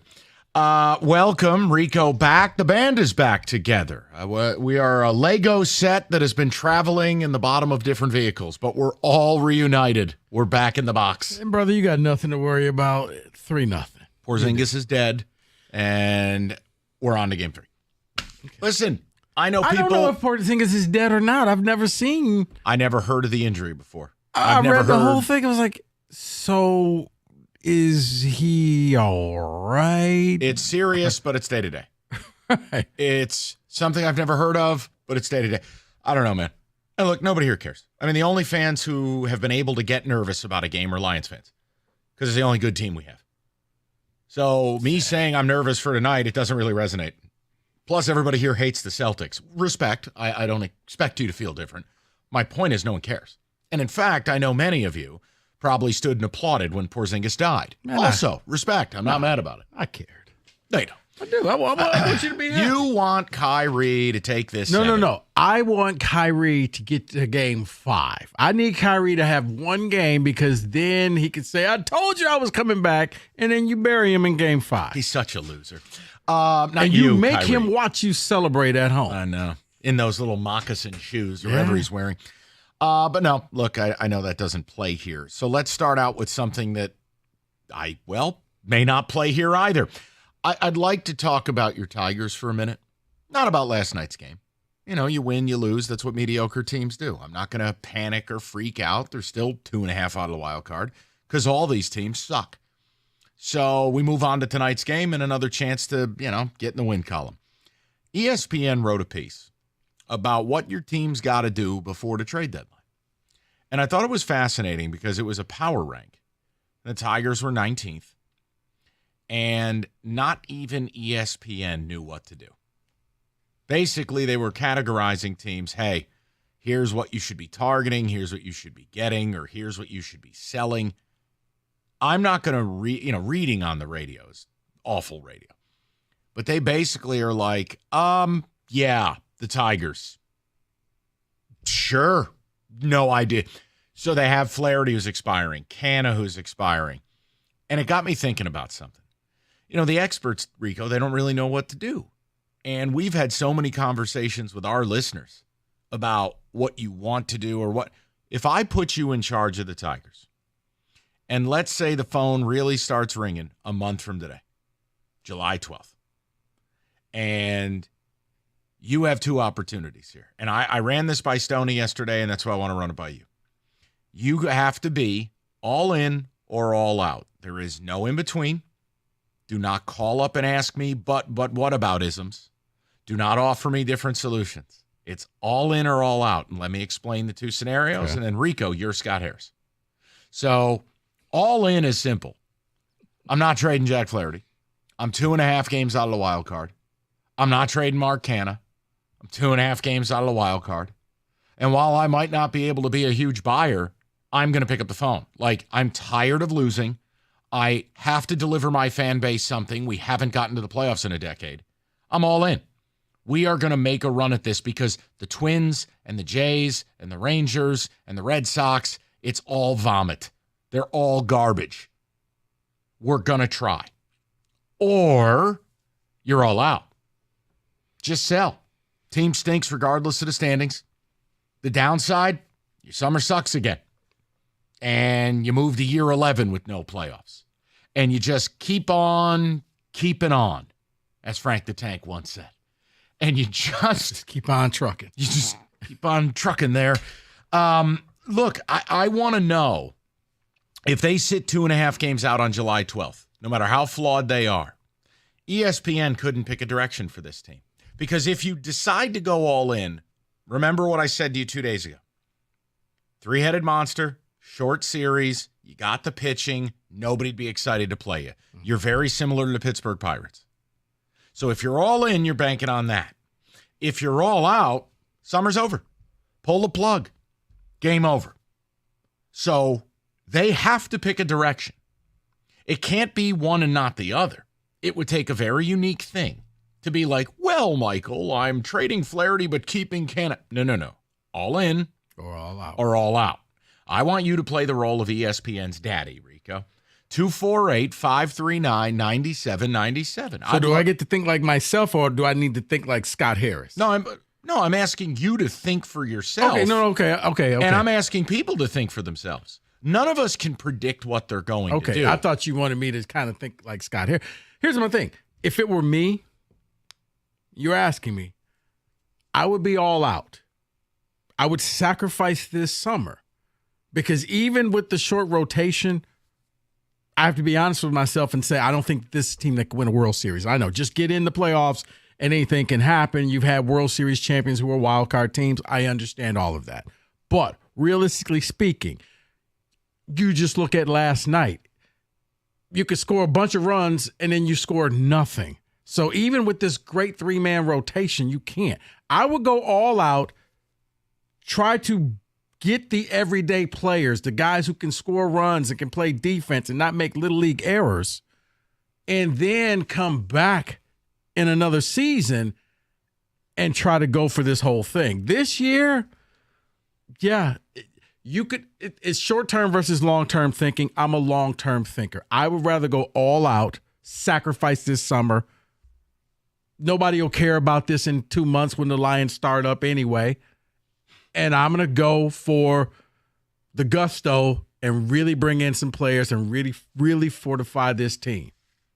David. Kenny, I'm sorry. Kenny ripped the microphone from David and said, you're not talking. He was like that guy with the superintendent the other day, David, shoving him out of the way. There's going to be no more. Kenny, ESPN couldn't decide. July 12th, you're 3 games out of the wild card, right where we are right now. All in, all out. So Rico is right, and this team is not a World Series ready team. So I probably lean all out, just considering the fact that based on what Scott Harris said, they're not going to be buyers at the deadline. It doesn't seem like if you're all in, you're a buyer at the deadline. True or false? It doesn't seem like that's the direction of this team. No, hold on. Let me clear it for you. So all in just means I have 2 Cy Young caliber pitchers, and I'm keeping them both. I have Mark Canha, who may not be special, but on this dreadful offensive team, he's a important piece. It just means I'm hanging on. I'm forgoing the ability to get some B-rate prospect for Flaherty, and I was never going to trade Scooble. That is what you're saying. Kenny, do you give it a run as long as they're 2? Look, the Twins can't win games. Your Blue Jays, who are your B squad, your split squad, Tiger fan first, Jays fan second. Don't ask me why. I'm pretty sure Kenny's grandparents were in a maple syrup conglomerate in Ontario. The point is, Kenny, you just decide I want my summer and I want my daiquiris. Put a little bit dabbing in hair, yeah. It's it, yeah. I got that reference. You just, you want your summer. I want my summer, and if we always say with this Tigers team, this type of winning is not sustainable. So if they're in this position July 12th, what did you say? Yeah, month from today. If they're still sustaining this level of win-loss, win a couple, lose a couple, be right there, I'm all in. Why not? I want to enjoy my summer. I'm giving love a chance. Okay, so now again, the downside would be, and again, 248-539-9797 is, that's back-to-back years. You've gotten nothing for one of the better available expiring pitchers on the market. The Erod thing is a thing. Now, if you go for it and you don't make it, I don't think anyone, myself included, would have a right to criticize them. But the parameters I've set forth are you're not 4.5 out or 5.5 out. You're 2.5 or 3 out. You are in the exact same place or a little better. I think it's going to be very hard for this franchise to explain to this customer base why they just traded Jack Flaherty and why they just traded Mark Hanna. That's going to be very difficult 2 games out of the wild card. It would be card. difficult, Mike, if you try to sugarcoat it. But if you just come out and I think speak the honest to God truth and say, guys, we're trying to get World Series ready, not just make the last wild card ready. There's a big difference of barely getting into the playoffs or giving yourself a legitimate shot to win the whole thing. But if you haven't made it in a decade, I think there is a difference. Enrico, you're right. As a Braves guy or a Yankees guy, you're right. It's easier to say unplug Nona.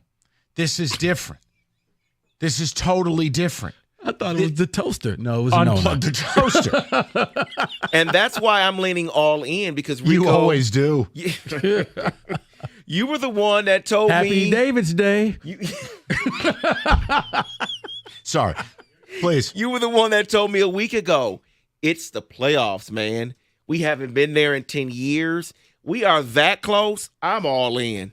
Think how important Think how important it was for the Lions to go to Green Bay and win that game 2 years ago. Knowing they couldn't make the playoffs, but it sent a real message, right? Mm-hmm. And the Lions as a franchise, I think we all believe they deserve to be in that year. Like, Rico, at a certain point, we got to offer people a belief structure that things are better. Okay, but if let's just say they go all the way to the end of the season, they win their final game, but somehow it's like the Lions and they miss out. Are we happy and saying they're so close, or do we feel like we did with the Wings? Where the Wings were the same thing this year? I think for me, because it's Scott Harris's second year, I'd be able to be happier. Look, I'm not going to lie to you and tell you that you're getting a top 50 or top 75 or maybe even a top 100 prospect for Jack Flaherty. You're not. He's an expiring arm. Go and look at what the Brewers got for Corbin Burns last year. But would I want to give Scott Harris a chance to have a bite at the apple, to show us how smart he is? Yes. But Rico, if you're telling me I was able to talk baseball with my listeners, or listeners out there right now on another beautiful day are able to go to day games down the stretch where the game matters, I know the fan in me is coming out where I say to you, I will eschew all of my baseball prospectus, all of my fan graphs, and I'll go, you know what? It's been so long that is it really that hurtful if we don't get a B-list prospect for Jack Flaherty and we just go? I wanted to ask the people that because ESPN can't give you an answer. No. They're saying, hey, it's a weasel, it's a wazzle. Right. It's in the wind. 248-539-9797. We'll get with the people. We got a lot of stuff to cover today. I even have a fun football blitz for Rico a little later. New faces, new places. Oh, yeah, this must have been fun. Like, I got a blitz. No, I have a blitz for you. M43, it is the beer of beers, the king of beers. It is what put Old Nation on the map. It's the IPA that even if you don't like IPAs, you'll love M43. Well, now they've built upon it. They have the summer variant, the Grapefruit B43. It's refreshing, including when door knock destroys your pick 5 and you crack open a Grapefruit B43 to soothe the pain that rat bleep horse caused me. Old Nation, available anywhere good beer is sold, but you can always sample what the brewers are working on at the family pub and restaurant in Williamston as well. You're driving across the state. Maybe you're heading to the beach. Maybe you're going to visit your Nona. Whatever it is, it's Old Nation. It's oldnationbrewing.com.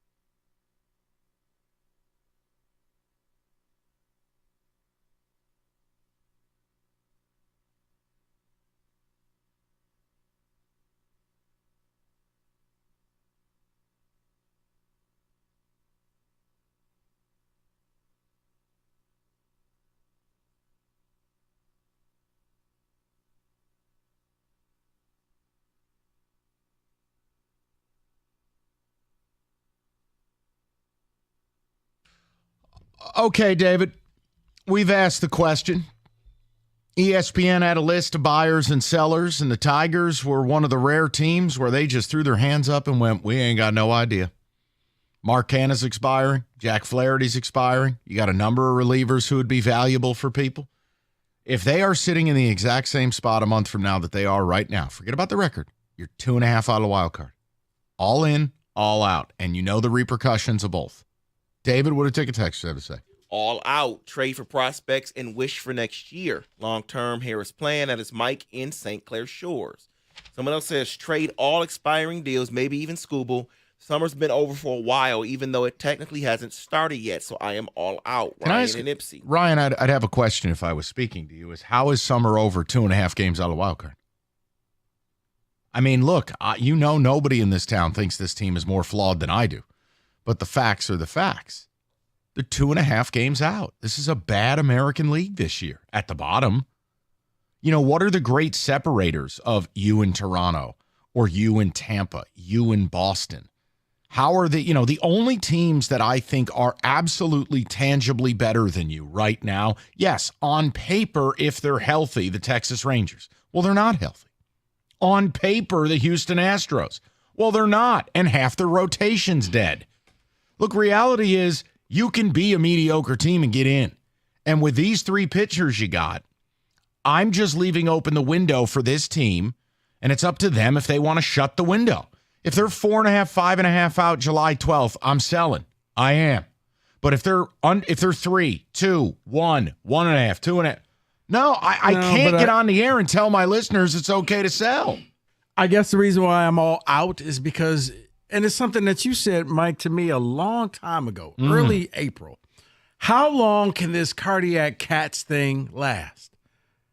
Is it going to go all season? No, it was fun for the first few weeks. They would come back, 8th inning, heroics. Last night, they had a great 5th inning. They just forgot it wasn't a 5-inning game, and they couldn't score a run with a man on second in the 10th inning. They found a way just not to get this thing done with strikeouts. That's why you don't have the bats. You can sugarcoat this as much as you want, but in the end, you can't score runs. And when you can't score runs, you're not going to win the big games. Even if your pitchers have to go out there and damn near throw, perfect games, no hitters, like 1 hit. Like they have to keep the opposing team under at least 1 or 2 runs. That's a lot to ask of your entire staff. For a series, yes. For 90-plus games, man, you're going to burn these arms out. All right, let's get to the people, see what they've got to say. Wayne will lead us off today. Wayno, what's going on, buddy? I'm all in. Okay. Elaborate. Well, we got the pitching. We just can't hit. Go get Pete Alonso. Spend some money. Go get a big bat. Give these guys a little bit of help. Somebody to hit the ball with a fit. Listen, I think there are a number of bats. Pete Alonso is expiring. There's been a lot of trade talk. The Mets are awful. Steve Cohen, they've tried to sign Alonso. He's turned him down at least 2 times that I know of. I'm not mad at any idea on July 12th, and I'm in striking distance. What would it cost? What's your competition? I don't have those answers. And is Pete Alonso a perfect player? Absolutely not. But to your point, I can't have Gio Urshela playing first base. Just like I can't have Frankenstein at third. Now, that's another thing, too. If I'm 2.5 games out of the wild card, at what point am I calling up Jace Young and just doing this? He had 2 home runs last night down in Toledo. Are we just going to do this? Or are we going to wait until the kid's 26 years old? Like, just bring the kid up and let's go. See what you got. I mean, look, you told me it's a developmental year. Let's develop. There ain't nothing to develop with Andy Ibanez. Now, see, that's something that I would be willing to do because if I'm going all out, then yes. My draw to the people, here's the young guys. We're going to fix this. We're going to try to bring in as many players as we can, and we're going to figure this thing out. We're going to try to get you a shortstop. We're going to try to find a third baseman. We're going to try to find and see if we can get a first baseman. We may have to get one in free agency in the offseason, but that would be my draw to people who say, well, you're giving up on the season. No, because here's your chance to see what could possibly be the future. And we got better when Javy got hurt. Factually speaking. Go to Ron, 97.1. Ronnie, what's up, buddy? Hey, thanks for taking the call. Yes, sir. Hey, here's my thought. Let's just see what kind of commitment Christopher Ilitch is going to do. I say try to sign Skubal long-term. Because if Skubal won't sign a long-term contract, I think then that could push you to, okay, then let's sell. Because right now would be the best time to trade him or best time to sign him. And I think that would push your direction. Yeah, and I mean, I'm with you. Ron, I think if you put a contract extension in front of Jack Flaherty and he's not hip to it, doesn't want it, wants to test free agency, it changes the conversation. But you know my rule with this. If that happened, Jeff Passan's going to tell me about it. Just like in the NFL, if it happens, you hear about it from Schefter. There is no conceivable way a team offers a player of Jack Flaherty's caliber in the top 10 in the Cy Young rank right now a contract extension where the player says no and it doesn't get to the media. So show me that report, and then I'll be right aboard with you. Okay, you don't want to stay here? Get the hell out. Exactly. And the same thing, like I said, Flaherty and Skubal. That'll dictate what you do then, right? Because you got two guys that I got to think other teams are going to want. But if they don't want to be here or their agent says, nah, let's move on, well, while they're at a value, move them. Well, that's why I said I'm all out. I would just go ahead and maximize as much as I can. I'm going to start this thing over. I realize, you know what? As important as it would be, Ron, to make the playoffs, do you really think you have a chance? I mean, I guess like even if the Wings made the playoffs, you knew they didn't stand a chance for the Cup. They were there. Rico, I'm a guy that loves to trade. So for me, right off the bat, I just want to see the commitment from the ownership and see what is he made out of. He said, oh, we got money, we'll spend money. Well, let's see it. Take your best player right now on your team. Let's put him to a big contract. And from that point, now I'm willing to say, okay, I'll wait another year. I'll wait for a little bit of development. I'm in. But if you don't want to sign Skubal now, trade it all. Everything you can trade. I think the Skubal thing's fascinating. I know there's two sides to it. I'm not knocking anybody else's opinion. If you want to keep him, I get it. Hell, I want to keep him.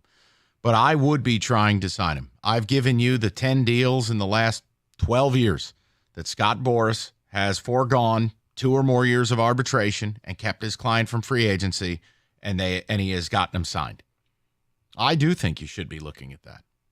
Because if you don't, and you go into next year, anything other than winning this division, what am I really doing with Skubal?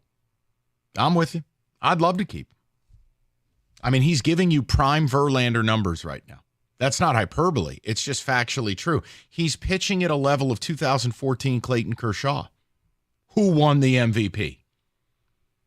You think I'm happy to deal him? Absolutely not. If you want to paint me in a negative light, go ahead if it makes you feel better.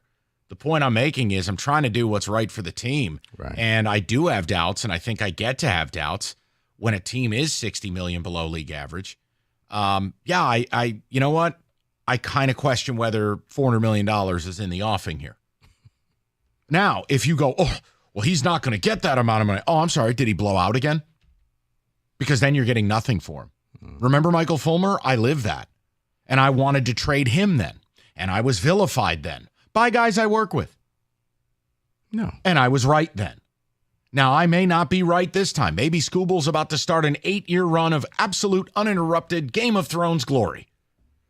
The point I'm making is you have major organizational decisions to make in the next 6 weeks. And if you don't make them and you just live in the middle, the ESPN piece got me a little nervous, Rick. Because even they didn't know. No, it was amazing. 248-539-9797. We'll get more of your phone calls. We'll get a little blitz later in the hour. And we've got to test the fan code.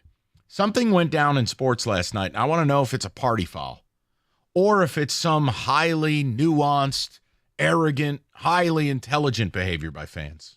We'll get to it. And Lord knows Rico will weigh in on this. Being number one, not easy. It takes years of experience, dedication, determination. Number one mattress purchased by millions every year is Serta.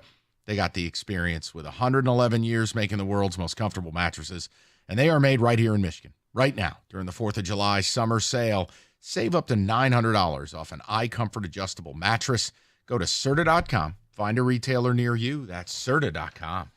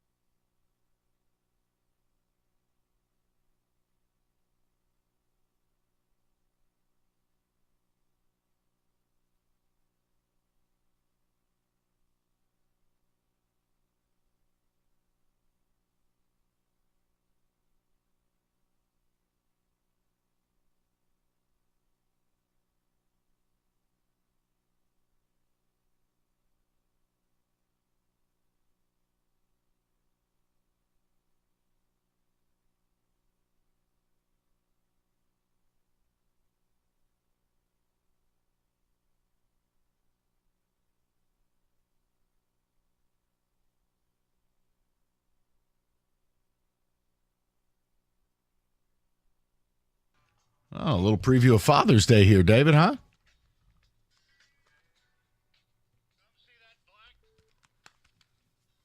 Which family are you spending it with? I only have one family, Mike. What are you talking about? That's above board. Ticket text, I want to get to the people. If you haven't read the ESPN piece, it's interesting. It doesn't paint the Tigers negatively, and it doesn't paint them positively. ESPN does not know what to do with our baseball team on a buy or sell level, and yet they have a real nice depth piece for a good baseball team in Mark Canha, and they have what I would call a frontline starter, even if you're a really good baseball team. We'll call Jack Flaherty SP2. You know, he's not Corbin Burns, but he'd be second best. He's not Garrett Cole, but he'd be really good for the Yankees. The Braves, he's not Max Fried, but boy, Jack Flaherty would look good in Atlanta. Mm-hmm. So it's this idea of they're expiring. If you're 2.5 out like you are right now, a month from now, what do you do? And I've said I think I'm desperate enough that I'm willing to forego whatever B-rate prospect I'll get for Flaherty, which is a lot, by the way. Let's not get it twisted. You're going to get someone you want. It just won't be a team's top 1, 2, 3 prospect. Or somebody who walks in the door and starting from day one. Right, not happening. But could they be a steal? Could it be a trade the other team? They rue the day. There's a word that doesn't get used enough. Rue. Ooh, I like that. Rue. Like I'm going to rue the day Kristaps Porzingis died. David, ticket text, please. We're ruined. All in, you have to take advantage of the opportunity in front of you. You can't always play for tomorrow, or it may never come. And David, think about this. Can you imagine last week of the season and the Tigers are up a game and a half, out a game and a half, Comerica Park full. Hell, I don't know. Maybe they'll spring for some rally towels. Got some good inflation data today on Wall Street. We'll get some rally towels. I don't know. Like, can you just imagine having that? Now, if they play their way out between now, I'll be Mortimer Duke. I'll be selling all the orange crops. No, but you ask me right here, right now. Yeah, I got you. But if they're 2.5 out on July 12th, what are you going to do? It's difficult, Mike. I know it is. I would still say it's a tough question. Do you honestly believe this team could win? Let the emotions aside. No, I don't. Okay. And you're not wrong for saying it. David, what do you got? All in, 2 games out is 1 hot streak away. Let's buy at the deadline someone like Bichette or Vlad Jr. See, those guys are interesting. And if you go back to last week's show, that's not fantasy baseball. And I don't want Kenny being made fun of for his idea last Friday. Those guys have team control through next year. So you're not doing a desperate thing. You're buying a player that immediately becomes the best player on your team. That's not a shot at Riley Green, but from a career standpoint, both Vlad and Bo Bichette have received MVP votes, are multiple-time All-Stars. They're just better baseball players. Now, Bo is having a down year. But if you told me right now I have no first baseman and no shortstop in the pipeline, wouldn't that be a way of rebuilding and going for it all at once? And sure, you're going to have to pay those guys an unbelievable amount of money, probably this winter. But they're here next year regardless. See, I'm not laughing at that. I know that opinion will get mocked at this place, but I don't really care. I dare to dream a little bit. Because you know what's going to happen? Bo Bichette's going to end up with Cleveland. And then I got to look at him the next 5 years. Atkins was Shapiro's assistant for like a decade in Cleveland. They're boys. I don't want to deal with that. I don't think anybody does. But once again, if you can make deals and bring in those types of players, you really hit the reset button. Okay, I know it's the rebuild of the rebuild of the rebuild, but let's just say it's not rock bottom. It's not Detroit Pistons. You and Kenny, 85 and sunny, matching neon blue daiquiris. Vlad Guerrero donning the Old English D. Whew. Kenny with slick back hair. Oh, yeah. Oh, yeah. Floral shirt. I might even buy a Tiger floral shirt if That's we're doing right. that. That's right. That's right. I'm just saying, if they're 2.5 out, it's going to be hard for me to tell the audience. So it is. Let's go to Adam, 97.1. Adam, what's going on, buddy? Hey, Mike, what's going on, man? How are you, sir? Hey, I think they got to do both, to be honest with you. I don't think you can give up on Torkelson yet, even though he's doing his thing. But to trade for Vlad, I think is just a bad idea. But Bichette, yeah, sure, why not? But Flaherty, I think you sell him at a high point and get something. You need a third baseman. You need a left fielder. You need a center fielder. You need a catcher. I mean, there's got to be something that juice it up with a couple prospects from the minors and get somebody that we're actually going to use. Yeah, you lose a little bit of pitching, but we're deep in pitching, and then you bring in a reasonable bat for the future. We got jokes in the field right now. I know. I'm not arguing. Look, the only thing I would argue is, okay, if I'm going for it, maybe I've got an inkling that Flaherty wants to stick around. Think about a rotation of Skubal, Flaherty, Olsen, Job, and then, who cares? David's kids at the fifth starter. Whoever. That's a weapon. Yeah, but I mean, Flaherty's pitching out of his shoes this year. Really, I mean, yeah, he's had this kind of success, but he's injured. This is a sell high point right now. Yeah, I'm not arguing. on the fence either way on that one, but honestly, I think he's an injury away. He's $40 million a year, and I think you can get a reasonable number one, number two for $15 million a year more. I mean, we're in the bottom of the payroll. We got the room for this. You're not wrong, Adam. And it's a confusing spot. It's why ESPN couldn't really tell you much. So just wanted to have the conversation. And then again, they lost. Guys, they lose one, they win one, they lose two, they win three, they lose three, they win two. They're mediocre. But right now, no one's pulling away as we enter mid-June. But see, that's why I would be all out, because you could do this all season long, all summer long, where it's just, you know what? The deflator strikes again. That's, you know what? That wasn't me losing last night. Okay. No. Unnecessary. That's deflator. That's not deflator. That's called a fact. Hey, you know what, David? The sun is out. Is that deflating? No, it's a fact. No, you could do this all season long. That's why I'm saying instead of playing this win one, lose one, win two, lose two, let's just close down the store. Let's renovate it and reopen again as a championship team. You got to grab the next two from the Nats. You got to win the series against the Astros. You're playing teams at losing records, and you want to claim to not be one of those teams? Let's win some games. Let's make it happen. I mean, they got every opportunity to do this. They're going to write their own story. I have my own ways. I would have built this thing. I've let it go. We haven't done some off-season redux. Right. I gave that up 2 weeks ago. There's no point. But like I said, it just comes a point where they have to be like, man, you know what? We're going to shut it down. And we're just going to close down the bar, and we're going to redo this and renovate it, and then we'll open up the doors again. 248-539-9797. I have got a football today for Rico. Dave, you want me to do mine next? Yeah, I can't wait. We're going to get Rico. We're going to inflate instead of deflate. We're going to get Rico excited. It's like a trip to the dentist for him. We're going to get him very excited, and we are going to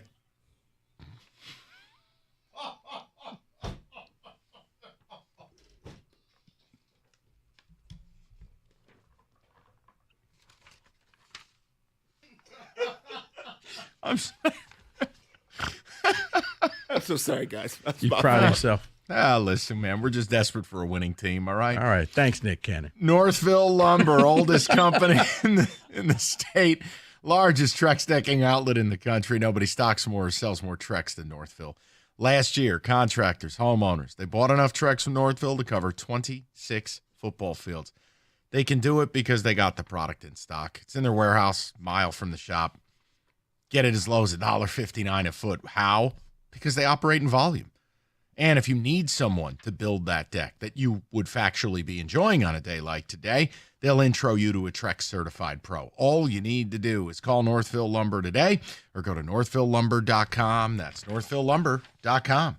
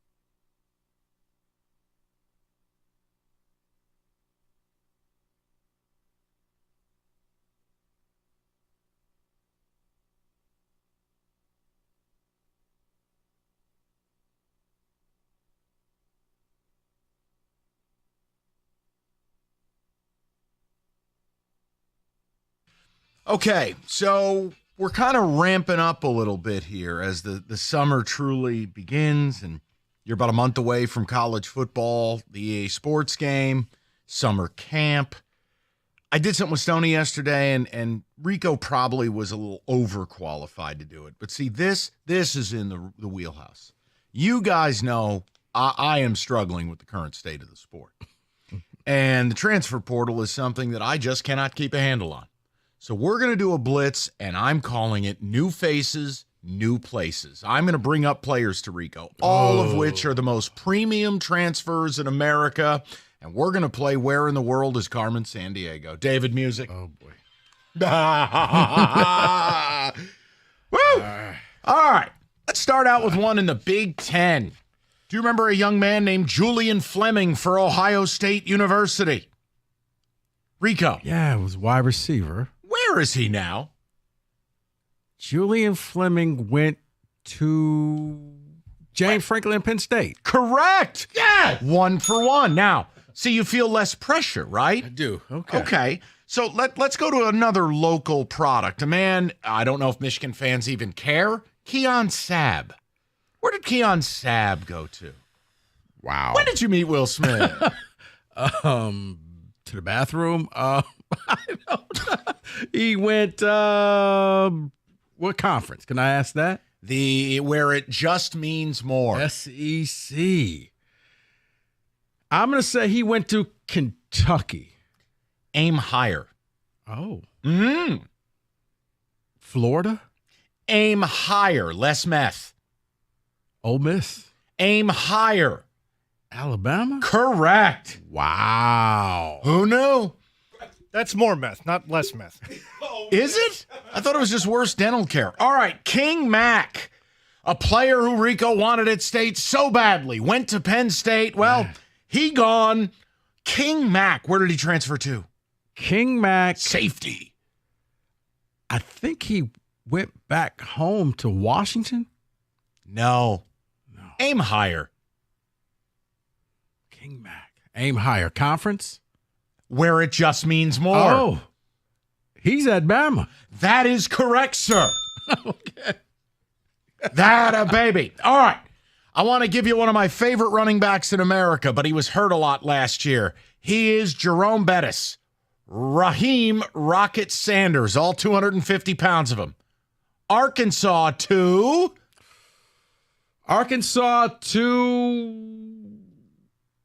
They say... Arkansas to Georgia? Similar color scheme. Here's a hint. I'll give you a hint.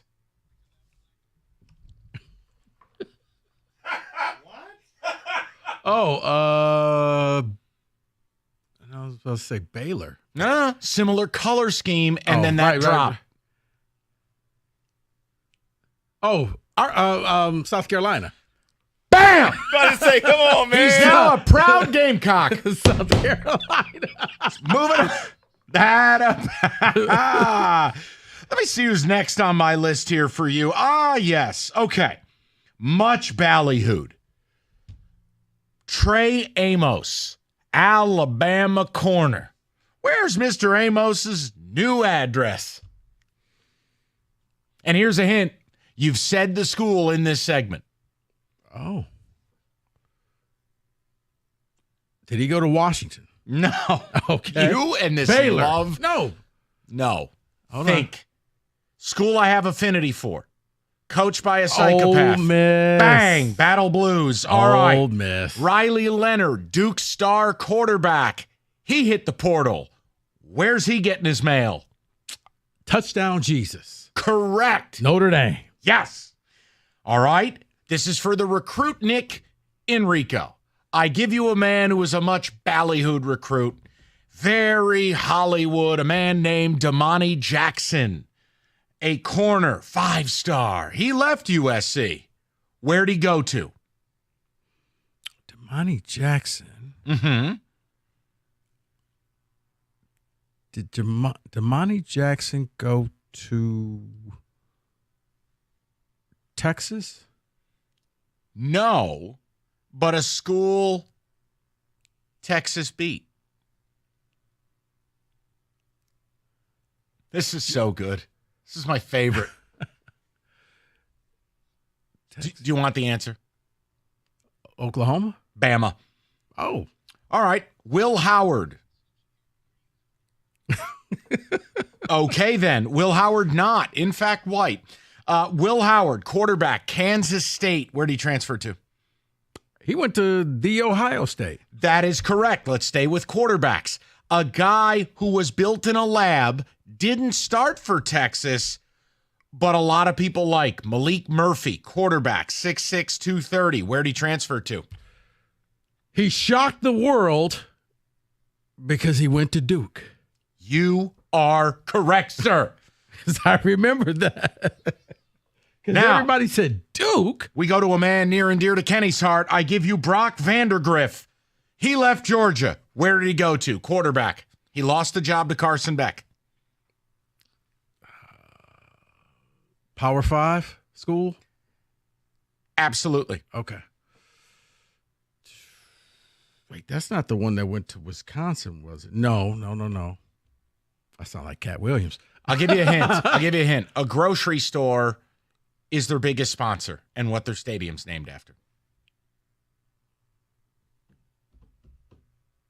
The Piggly Wiggly? Can I give him another hint? What is Pub Subs for 200, Alex? They have no teeth. No, West stop Virginia. It. No, okay, stop. It is Kentucky. Oh, okay. He's Kentucky's new quarterback. Okay. How about sorry, West Virginia. Trevor Etienne, star running back for UF. He is now transferred. Where is he going to school? Did he go to Clemson? No, because Clemson doesn't take transfers. He went to the other side of a hated rivalry, showing you there's no loyalty and there's no understanding of Where's he from? football. Where's he? He played at Florida. Florida State? Georgia. Oh. Yikes. Damian Martinez, best running back on the West Coast. Oregon State, they play in the Fun Conference now. He has transferred. Where is he going to school?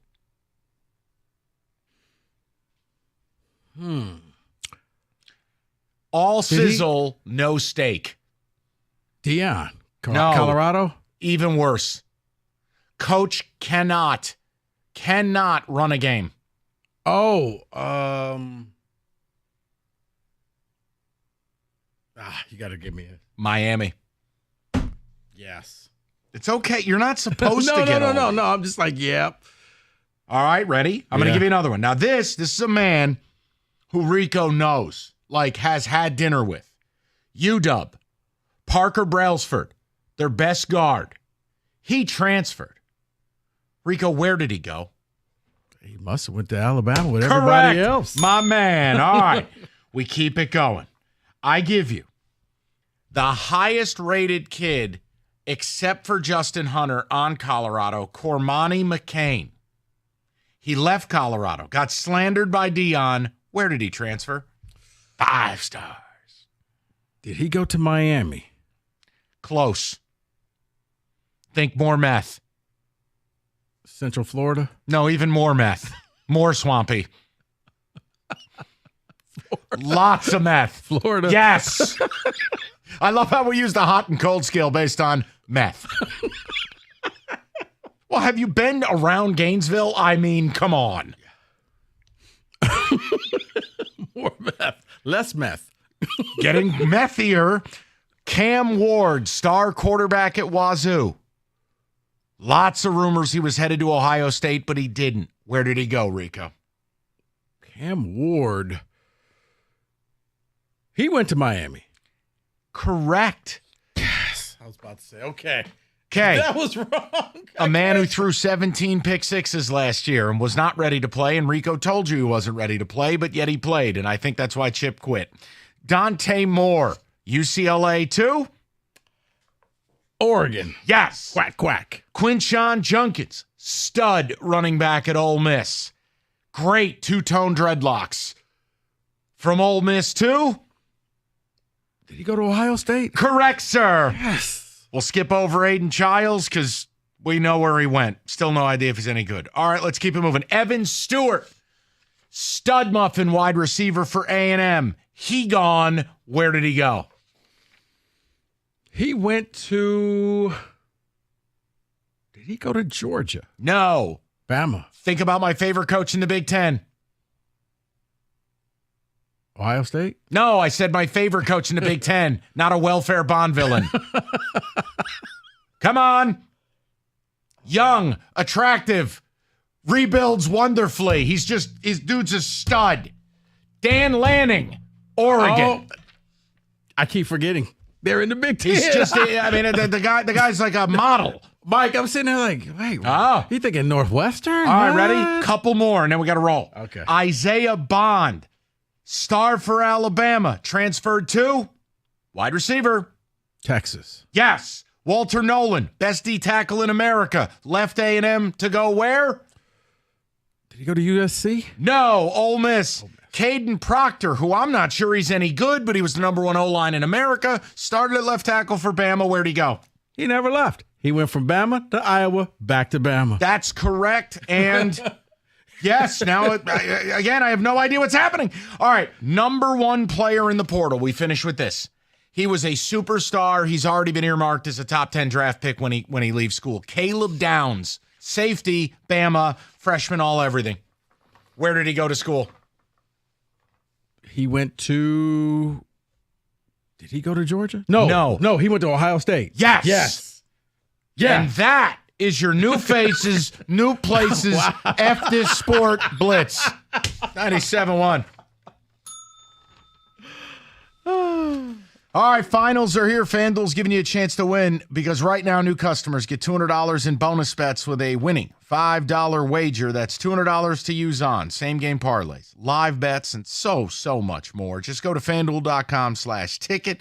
Get started and take a shot at the extra $200. It's FanDuel, the official sports betting partner of the NBA. 21 and up, present in Michigan. First online real money wager only. $5 first deposit required. Bonus issued. Non-withdrawable bonus bets that expire 7 days after receipt. Restrictions do apply. See terms. Sportsbook.fanduel.com. You got a gambling problem, call 1-800-GAMBLER.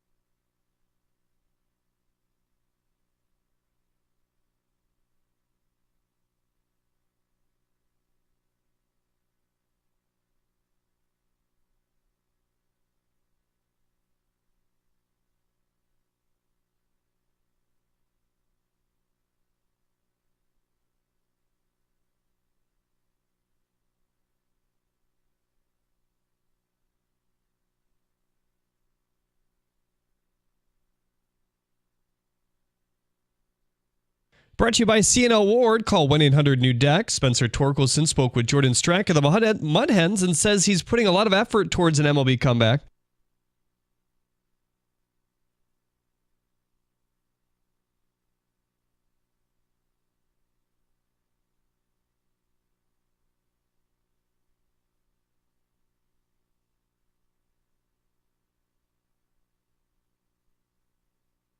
Speaking of Toledo, Tigers number 3 prospect Jace Young had his first multi-home run game in AAA last night, hitting number 10 and 11. He said, quote, "The vibes are good. This is probably one of the most fun teams I've ever played on in the minors," end quote. Here the Tigers take on the Nationals tonight at 6:40 right here on 97.1 The Ticket. Reese Olson looks to bounce back after his worst outing of his MLB career where he gave up 8 earned runs to the Brewers.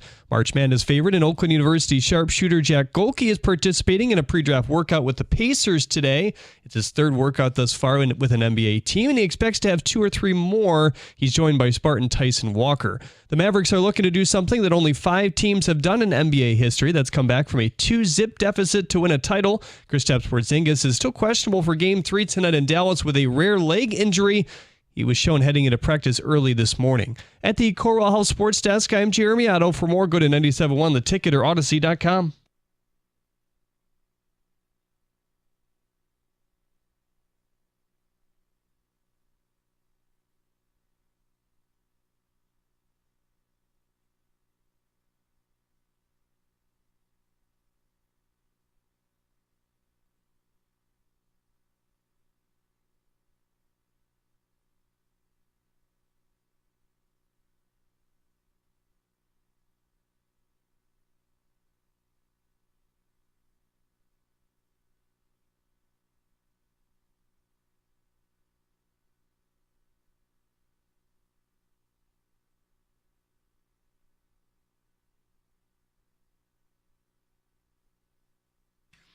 Three o'clock, good to have you with us. We open with some Tiger Talk, ESPN, a trade deadline piece. And nobody knows what the hell to do. You want that, Odyssey.com rewind. But I wanted to bring something up, and I'm interested in your guys' response. Something happened in baseball last night, and I don't know whether I'm angry about it or not. I don't know how I should feel because it's so bizarre. But Paul Skenes was doing Paul Skenes things. Paul Skenes did to the Cardinals what he did to you. He just strikes out everybody. End of report. Well, after he was pulled from the game, mind you, Pittsburgh was in St. Louis. Cardinal fans gave Paul Skenes a standing ovation. Paul Skenes doesn't pitch for the Cardinals. Pitched for the team who's beating your ass. And I really don't know what to make of this. Now, for context, Cardinal fans are considered the best fans in the game and the most knowledgeable baseball fans in the game. Which is why it was so shocking when that happened. They're also a fan base who, factually, has largely stopped going to Cardinal games as they are wholly angry at their franchise. But we're not going to go there. I want to ask you guys the question. Does this violate fan code? Like, I'm not into taking fan cards and doing all that. I don't really care. This is one I wanted to talk with you guys about. I think it's one thing if a guy gets broken in two and he's helped off the field and you clap and you're like, hey, I'm happy you're not dead. That's just being a decent human. But Paul Skenes busting your ass and you stand and applaud him? That just feels wrong to me. Now, this is the ultimate party foul. I'm sorry. There's only a few times. One, if the player is injured and comes off the field, yes, you get up, you clap because you're happy you don't want his career to end.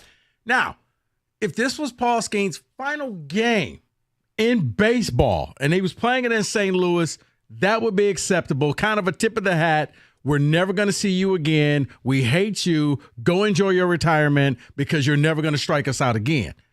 I would allow that. Your final game ever, but it's in an opposing park. All right, that's just respect to the game. But no, what they did was weird. Maybe it's just a little bit of the new school type of thinking. I've never been one for the big jersey exchange either. Like when I play you on the court or on the field or on the ice or wherever, you're the enemy. And I don't care if you had a great game against us. Matter of fact, I don't like you because you had a great game against us. Just please get the hell out of here. Have a safe flight back home. I would love to hear from the people on it. Look, I don't have a comp. I mean, look, Verlander comes here. You don't boo him lustily because of his history with you or Stafford. That I can work my way around. We're talking about a rookie who you have no history with, who seemingly is already one of the 5 to 10 best pitchers in baseball. I mean, Jeff Passan has already said there's talk in league offices that if there was a Game 7 and you had to win it, Skenes is in the conversation to get the ball. Wow. Okay? The point is, this guy is now in your division and you're cheering him? I don't know. Look. So is this like which would never happen. I'm going to give you full credit, Detroit. Giving, the Bears come here and you give Caleb Williams a standing ovation. Would never happen. Right. Or even a mixed. Look, I'm not telling you that it was like a 7th encore for Pavarotti and people were bawling their eyes out standing and clapping for 7 minutes. I'm making a point. There was an action by enough people in that crowd that it was a positive reception for Paul Skenes. Far more positive than negative. That's crazy to me. Yeah. And I just wanted to know what people had to say. And look, no, I don't think we'd do that here. I don't think. No, well, but remember, it was a different circumstance. But, the pregame, but that Rams playoff game, what would happen when Stafford comes out? It was a question, should you boo him? Should you cheer for him? Verlander coming back. Should you cheer him? But there was a history. And I said it was different. It's not the same. But this is just somebody who has no ties to your organization. Young. Yeah, this would be the equivalent of, a C.J. Stroud coming here with the Texans and you just clapping your hands saying, this kid's great. Or Jordan Love. Yep, you know what? Way to go. You beat us. You're the man. No. I just don't see it ever happening. But then again, this is the jersey exchange generation where it's but some these stuff are is fans, okay. Man. Fans don't participate in that stuff. But if the players are okay with it, I think it's trickled down to the fans. 248-539-9797. David, did you see the video? I did see the video. I watched this story this morning, and I couldn't believe what I was seeing. I understand how knowledgeable St. Louis fans are when it comes to baseball, but this guy he didn't do a no-no. It wasn't a perfect game. It wasn't anything like that. That I would understand. I would say, okay, well, wow, he pitched well and he no-no'd us. Okay, great. But something historic and you reluctantly, good job. Yes. There seemed to be no reluctance here. They were just cheering. Then again, I wonder if it was, you know what? I'm going to save it because Steve is going to say what I was about to say. So I'll let Steve say it. No. I wonder if there was another reason for them to do what they did. Going. You know what? I'm going to Steve in Rochester Hills because you've demanded Steve to the front of the line. Steve, welcome. What's going on, buddy?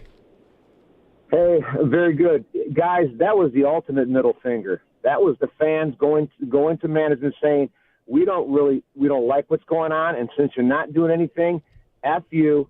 We're gonna clap. Whoever's out there, we're gonna clap. They're kicking our butt. We're going to clap. And that's what our way of saying, hey, we're tired of this crap. And I do wish that Detroit fans would act a little bit more like this, especially when the Lions are really, really bad. Don't wear the hat or the bag over your head and crap like that. You really got to announce your displeasure. And right now with the Pistons, I mean, all 17 that are at a game, they should all just raise their middle finger towards whomever and just say, good job for kicking our butt, everybody. Good job. And it's just people get tired. And if they are as knowledgeable, and maybe, I don't know if you guys have listened to St. Louis's sports stations there. I haven't. Maybe you'll get a feel for what they're truly thinking. I listened to a clip. I listened to a clip the other day, and it was fascinating. They were having a conversation about a Saturday afternoon game and the reported attendance being a total lie. How it was listed at 34,000, but there wasn't even half that. How basically it was the worst attended Saturday game since 2003 at the old Busch Stadium. Fans are unhappy. Look, part of why I said I didn't think this was a good baseball town, I stand by it. Yeah. Look, The reality is fans should get angry at not being given a good product. Now, look, my big thing, Rico, the Cardinals have had a winning record 23 of 25 seasons. Yeah. So that's like insane. But they don't know what losing is about, No. and they don't want to experience losing, which is why I was going to say maybe it was not so much about Skenes, but it was more so we just don't like you, the organization. So we're going to cheer. Spite store. Yes. We're going to cheer the opposing team. It's as if, yes, that all of a sudden, you know, your boy Jaylen Brown comes and plays here at Little Caesars and the Pistons crowd cheers every basket he makes. It wouldn't happen. I'm just saying. No, of course he would bad example. Give someone else. They're never cheering a Celtic, ever. But, David, that's what would make it even worse. That you're cheering. I'd rather cheer a Celtic than root for this team. Why do you got to hate my team? Your team can't even get out of bed. We haven't had a rivalry between each other in 20 years. It doesn't matter. It's ingrained in my blood, dude. I can't ever. Mike, it was just, I just said it arbitrarily because he's the best player playing right now. But, okay, fine. LeBron comes in here and you cheer everything LeBron does. Well, some people actually would because we have this weird, like when Kobe used to play. There's a weird smattering of Kobe fans locally. But Paul Skenes a rookie. And don't tell me that the city of Pittsburgh traveled to St. Louis. Just don't do that. So maybe they would be like Wimbayama. You know what? The thing is what I'm saying, you're so upset with your team that I'm going to show you, rather than boo this team, I'm going to cheer the opposing team. I'm going to turn this into PNC Park West. And that's what they tried to do. We'll get with the people. I just thought it was interesting. It was a wild piece of video and audio. St. Louis cheering the pitcher who just kicked their ass. I hadn't seen that one before. And again, if Paul Skenes had played for the Cards for a decade and was a Hall of Famer and they gave him one of those grotesque red Cardinal Hall of Fame jackets, brother, if he was born and raised in St. Louis or a suburb that might around work. there, Sure, yeah. None of these things are applicable. But I think the more I start thinking about it, I'm like, I think this was more, as the caller said, this was a middle finger to St. Louis. Oh, by the way, it's 3:14 and Aaron Rodgers is still a bleep hole. More on that later. 248-539-9797. Rico, take him to the dentist. You wrong. All right. Specs at LTU and classes are starting in the fall. And the fall's going to be here relatively soon. You want to make sure that you are on the register. So if you want to get a career in radio, TV, you're a graphic design artist, Specs at LTU can help you achieve that goal. Why? Because you're going to be taught by people like myself who work in the industry. Not going to waste your time. You're going to learn from day one. And with a hands-on approach and expert faculty, you're going to learn the practical skills you need to succeed in today's media industry. So what are you waiting for? Be curious. Visit the website, ltu.edu/specs. You're going to learn more about the broadcast media arts, digital media arts, and graphics communications program taught through Specs at LTU, right here in the city of Southfield on the campus of Lawrence Tech. ltu.edu/specs. You're going to learn more about that. Then make magic by enrolling in Specs at LTU certificate program. Do that today.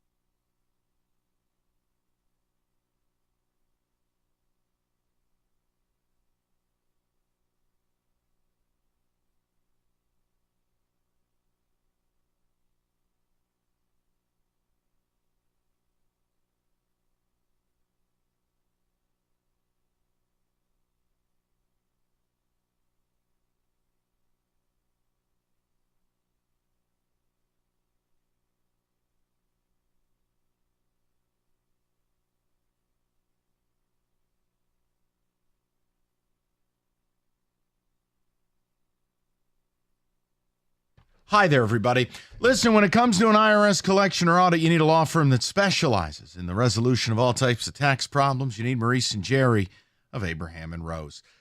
Look, these guys are real, right? These are real attorneys. These guys have represented clients and taken cases to the Supreme Court. They will advocate for you, fight for you, and guide you through the whole experience.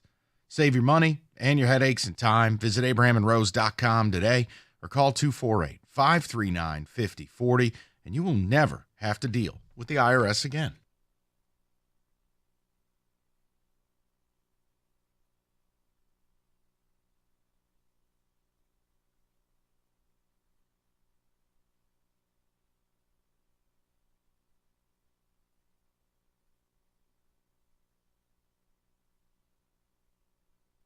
David, ticket text, and we're going to talk to people. We're going to talk about St. Louis Cardinal fans cheering Paul Skenes, who kicked their ass. David, start talking.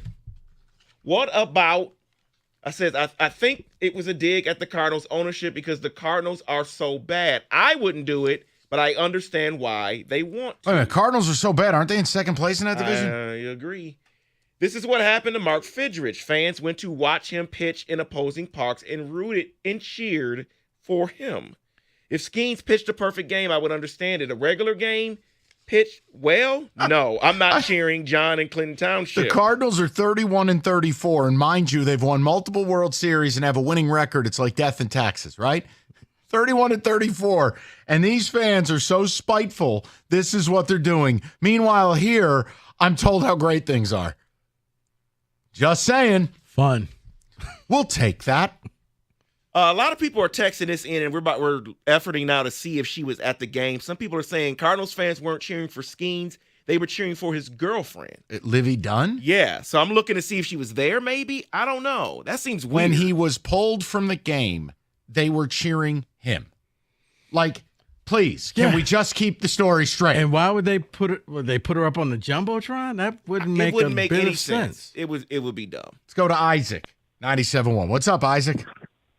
Hey guys, how's it going? Good, man. What's going on? So I was thinking that it was a little ridiculous that in St. Louis they're clapping and cheering for a rookie pitcher, destroying them. In my opinion, like 10 years ago, when I would go to ball games, we would at least clap if like Alex Rios made like a sliding catch in the outfield. It was only one out. We'd appreciate his hard work, but to clap for a guy that kicked your ass for at least 2 hours, I think it's a little ridiculous and over the top. Yeah, and it's such a... Now, again, if people are explaining it by saying, hey, they're actually spiting their own franchise, all right, that might work. But you know what I know. You can't get people to agree that pizza's good. Like, you can't get a stadium full of people to do much anything. And I think this is the only sport. I don't think this would happen in football. I don't think it would happen in basketball, and I don't think it would happen in hockey. I think it's the only sport where something even close to this would happen. And I think they went over the top in this sense. Me too. It was just wild to me. And I mean, look, Skenes has been incredible. He's got a sub-1 whip. He's already struck out over 50 batters in 33 innings. Mm-hmm. He's electric. What he did to Ohtani, he made him look like a fool. But I'm not standing and cheering if he dominates the Yankees or Tigers. That doesn't make any sense to me. Yeah. Either that or that's just some very it's got to be a spiteful fan base who just does not want to accept mediocrity and expects their organization to do a lot more. Why can't we do more of that? Because we're a football town. All righty. We're going to go to Nate, 97.1. Nate, what's going on, buddy? Hey, fellas. Happy Wednesday. Same to you. What's on your mind? Hey, I just wanted to call I think what the Cardinals fans did was actually a genuine sign of respect for a talented young guy, most exciting player in baseball right now that came in and quite frankly kicked their butt.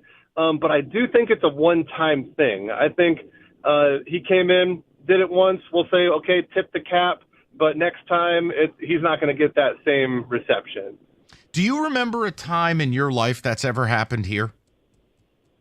Not here, no. I don't remember anything. The only thing I can think of is if, like, I think the caller said it earlier, it's like, a guy pitches a perfect game or a no-hitter or, 50-point game in a basketball. It's something like that. It's like, okay, I'll tip the cap, whatever. You got it one on us tonight. But never to the point where it's like, yeah, he had a pretty all right game, and other than that, it was pretty average. But I do think it's just a one-time deal. Dude, I would hope. Yeah, I mean, Nate, I think you're right there. There's no way that happens again. Is there? It was just one of the weirdest videos I've seen. That's all. Yeah, I mean, I guess they're appreciating the young talent, but you know what it makes me that hate? town. Yeah, if you told me that was, I don't know, someplace. I can't even think of a town that would cheer him like that. But St. Louis, of all places, is just like, what? Ohtani doesn't even get that on the road. Right. It's like somebody. It's like the Packers fans giving somebody an ovation in Green Bay. Like, wait, you're the Packers. You don't do this. But yeah, you're right. You know what really makes me sick? The Tigers picked 1-1 twice. You could add up Torkelson and Mize. They don't equal Skenes. I mean, Skenes is a guy, and this is not a shot at Riley Green. I'm not knocking him. Riley's a very good baseball player. But Riley Green doesn't bring you to the ballpark. Like, Paul Skenes is must-see TV. If he's starting, you're willing to buy a game and go watch him play. Mm-hmm. You know how jealous I am of that? Don't go down that rabbit hole. He's electric. I know. Okay. But once you're gonna make yourself angry. No, I'm not. I'm fine. Because you're gonna be like, you missed out not once but twice. No, I missed out on Wyatt Langford. Well, you know, who, by the way, in the 9 games or 10 games since coming off the IL, just gets on base twice a night. But just throwing that out there. Signability. Yeah, hey, listen, Max Clark will go to prom, and then another couple of years we'll get to see him. All I know is Max Clark better be damn good. When's he taking senior you're about pictures? to upset me. Why? I heard you say signability. No, man. All I know is if you drafted Wyatt Langford, I mean, I'd have another hitter to call up. Signability. Did you really say that? Listen, I hope Max Clark is Babe Ruth. All right? I'm letting that one go. We'll go to Joe, 97.1. Joe, how you doing, buddy? Great. How about you guys? Good, Joe. What do you got? So, yeah, about 10, 12 years ago, I was watching the White Sox were in town. I was watching the game. I'm sure you remember Jim Thome. Oh, God. That old throwback, 30s-looking player. I don't know what milestone he hit. I don't know if it was 2,000 hits or 500 home runs or something. But he hit a big milestone, and everybody at Tiger Stadium, they stopped the game. They all stood up, gave him a standing ovation. Wasn't anything crazy, but, they showed proper respect. He even mentioned it in the after-game press conference. He was very thankful of the ovation they gave him and the respect they gave him for reaching that milestone. So this isn't something brand new. I don't know much about this new pitcher guy. But Joe, it was Thome. It was a milestone. Like, if he threw a perfect game or no hitter, maybe. But it was just a game. And, he's not from St. Louis. I just think that, this crowd was just so angry at management because I get it. If you're a top player and you do something just so tremendous in that ballpark, Aaron Judge crushes it 500 feet out of Comerica Park. All right, I got to give you credit for that. Sure. But this, nah, come on. He's just gotten to the league and he's getting this type of respect. Sounds like it. No, I know. Listen, all I can tell you is, growing up a Yankee fan and then moving here, if I could have hit Jim Thome with my car and gotten away with it, I would have. Jim Thome assassinated both of my baseball teams, whether my childhood team or the one I worked here watching. Jim, and no player in history ever had to adjust their cup more often than Jim Thome. I don't know if he had some kind of ball condition or what it was. Every pitch, he'd step out of the box and go get himself a handful. And you're just like, look, I know you're going to hit a 3-run homer. How about we save the theatrics, get back in the box, and we'll move the game along. F Jim Thome. Guy was a killer. He was a killer. I'll bet you money if I look it up, Thome had a career OPS of north of 1,000 against the Tigers and the Yankees. He was an assassin. Be damned if I clap for him. Kind of like I hate your Jim Leyrich. No, but it was always so insulting. You'd be pitching to Tomey knowing Tomey he's going to. was good throughout the year. Labridge sucked the entire year. He was only good in October. Well, that was it. And he was a garbage human, so that had to hurt you twice as bad. Oh, wait. He's his batting average is .07, and now he's about to hit 20 home runs in the postseason. Oh, no. Is that an Oppo Field home run off the camera well? You know the one I'm talking about. I want to talk about it. My point is the only thing more disrespectful than a 3-run home run is when a guy grabs his balls before he hits it. And that's Jim Tomey's career. His busted Canton should have been his cup. So Jim Tomey adjusting himself or the cop in Boston? Which do you have more? 248. What? Who? The cop in Boston in the bullpen. Oh, the Torrey Hunter play. Yeah. Oh, dear. Tell me. I mean, honestly, did the cop grab his balls? I doubt it. He may have. All right. Good talk. Glad I got that off my chest. All right, Victor's Home Solutions. It's very, very simple. You think you need a new roof? Let's find out. And let's do it by hiring the best roofing contractor in the state of Michigan. Victor's, they don't operate to good or great. They operate to perfection. That's why they have installers who will install a perfect roof the first time, a job site inspector that'll examine that roof.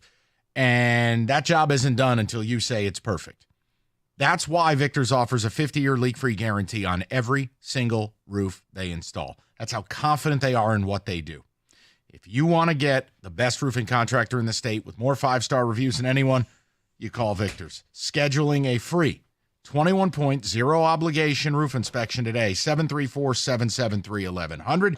That's 734-773-1100 or online anytime at victors.com.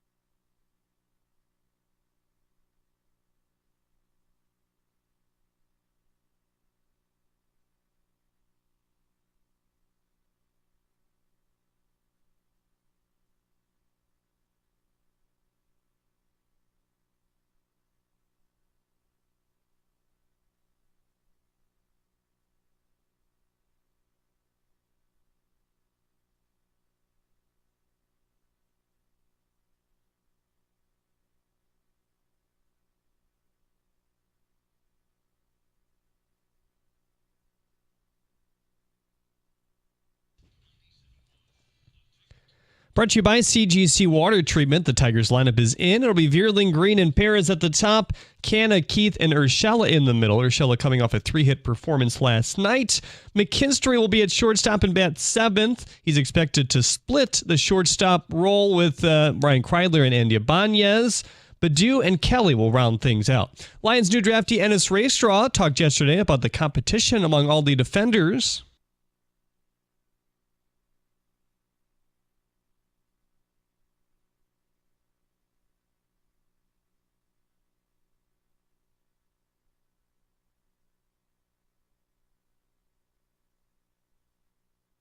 Colin Cowherd reported on his show today that Jets QB Aaron Rodgers is on vacation overseas, according to a reputable source, and that he would learn where he is tomorrow. Jets began mandatory minicamp yesterday, and Rodgers was a no-show. Coach Robert Saleh said yesterday it was an unexcused absence, but he had an event that was very important to him. He said today, further, there's no issue between Aaron and I or his teammates for that matter. We addressed it Tuesday. It's more of an issue for everyone outside the building than it is inside. That's about it, end quote. At the Corwell Health Sports Desk, more at 4 at 971theticket.com.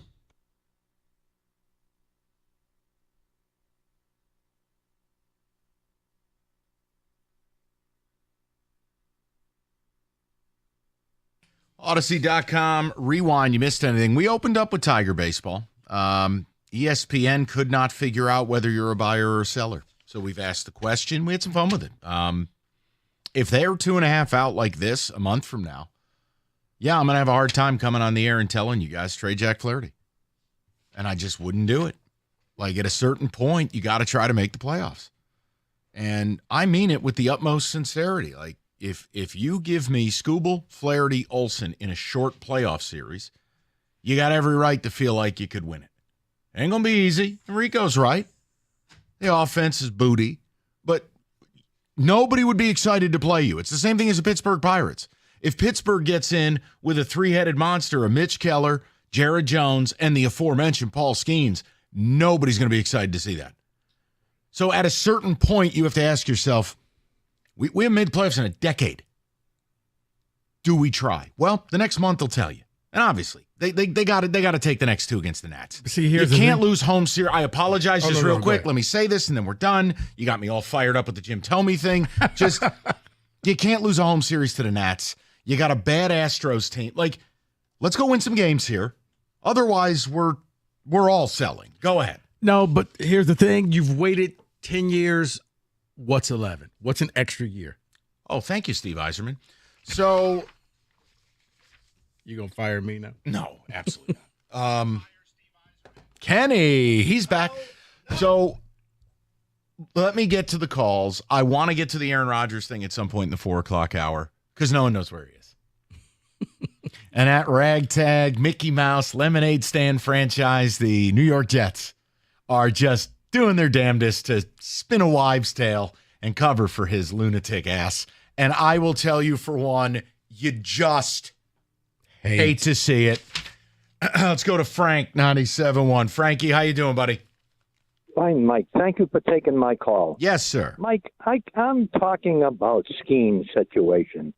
Mike, I'm 85 years old, and I'm originally from Boston. I lived there 65 years. Wow. I'm a baseball fan. I watch all kinds of baseball games. I went to at least 100 games at Fenway Park. I've watched the hated Yankees, the Red Sox rivalry. I've seen Eddie Lopat, El Duque, Whitey Ford pitch great games, and when they walked off the field at the third base side, the people stood up and gave them an ovation for a job well done. There's nothing wrong with that. I think, Frank, listen, it is old school. It is. I mean, Frank, you've been going to games so long, you probably wore a suit to games back in the day. It's just. I probably did. You did. You did. You were dapper. You were out there in your hat. I was about to say, right. had the nice little hat going with the brim. I mean, Frank, I know you're disgusted by people like Kenny Cott. He's out there in a stained T-shirt, and you're like, look, back in my day, I was in a double-breasted suit. I know. Things are different, though, where I guess, Frank, for me, in 2024, and you look at a fan base who's upset at their own team, I'm not cheering a rookie when he's beating my team's ass. Now, to your point, Frank, if a guy pitched for your team or was a Hall of Famer, to Rico's point, where he was retiring, I could meet you in the middle, Frank. But I don't know. I got a hard time with the video I watched last night. I do. Well, I understand. Well, one more thing. Sure. Mike. Okay, say that this is a situation. Say that Skenes goes as a free agent in 8 to 10 years. Don't you think he's going to remember the time that St. Louis fans gave him standing up for him? Yeah, Frank, I get what you're saying, but I think it's really going to boil down to, with him and his agent, who's offering the most money. You're not going to remember who gave you the standing Frank, ovation. Let me give Frank's point some credibility here. Frank, no, because you're right, Rico. But you know what Frank's tapping into is an old school mentality. Mark McGuire talked about how the fans cheered him, even when he got traded to St. Louis. He was like in a 1 for 50 slump, and they're giving him a standing ovation. It was part of the reason he decided to stay. So Frank has a point. I just think, Frank, the younger generation, I don't think that stuff plays. I really think it's all dollars and cents. Yeah, that's true, Mike. That's true. Frank, you call anytime we talk baseball. I like you. You call anytime you want. Let me ask you one question, Mike. Sure. Who did you have in the Belmont? Okay, this is hurtful. You know what, Frank? You I may get your card revoked. Sorry. Frank, I basically had every horse that got destroyed at the start. I had 3 ways out in the pick 5. I had Honor Marie, Mindframe, and Sierra Leone. 2 of my horses may as well have been thrown in the garbage right at the start. And then Sierra Leone was running like a drunken sailor down the stretch. It was heartbreaking. I had the same 3, Mike. I had the same 3. That's 8, 9, and 10. Yeah, exactly. And Dornock beat us all. Frank, you call anytime you like. I like you. You have a good day. A gentleman right there. I like Frank. I tell you, you're going straight to hell. You're going to hell. I like Frank. I know I like Frank, too. You know, I'm going to do a podcast with Frank. To hell with you. I'm done. There's my retirement plan. Mike and Frank, afternoons, 2 to 6. Franks and beans. No, but what Frank is talking about, you have to understand, all jokes aside, right? We would play the music.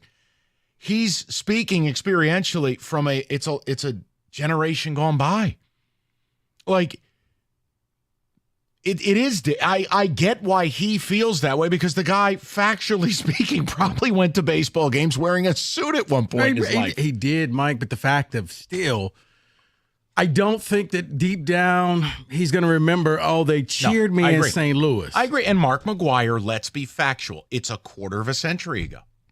Yeah. God world. Now, you want to tell me Frank was breaking my chops a little on the Belmont? That's possible, but I still like him. I remember. No. Back when Sammy Sosa was still black. Come on, dude. I can't do a read after that. How the hell am I doing a read after that? You want me to do mine? Yes, I do. Okay. My God. Let's talk about the Chevy dealer in the area that's been leading the way. Hamilton Chevrolet in Warren. All month long in June, Hamilton is participating in the Pickups for Paws campaign supporting Rebel Dogs for Detroit. Every pet that is loved and cared for. Guess what, guys? There's so many more that they're just not that lucky. Stop into Hamilton right now and drop off some pet-friendly supplies in the bed of the Silverado in their showroom. And Hamilton is at 14 Mile and Mound, in case you did not know that. You stop in there, you drop off those supplies in the showroom. There's a list of donation ideas at hamiltonchevy.com. Your donation will make a difference. Plus, this Friday from 1 to 5, you can adopt a dog for your family right there at Hamilton Chevrolet. Then talk to Andrew and his sales staff about getting into the new Chevy, including the June Rico deal, a new 2024 Chevy Equinox for just $279 a month for 24 months. It includes 10,000 miles per year. You just walk in there with $995 down and you will drive off in the Rico deal. You know the best deals are found at 14 Mile and Mound. Stop in and see my guys at Hamilton Chevrolet for details. Visit hamiltonchevy.com. Chevrolet together, let's drive.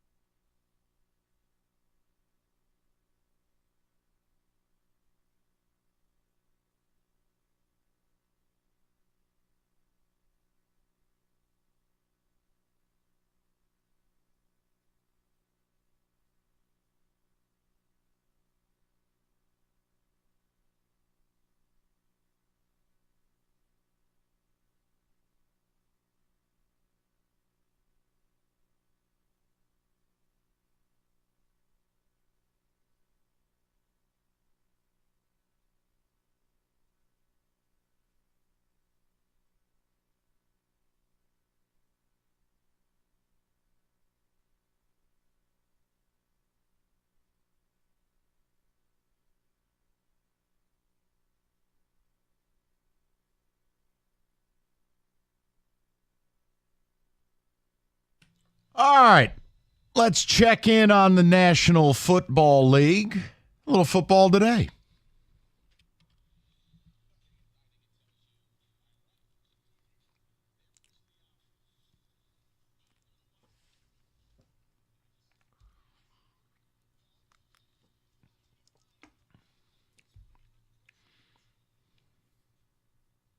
Let's start with a quarterback in the NFL. No, not that one that wears green and white. We're going to talk about one that wears orange and black. Joe Burrow seems to be questioning some things, or during the offseason, I guess, dealing with an injury. He was questioning football mortality. He says whenever the injuries start to stack up, your football mortality kind of comes up into the back of your mind.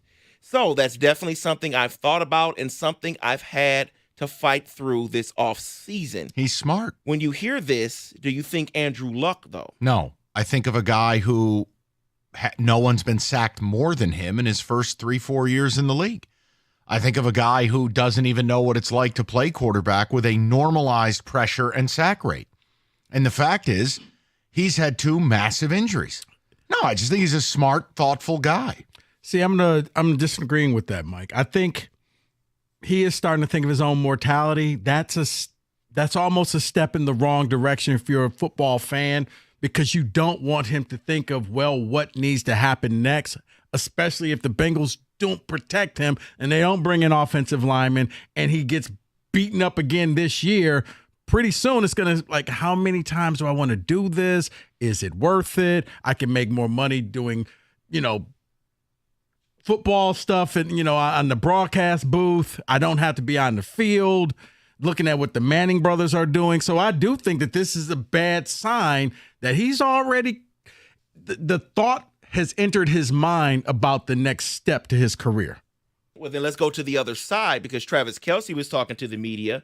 They basically asked him how long is he going to play. I don't care. And he basically said as long as the wheels fall off. That's is great. That smart for him? No, but he's not a smart person, so it really doesn't matter. So the opposite of Joe Burrow. I'm so tired of him following this Gronk PR playbook.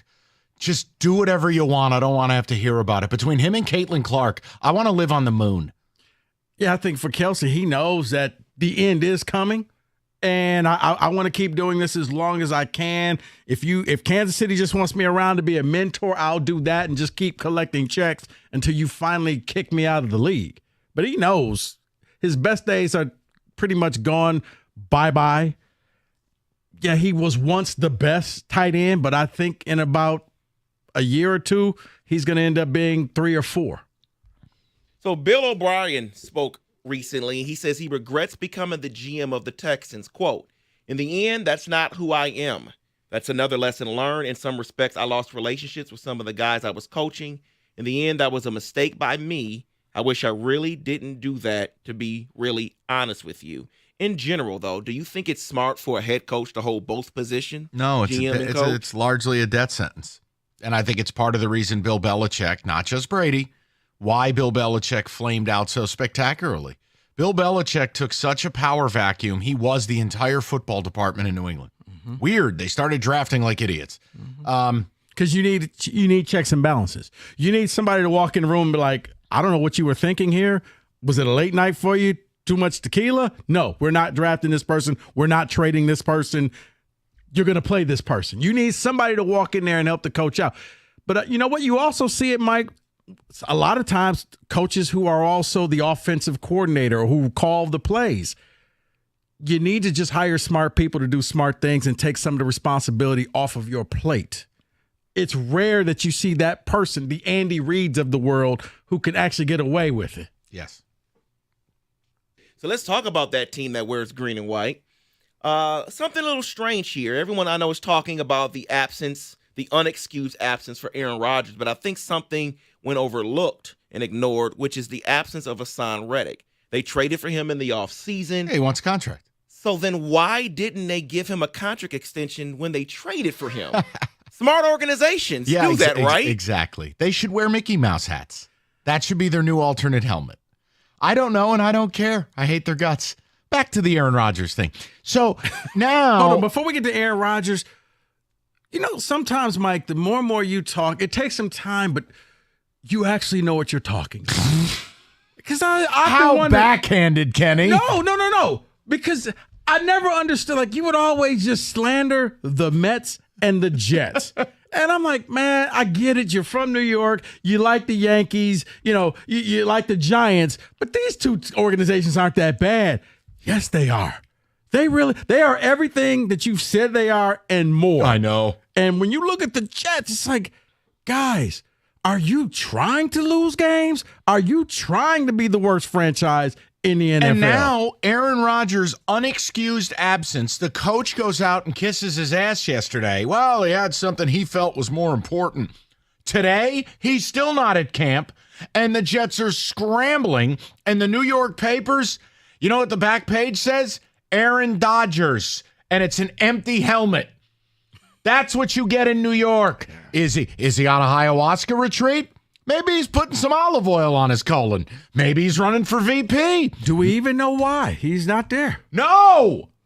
Yeah. The whole point is it's mandatory OTAs. You're not holding out for a contract. Exactly. So what are you doing?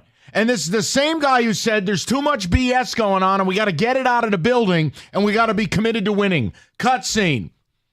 Where is he? And if he's somewhere serious, you say it. That's what I'm saying. I think it's the team's job to protect him, deal with it behind the scenes and say, look, we've talked to him. It's excused. It's we understand. All right, they said it's inexcused. Like, what in the world are you doing by throwing that out there to the fire? Maybe they don't want to let the world know he's off on another retreat. Or maybe he's running for vice president. Maybe so. I don't know. But yes, you mocked those organizations, and I thought you were just being over the top. You know what? You're just like, because you're a Giants fan. As bad as your Giants are, they're not that. This is a joke. I would be so upset if I was a Jets fan. By birth or just because of this? No, but everything that they do, you would just, I would just show up to work in a paper bag and be like, nope, I got to find a new team. Well, Mike, let's close it out with this here because it is an important game tonight. Boston fans will be watching Game 3 of the NBA Finals, unless you're the Patriot fans who will be going to a Wednesday, June 12th event to put Tom Brady in the Patriots Hall of Fame. Huh? Yes, that's right. They scheduled a Hall of Fame induction ceremony tonight for Game 3. Robert Kraft will be – oh, no, it's not a home game. Okay, they could do it, but why? You would have the game up on the Jumbotron, but you're not paying attention to Brady if the game's up there. It wasn't like this was on the calendar. Everyone knew the schedule for the NBA Finals. Boston Celtics were a team that should be there, and you scheduled Why this. would you do it in June and not during the season? It doesn't make sense to me. Or, you know what? Just in the event that they're there, we'll schedule it either Tuesday or Thursday. But was the place rented out those other days? And this was the only day they had available? Was it a wedding, a bar mitzvah, something going on there? Maybe Kraft got a deal at the spa. Okay. And that is gonna stop that private jet over in in football today.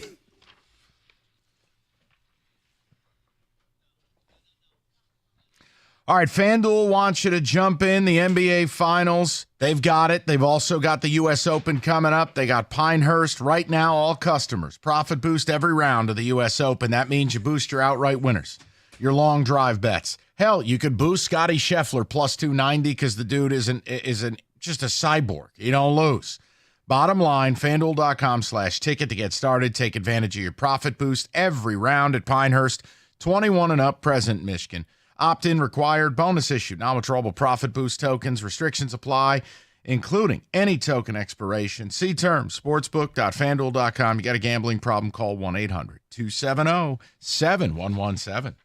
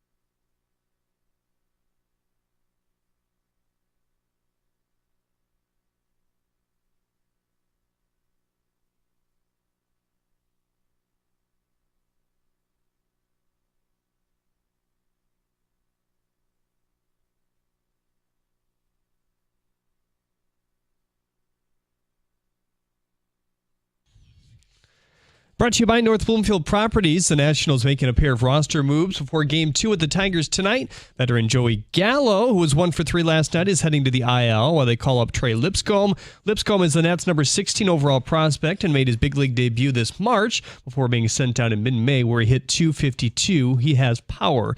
2 crucial errors in the game last night did in the Tigers. Reese Olson starts tonight, looking to wipe the slate clean of his last start as well. You can hear the game right here on 97.1 The Ticket. Pre-game coverage with Dan Dickerson begins at 6:15. Michigan football is set to host 6 official visits this weekend. The most highly touted is Andrew Babalola, a 6'6", 280-pound 5-star offensive lineman from Kansas. 24/7 Sports has Stanford as the favorite to land him right now. The Wolverines also recently hiring Aaron Dunston away from Ohio State to be a member of their recruiting staff. Earlier this offseason, the Wolverines also poaching Tony Alford, running back coach.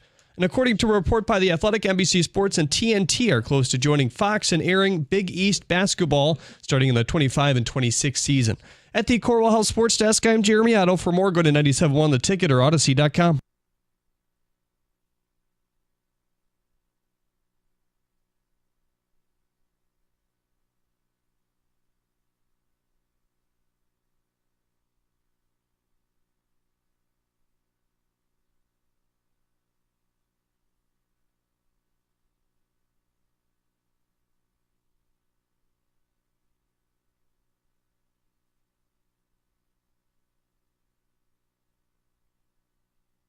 All right, 4 o'clock. Nice to have you. We will get some ticket text here.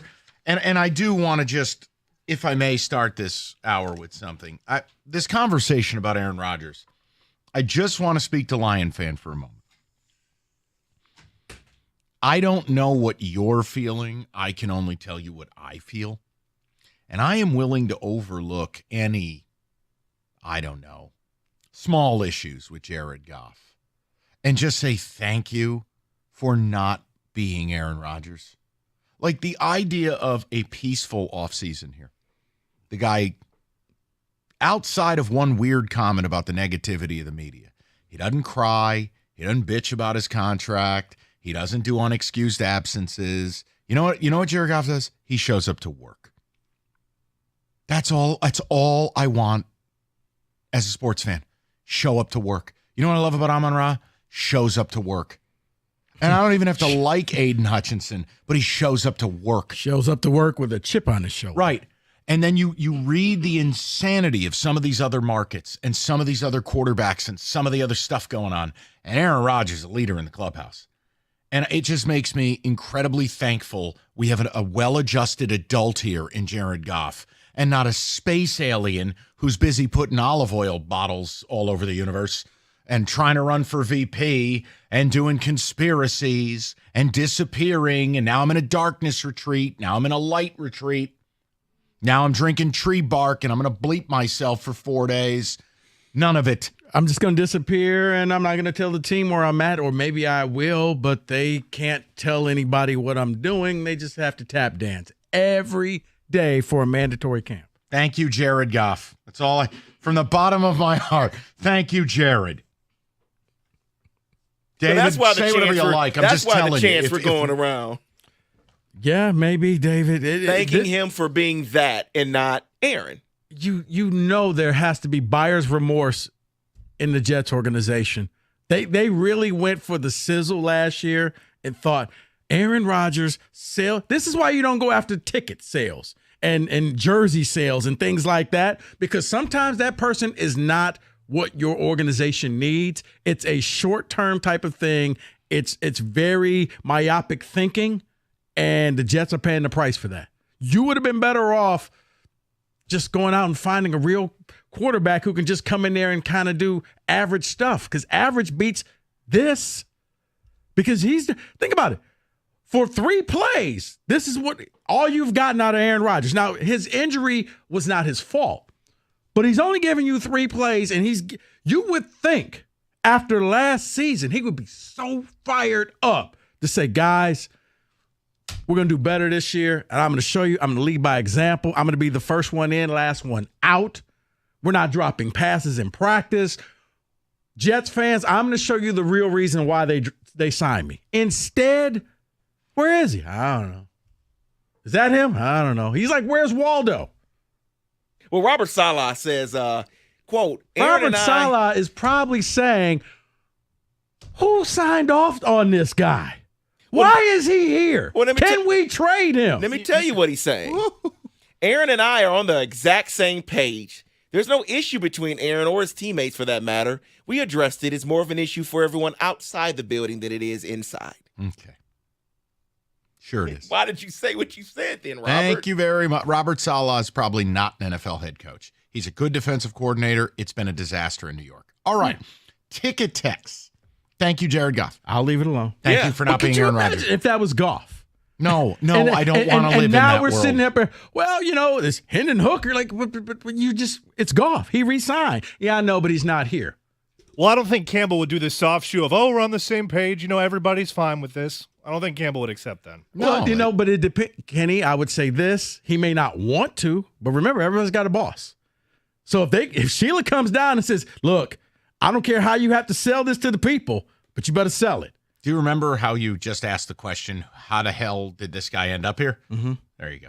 Enjoy your own flow chart. That's how Aaron Rodgers ended up there. I mean, I'll draw a line right to Woody. Go ahead.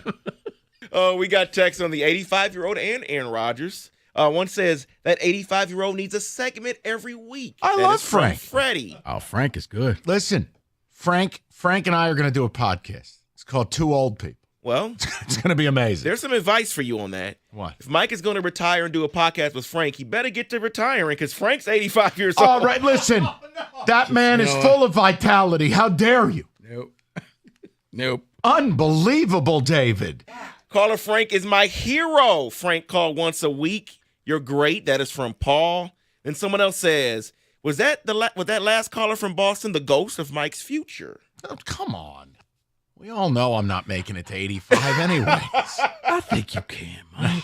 Not like that. That guy's full of life. Oh, that's going to be you. He was a great guy. Frank was that great. fire that burns in you, it's going to eternal fire, Mike. I'll be staring at the wall, muttering about door knock room on my pick 5. You will, right. And just that alone will buy you another 2 years. Oh, Kenny's amused. That's nice. I mean, I just imagine all those curmudgeon-y old people that just won't die. That's going to be Mike at age like 96. This is great. This is just so uplifting. First Porzingis, now this. Mike, you're going to live the fire that burns in you will constantly keep burning. You will find something to anger you. No. And that's going to keep you motivated. I can't believe you cut in line and took the last pudding cup. I hate you. What adult eats pudding? Well, that's all they give them. Right. When you start losing your teeth, you're not eating steaks. Must sell a lot of pudding in Mississippi. All right. David, quickly. Oh, from Diane and Clarkson. Did the Jets organization forget what happens when they sign an aging former Green Bay quarterback? No. You simply repeat history. Oh, we go right back to about it. that. Mike and Frank. The only thing missing from old quarterback weirdo 2.0 is Aaron Rodgers taking a picture of his corn cob like Favre did.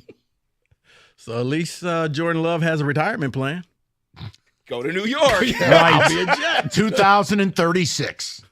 I genuinely am laughing out loud when Mike says, or maybe he's running for president. You saw those comments the other day. He actually was serious. Well, I had to make a decision. Do I want to retire and be VP?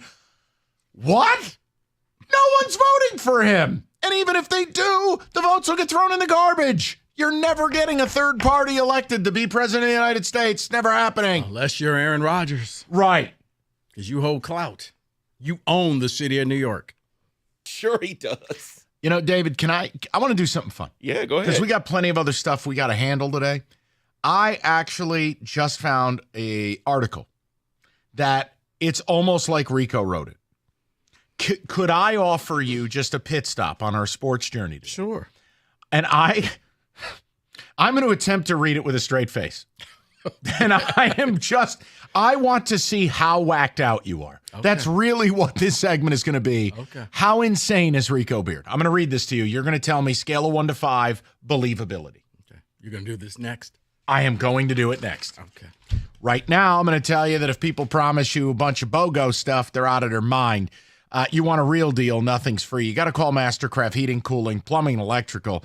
They got you covered 24/7. Locally owned for over 40 years. They back their work with a 5-year warranty, and Mastercraft, your one-stop shop for heating, AC, plumbing, and electrical, and they'll beat any price. When you bundle a new high-efficiency AC and furnace, you can save yourself up to $2,000. Fast installation and great same-day service. Just go to mastercraftheating.com.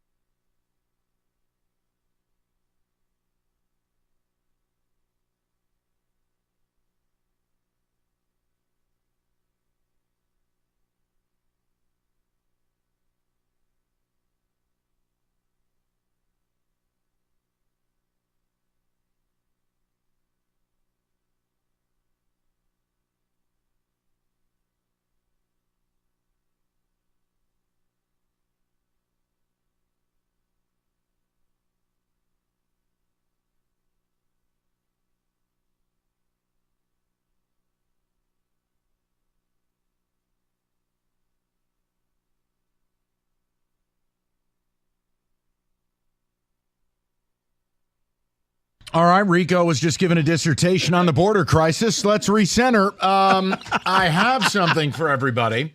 On our journey of sports today, sometimes you see something in the world, it forces you to stop and pull over. I am going to read this article. Kenny and David, I need you to listen. I'm going to try to make it through this with a straight face. But we all know Rico's a whack, right? Like, when it comes to space things, Rico Beard's insane. Okay. This guy should be wearing a fishbowl on his head. So I'm going to read this to you. And here is your headline.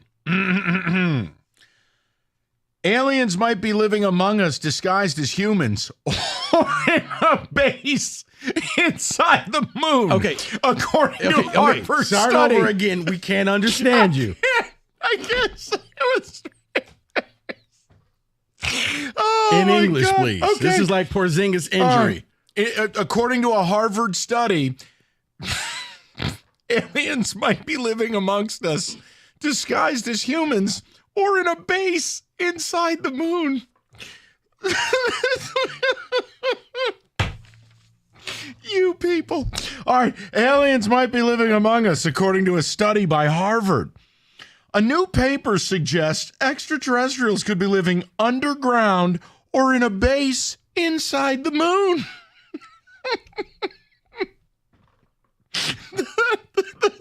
You amusing yourself? The study by Harvard University's Human Flourishing Program further puts forward the idea of UFOs or unidentified aerial phenomenons, UAPs. Maybe spaceships visiting their Earth-based alien friends. The researchers have investigated so-called crypto-terrestrials. They could be disguising themselves as humans to fit in and may have come from Earth's future or may have descended from intelligent dinosaurs. How many magic mushrooms you got to be on to write this paper for Harvard? The study was created to offer a, quote, alternate, unconventional explanation for UAP sightings and hypothesize what they may mean. The possibility of the UAP may involve forms of non-human intelligence, NHI as Rico calls it, that are already present in Earth's environment and exist alongside us. The paper reads, the author became increasingly aware of the depth of evidence and theory that tentatively supports another ultra-terrestrial explanation. And the focus is, they may be living in a base inside the moon. I can't. I can't. These are Rico's people. These are the smart people. And these ones go to Harvard. Right, these are the smart people. You do realize that the government released documents saying. Oh, here he goes. Here he goes, everybody. He's going full Zapruder mode. Go ahead. Tell me about it, Lee Harvey. What do you got? Saying, yeah, you know what? There have been UFOs. It just went under the radar because of all the ridiculous stuff that goes on in the world. But the U.S. government said, yeah, guys, here's the documents. There you go. It was like one of the last things I think Trump did before he left office. He released a bunch of documents. Bro, they're claiming the moon is empty. Well, what is it, Jack Harlow's igloo at Ford Field? What, are you kidding me? Scientifically speaking, Mike. Put on the glasses or I ain't taking you seriously. I don't have them. Get them out of that bag if you're going to be talking about moons and CTHs. And go ahead. Tell me more about our space friends. There you go. Scientifically speaking, when you look at the moon and the craters, the moon has no atmosphere. So therefore, anything that strikes the moon can't be slowed down. Yet and still, every crater is the same depth. So is it like a golf ball? With the dimples on the golf ball? No, think about it. When something hits on Earth, atmosphere slows it down, it burns it off in the air, but it forms craters at different levels. For the moon, every crater is at the same depth. There's no atmosphere. That thing is hitting the moon with nothing stopping it. It should be all dented up, and it's not. Which leads you to wondering. We have alien groundskeepers.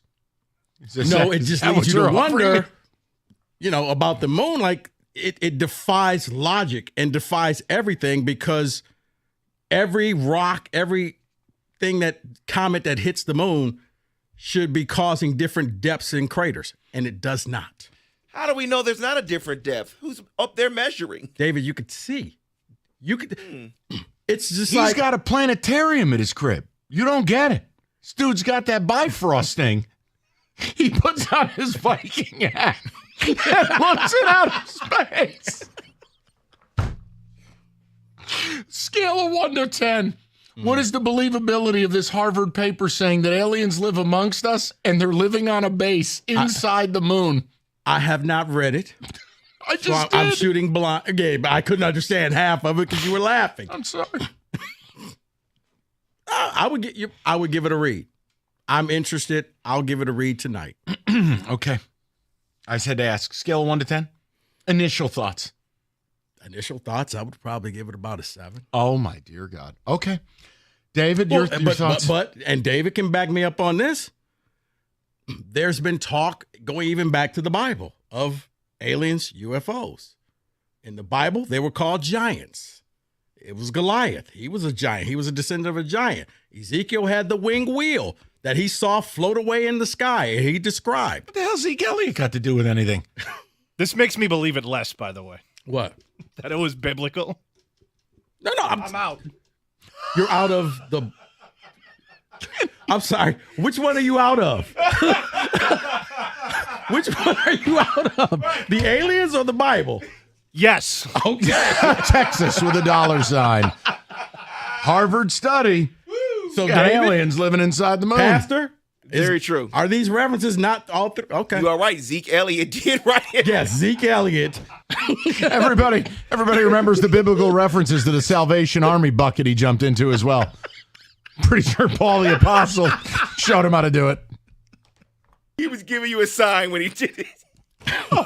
Oh man. It's the but belly yes, shirt. You're right, Rico. You are right. Yes. All right, Rico's going to read the Harvard paper tonight. I had to offer it to you. The headline was... I can't wait to read it tonight. Too salacious not to. David, some ticket text, and then we will refocus on some football. Yeah, someone says, now we know what Aaron Rodgers has been doing. He's been writing this That's article. it. Rodgers is living inside the moon right now instead of being at OTAs. Can I put the glasses away? Yes, okay. Please. Rico sounds like Bill Nye the Science Guy. That is from Glenn. Well, I take that as a compliment. You got the centrifugal forces of the NRI. I take that as a compliment. He's one of my favorite people. Bill Nye? Oh, my God. Yeah. Mike, have you ever really seen some of the stuff? Like, he is you as a scientist. Like, Bill Nye doesn't care. Like, he will call people out. He will, yeah. No, he's a real scientist? Yeah. I always thought he was just an actor. No. And I thought he was as viable as Mr. Rogers' mailman. No. Like, that wasn't a literal mailman. No, he'll MF you, and yeah, oh my God. Oh, Bill Nye is for real. Like, he's legit. I never knew this. Yeah. David. The craters on the moon do vary in depth. You're wrong, Rico. They 100% do. They vary in the circumference, but they don't. The depth is the same. I love when nerds fight. This is awesome. Go ahead. NASA has literally crashed objects into the moon to analyze its structure seismically. David, you're stupid. Whoa. I like that text. David, you're not stupid. Kinda explains Kyrie Irving and Aaron Rodgers. Just saying, Griff and Troy. What if Kyrie's offseason home is inside the moon? That would make so much sense to me. But yes. And Kyrie alone on the moon burning stage. And as they crash those things, yeah, they did say the moon rang like a bell for a long time. So you believe it's empty and filled with space people? I don't know who's in it, but I'm just saying. Jeremy, you have no idea what you've walked in on. Just trust me. There's a Harvard. Do I want to know it? There's a Harvard paper that is suggesting that aliens do live among us and they live in their home base inside the moon because, wait for it, the moon's hollow. Are we going to go there now? Are we going to the moon to find out? No, he can. He's Neil Tyson deGrasse. As I've often said, there's a reason why we stopped going. Okay. You know what? I'm not going to say what I'm going to say. Leave it alone. I'm going to say this, though. I'll read this. Mike, haven't you seen Men in Black? It is real.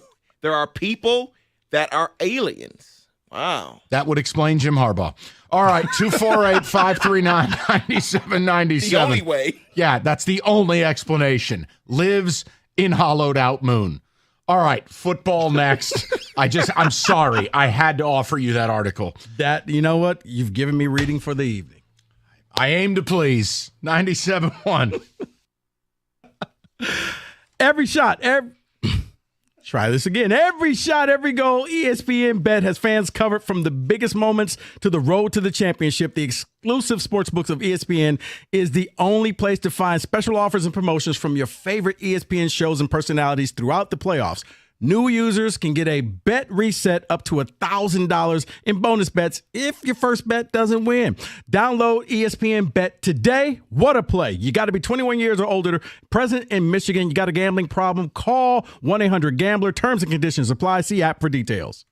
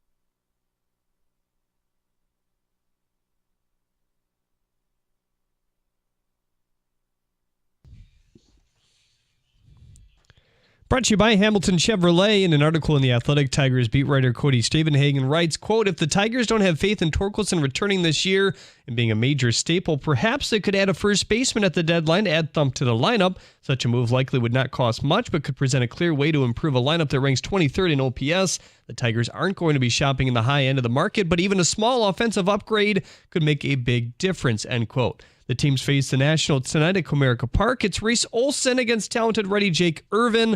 Irvin is coming off one of the best starts of the year while he shut out Atlanta in 6 innings, while Olson is coming off arguably the worst start of his career.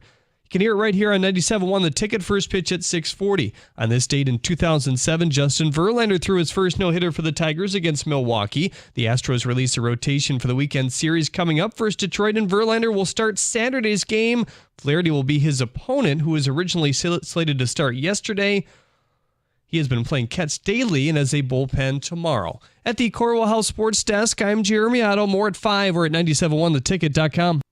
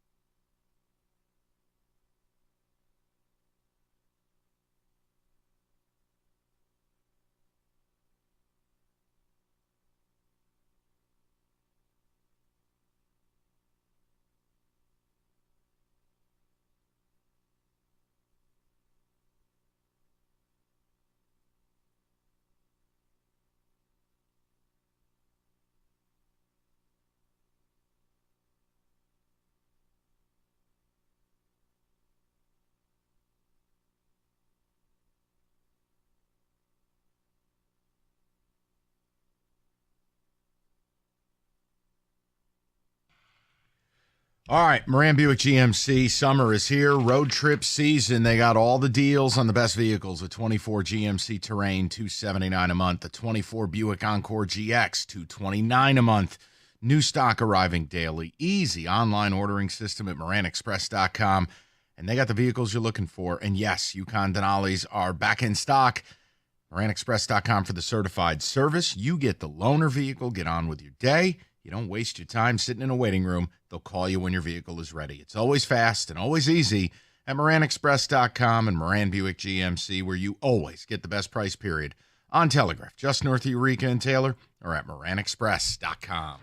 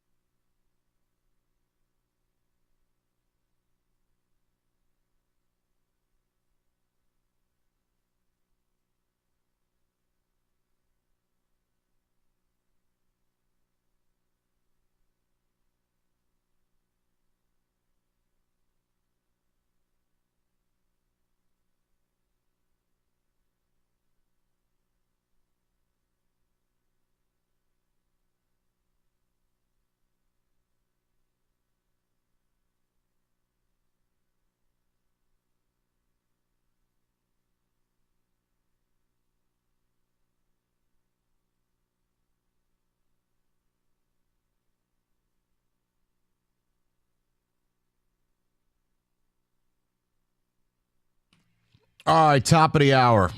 It's like Sophie's Choice. I got to ask you guys a question. It's kind of a would you rather. If you missed our Tiger Talk, Odyssey.com Rewind, ESPN had an interesting what your team should do with the deadline piece. One problem. The Tigers were living with Rico's aliens in the middle of the moon. ESPN couldn't figure out whether they were buyers or sellers. They just threw their hands in the air and went, you figure it out. And we had the conversation a month from today. If they're still 2.5 out of the wild card, what do you do? And gave you a couple of scenarios. And we may get back into it in the 5. Just depends. You have been obsessed because right now sports TV is bad. The Stanley Cup Finals suck. The NBA Finals suck. And again, I'm a Celtics fan. It's different for me. I'm involved in the finals. If you're not involved, there's not much here. Florida is exponentially better than Edmonton. The Celtics, I think, are exponentially better than the Mavs. Porzingis just died. We'll see. But you get my point. Yeah. It's a tough watch. And sports TV, not great, Bob. No. Your baseball team's not on. Nobody watches baseball out of market. Football's a distant thing. But here comes Rico Beard to save the day because I'm telling you, he talks to the cleaning lady about it. He talks to the front desk lady. He talks to people he doesn't even know in the building about his new sports TV show that we all are supposed to watch. I promise you said, hey, I don't know if I want to watch Clipped. It's on Hulu and FX. And it's basically the Donald Sterling story, the Clippers, everything that went on, how he lost the team. Here's the thing. It's a good show. It reminds me a lot, and it has that same intrigue of the People versus OJ, where you know what happened, but you get to see the behind the scenes of everything that goes on. From the very first scene, you're like, wow, the Clippers are a Mickey Mouse organization. And yeah, you know, was it Ed O'Neill? He's really good. You don't see Al Bundy. You actually start seeing him as the owner of the Clippers. And yeah, Larry Fishburne, you start seeing Doc Rivers. It's good. Now, is it like 30 for 30 where it's the act? No, it's not the actual footage, but you kind of get the perspective of everything that went on, how it affected the team. Mike, when they played the drop that we do of food and clothes, I'm sitting there laughing so hard like, wow, this is how all of this happened. But here's the issue. It's the same thing as the OJ show. These actors don't look anything like the real people. I don't need you to. Doc Rivers is Lawrence Fishburne? Okay. What? The way they have his hair, you forget that, okay, he doesn't look exactly like him, but he looks enough. The only one that like you could have did a better job is Chris Paul. The guy playing Chris Paul is like, come on, really? You just found some brother on the street and say, you want to be Chris Paul? Sure. All right, you love it. Evan Jenkins, who is our Do Everything EP of video and audio and podcasting, Evan hates it. Right. Evan has said it's one of the worst shows he's ever watched. You're lecturing people saying it's better than the 10 Commandments. I mean, David, are we actually going to give this a run? I think I have to because he's been telling me all this stuff about it that I think I have to because I've been worried about people that don't look like the actual person.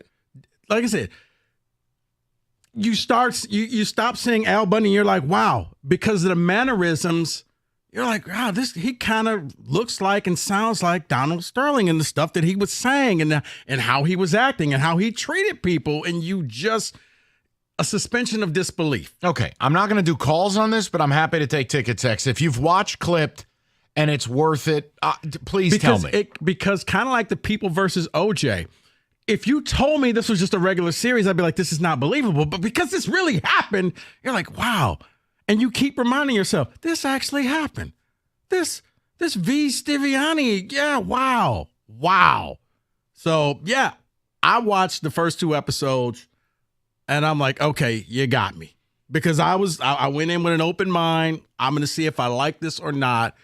Watched it, and, yeah, I can't wait for episode 3 to drop. I think it drops tonight. 248-539-9797. But David, you asked me to watch it and let you know. I know, and boy, I didn't realize it'd be your new favorite show. We can do it. There's nothing else to watch. Well, we've got you have the Celtics to watch. 2 weeks from tonight is the NBA draft, and you're right. We're in a little bit of a void here. And these series don't look like, no matter how much they delay the games, that the series are going to last long. No. And then you really are in a bit of a dry spell. And you know what? And maybe this is me, and I know the public wouldn't care, but I would love if they did one of these for the Pistons this past season and just covered everything from the top down from the owner to the to the president, the general manager, the coach, the players. I would love to see one for the Pistons, the losing streak, and how they handle it behind the scenes. Yeah.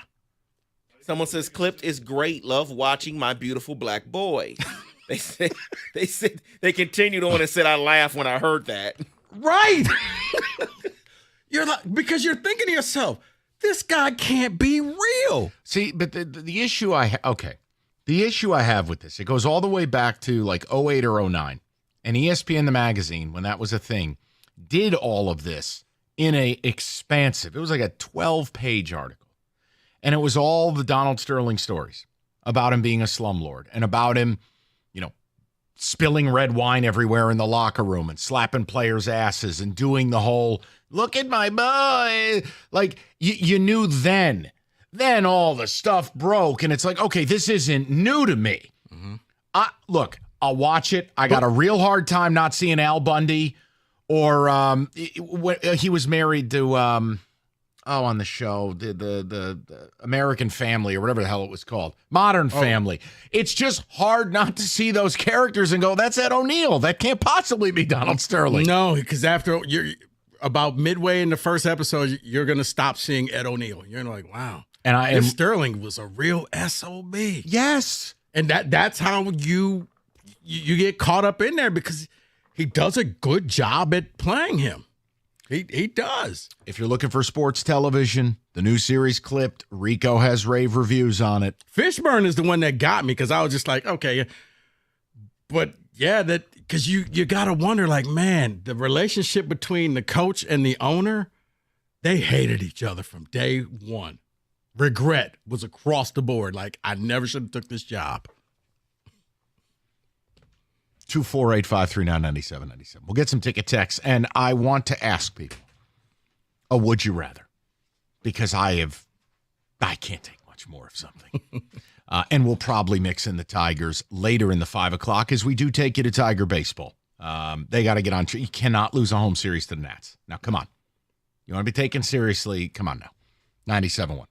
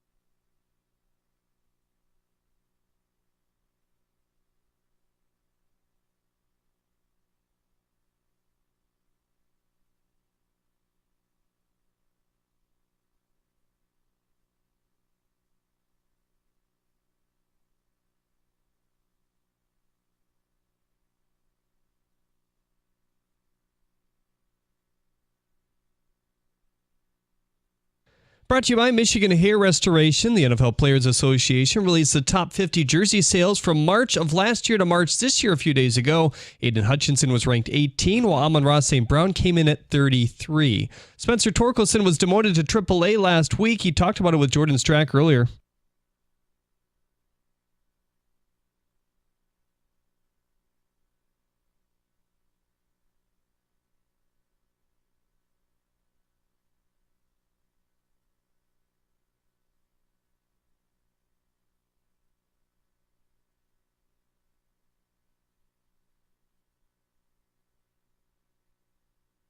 Game 2 of the series tonight with the Nationals coming up right here in 97.1 The Ticket, pregame at 6:15. MSU AD Alan Holler has confirmed reports from yesterday to the Lansing State Journal that Spartan Hockey will play an outdoor game at Wrigley Field next season as a part of the Winter Classic in the NHL. The only thing that they've requested is the game not be against Michigan, who's also rumored to be involved. And here's a story to follow up on your alien stuff, guys. Max Crosby on the Jim Rome show a few days ago said he at least believes in them. He said, quote, "We were literally on a flight back from Miami as we saw a UFO with our own eyes. And that sounds crazy, but you can ask the pilots, anybody that was there. It was wild. I saw it, and I had no idea what it was. There was nothing on the radar, and it was like a big shining light going in and out." And there was a colonial woman on the wing churning butter. You don't believe him, man? He saw it. At the Cornwall Health Sports Desk, I'm Jeremy Otto. For more, go to 97.1 The Ticket or Odyssey.com.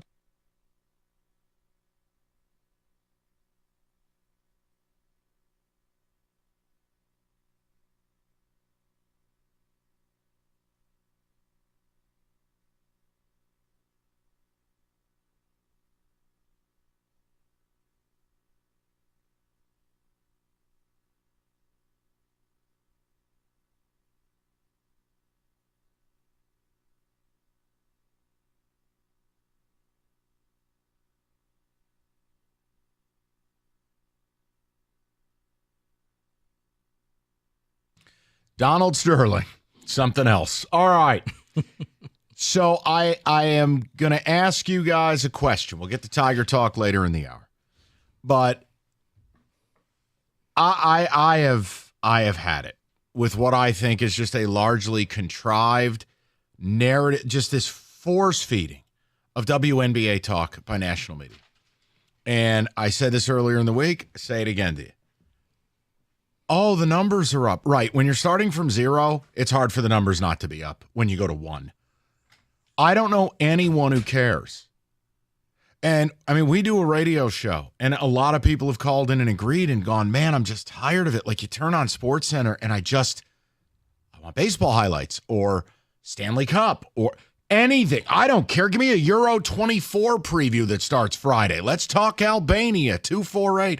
The point is, I want to know if you've hit this point. Now, death is not an option.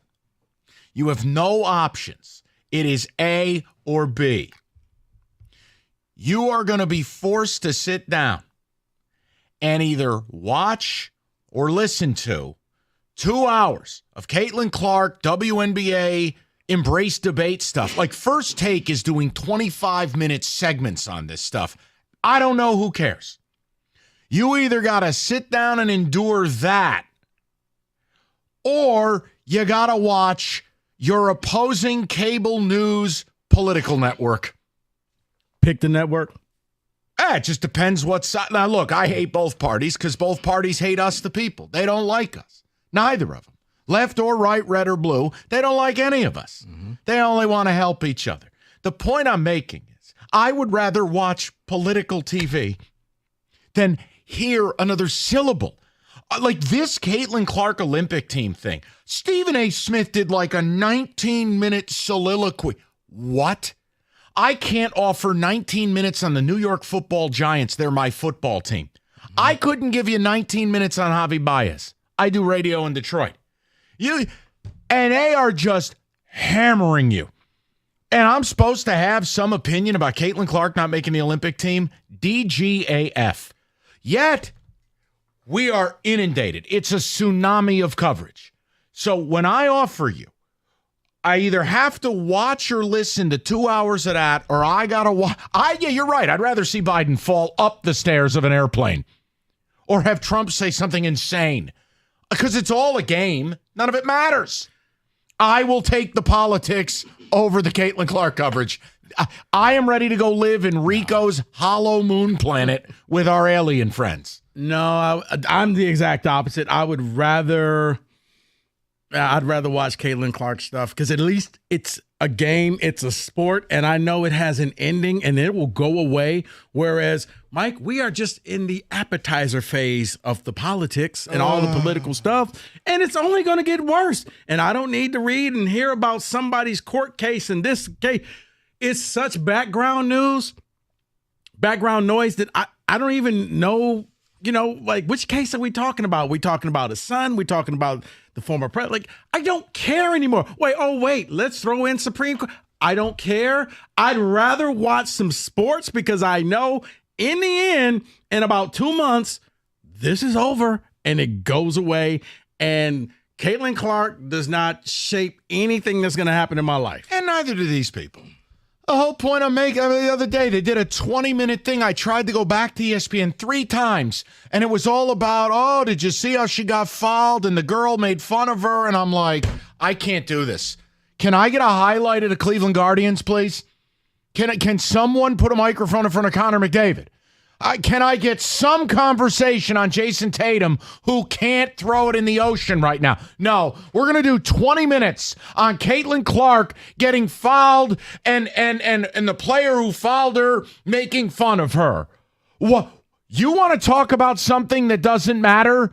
Buddy, welcome to the cereal aisle of it. I was about to say, Mike, how is this any different than the Aaron Rodgers is MIA? It's gone. Football. It's football. That's my answer. It's football. Right, but once again, this is one of those, why do I care about the Jets? You weren't going to win anyway. I'd rather do the sports than, because it's still sports. In the end, it's like, all right, it's got a shelf life. Let's ask David and Kenny. And again, there's no wrong answer. I just want to know if you, the listener, are at the point I'm at. I don't want to hear it. I don't want to see it. I don't want my sports interrupted by it. I'm tired of it. Oh, my God. See, here's the thing, Rico. Rico. Oh, my God. Did you see Caitlin blocked a 10-year-old shot? I don't care. I have, in fact, put her name in the keywords that I don't want to see on my Twitter feed.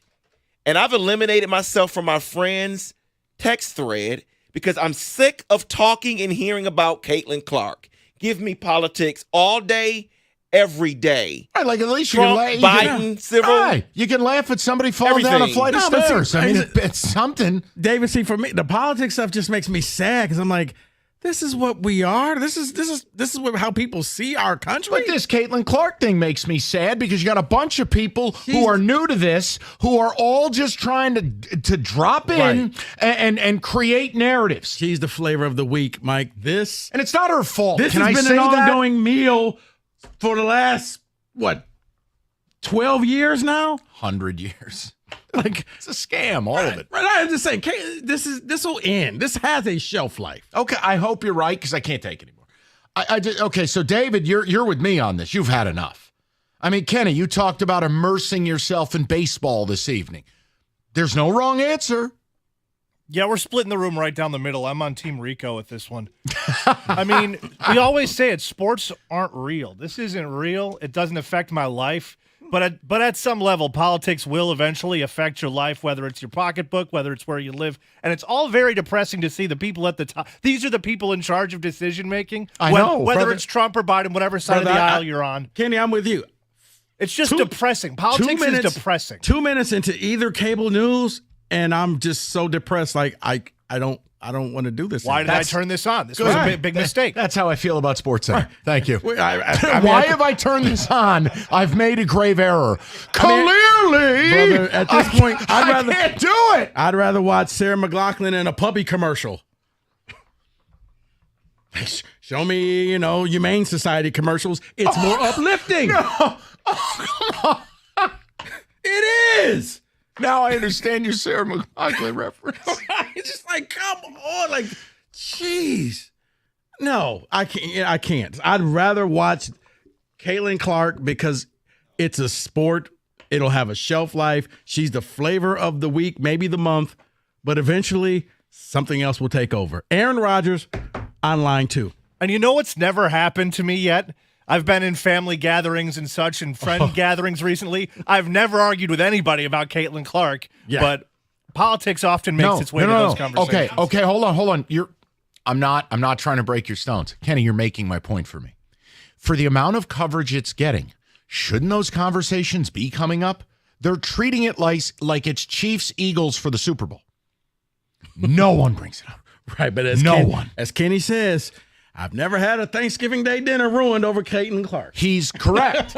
And by the way, because and this has nothing to do with her. No. Like, she actually, when she has spoken, she seems like a very mature young woman at 22 and in the fulcrum of a laser.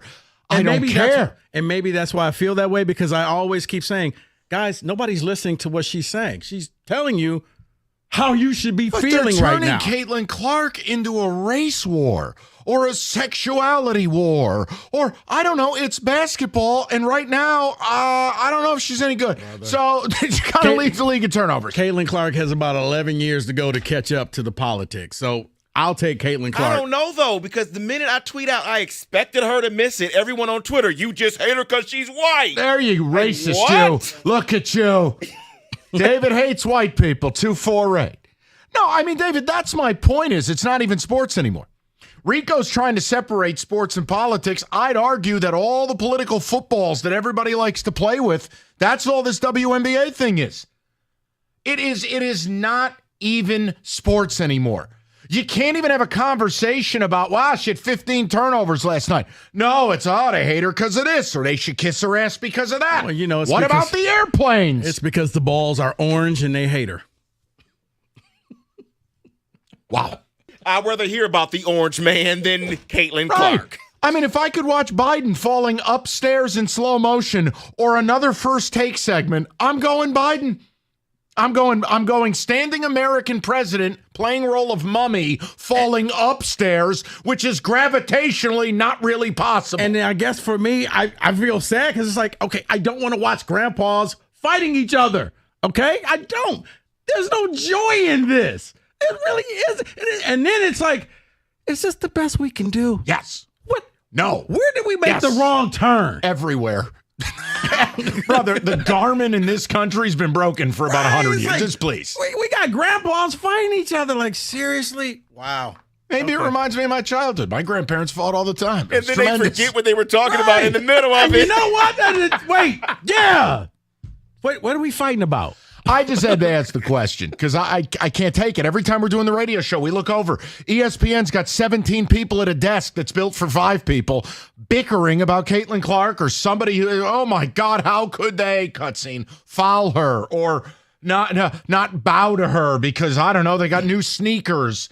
248-539-9797. Yes, we will get to Tiger Talk as well. Here's Rico to lecture you on the border.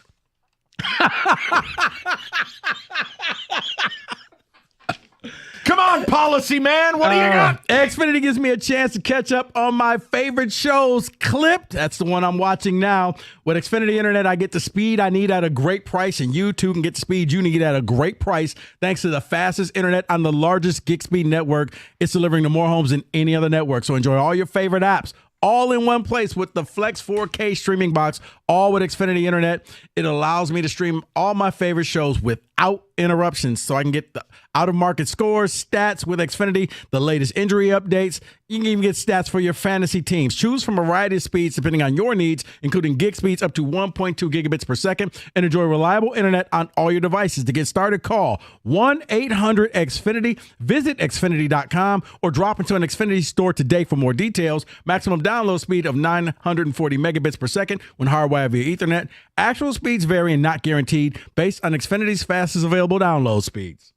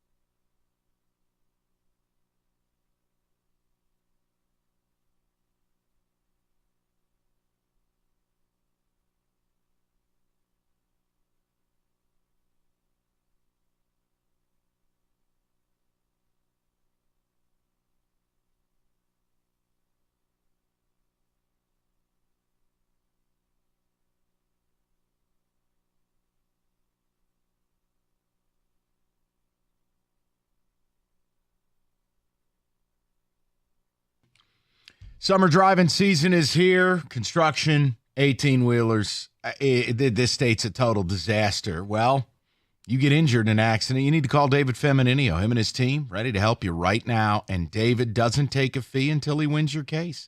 You could speak to David personally right now by calling 855-65-CRASH. Or you can always go to that website at getdavidgetpaid.com.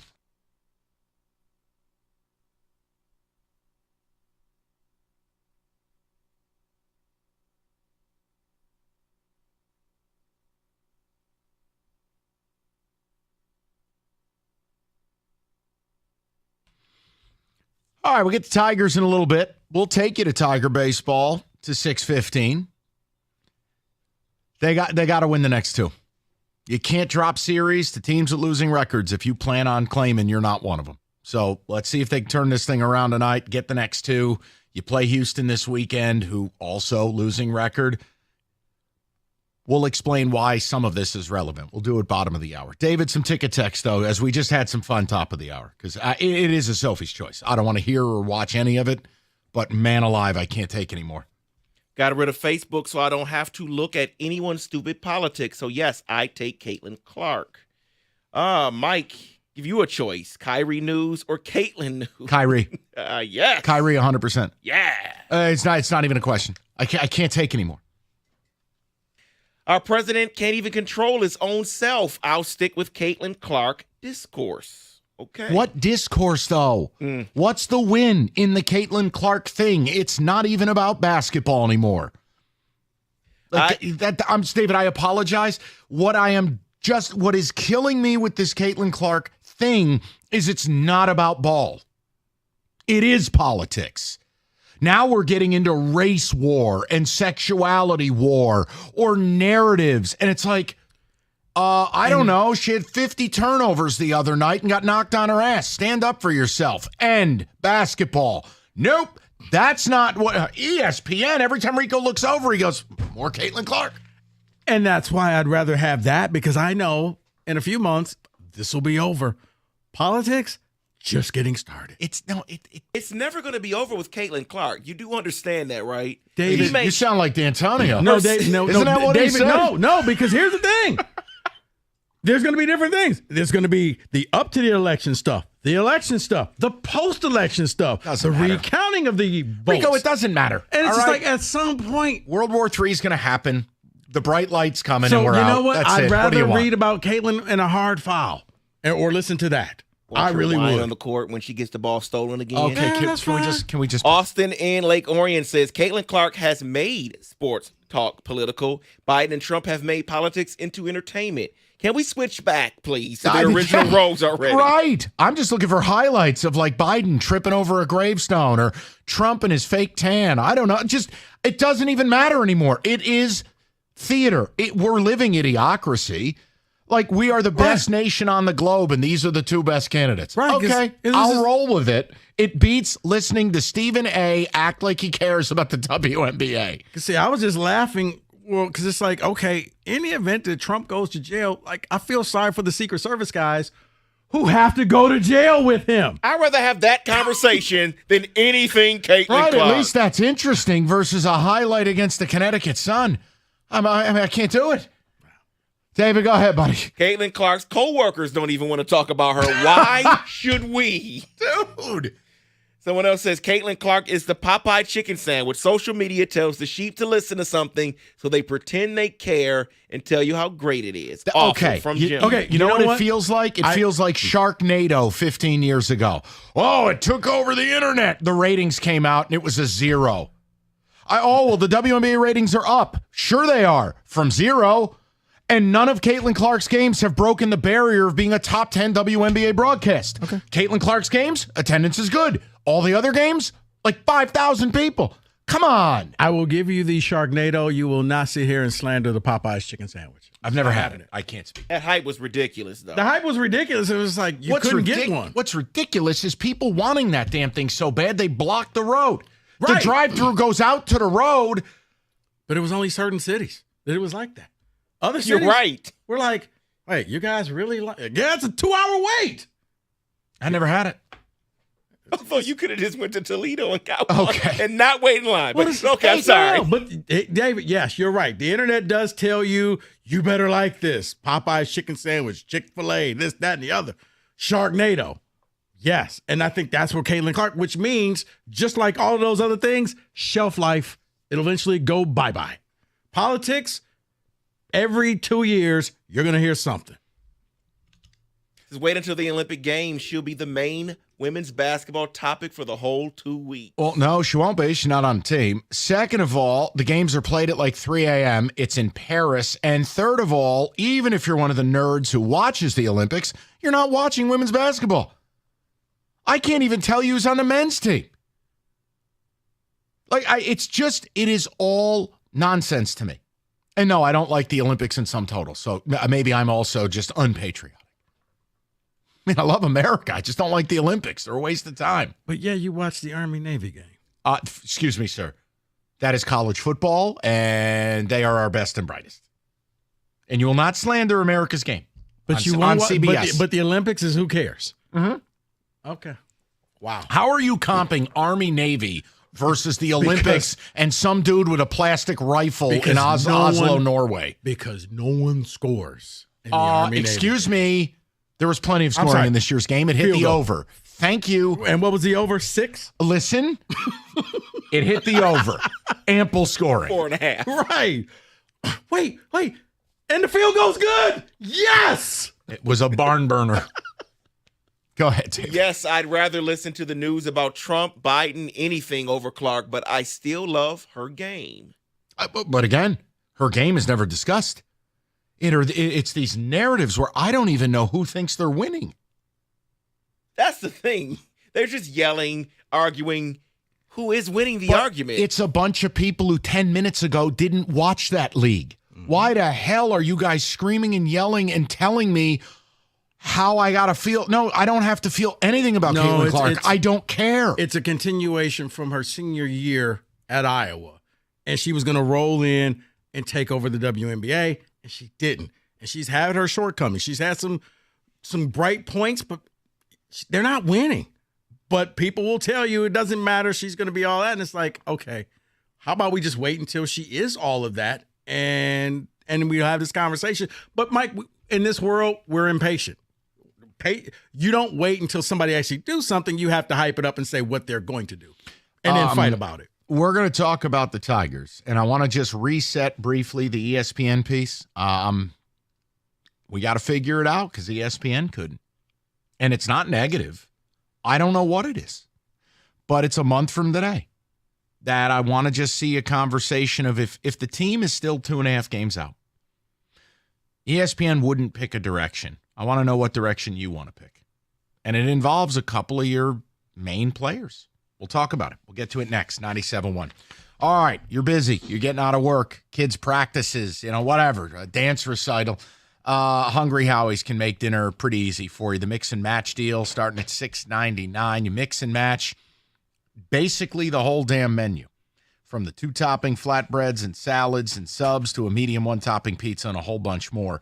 Mix and match, $6.99 each. Get dinner on the table in under 30 minutes. The options are endless. 8 different flavored crusts. Hungry Howie's doesn't miss. Don't settle for less than the best. Order off that mix and match menu tonight, only at Hungry Howie's.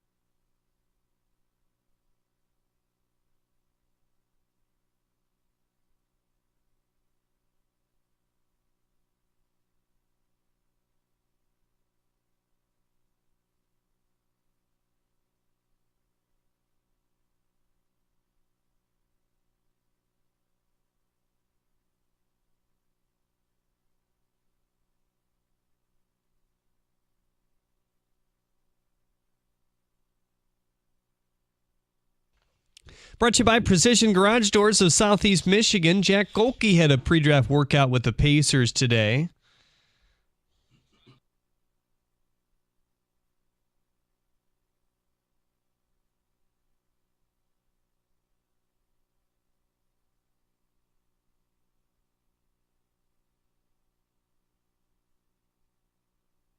Golke said it was his third with an NBA team, and he expects to have 2 to 3 more. It's the Tigers and Nationals in Game 2 of the series here on 97.1 The Ticket. The pregame show begins in just about 45 minutes from now at 6:15. NBA legend Jerry West has passed away at the age of 86. West was an all-star in each of his 14 seasons as a player, winning 1 championship, but making 8 other final series. As an executive, his Lakers team reached the NBA Finals 12 times, winning 6 between 1980 and 2000. At the Corwell House Sports Desk, I'm Jeremy Otto. For more, go to 97.1 The Ticket or Odyssey.com.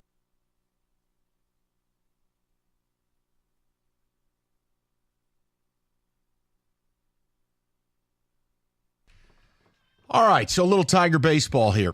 Also, your football score of the day, Twins 17, Rockies 9. Good heavens. Yeah. And, Mike, let me just give you something, a little bit of, according to multiple sources, a little bit of sports-ish breaking news. But Joey Chestnut and Kobayashi. I tell you, go ahead. A made-for-TV event live on Netflix Monday, September 2nd. So I guess over the Labor Day weekend. Okay, you finally found something that I'd rather hear about Cade Clark. Okay?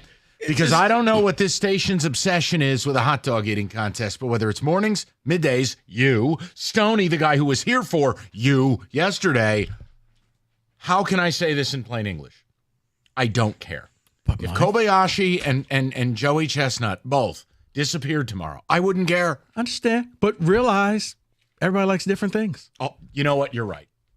And I hope you enjoy your hot dog eating contest. So I'm just saying that it's finally going to happen. It's called Unfinished Beef, and they're going to go against each other. Won't be watching.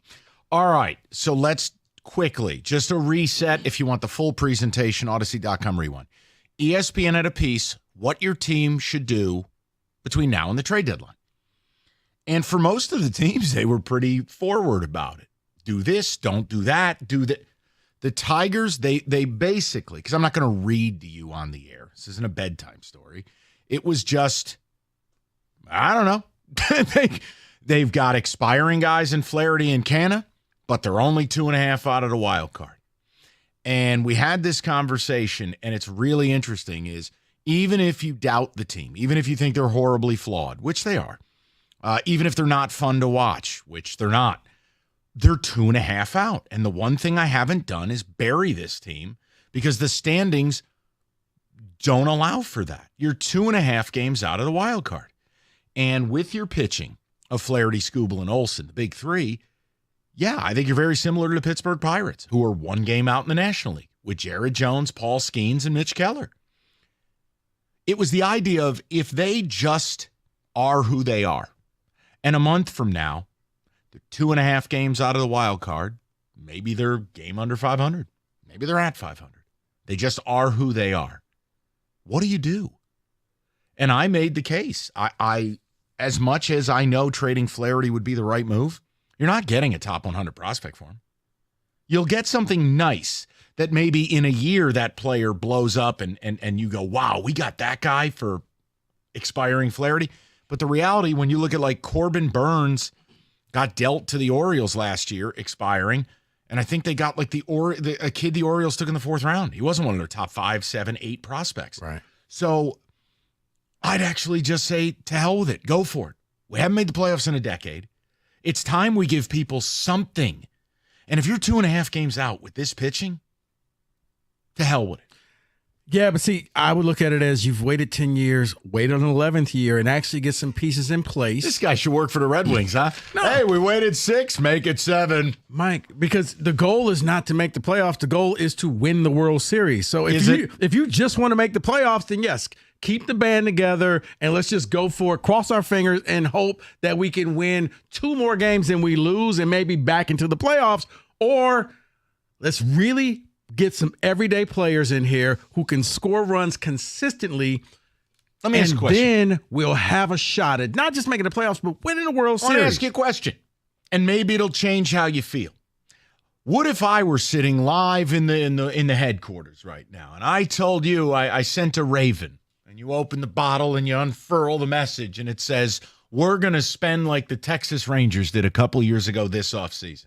What if you knew in your mind we will add on an annual basis $60 to $70 million to this payroll? We are going to go out. We're going to sign Scooble. We're going to go out, and we're going to go make a run at some free agents. I'm saying, would it change your opinion? It would, Mike, but you're giving me either or, because this is one where I would say, okay, great. I'm keeping Scooble. I'm liquidating. I'm still going to try to bring in some other players and then spend money and maybe bring in one or two more pieces to the puzzle. And I admit this. Like, I try to do a good job admitting my bias. Like, yes, I hate Michigan's guts. There you go, honesty. I'm tired of selling. I'm sick of this. Like, even earlier in the year when I brought up, look, would I listen on offers for Scooble? Sure. Why did I say that? Because I was talking about getting an everyday player plus 2 premium, high-level, near major league ready players that, in essence, I'm playing now. Right. Well, it's why, and the statute of limitations will be up in a few weeks. I know. But the Erod thing, like you could have brought in some players that could have been helping you right now. Who did they? I'm trying to think back to how they got screwed over. What were the 2 players that were rumored? Was, I know the Dodgers had 2 big-time catching prospects. Name escapes me. Or was it Andy Pages? His last name is spelled Pages, but it's called Pages or whatever. One was a catcher, and it was some pieces that you definitely could have used. And it's just this idea of, you're right in principality. I am just, if they're 2.5 games out, I want you to think about this. And we come on the air, and let's say there's a report, they're putting up the white flag. How do we explain that to our customers? Lord knows the team won't explain it to theirs. How do you tell people 2.5 games out of the wild card that you've surrendered the fort? I think it would depend on who you get back in return. They won't know who it is. So I'm saying, if you have some like everyday type of person coming in that can play right away, brother, if that happens, I'll take you to Sizzler. It's not happening. Not for an expiring guy. It won't happen. Oh no, I'm talking about selling. Like you sell. Like if they traded Canna, Flaherty, and one of their bullpen pieces, 2.5 games out. How do you explain that to your customers? That's when you bring up your young guys and say, hey, you're going to get a glimpse of what the future's going to be. Well, first of all, they should bring Young up right now. Another 2 home runs last night. I don't know what we're waiting on. I don't. Yeah. And if it's developmental, so be it. But like, I have a Frankenstein at third base. Just call the kid up. What the hell are we doing? And you also, if you're honest with your people and say, we're trying to build a team that can win a World Series and not just make the playoffs. And I know it's been a while, but guys, we want to put our best foot forward, and we're not there yet. David, Ticket Text, what do you got for me? Tigers would be dangerous in the playoffs with that pitching. Last caller was absolutely right. If they don't want to be here, then it's obvious to move them. Otherwise, you keep Scooble. Yeah, your pitching is dynamic, but the problem, you can't score runs. Well, and that's not going to go anywhere. Yeah, but playoff baseball becomes less about offense and more about hey, take it from a Yankee fan. Lord knows Aaron Judge needs a Cialis every playoffs. I understand, but if you're hoping that the other team makes an error in order for you to score, that's not a good business plan. Yankees debuting their new Flaccid Edition jerseys every time we get to October. Wow. Depending on who's available, I'm with Rico. Set yourself up for the next 5+ years. If some very good players are available, then you go all in. I think the other thing you could do as well is you do need to attempt to sign Flaherty? And if he says he's going to free agency, well, then it makes Rico's point easier, right? Isn't that the move? I'm all in if they are close to making the playoffs. There has to be steps to a World Series, and making the playoffs is a step. Making the playoffs with this offense is just the Blake Griffin Pistons. Yes. Making it to get swept. Who cares? It's not, and I'll tell you why. Can I at least defend myself on this one? That's a Blake Griffin. It's a really bad comparison. You had to make a deal that sabotaged your own franchise and took on a player who was in the first year of a mega extension that even the Clippers, run by Ed O'Neill, looked and went, wait, we did what?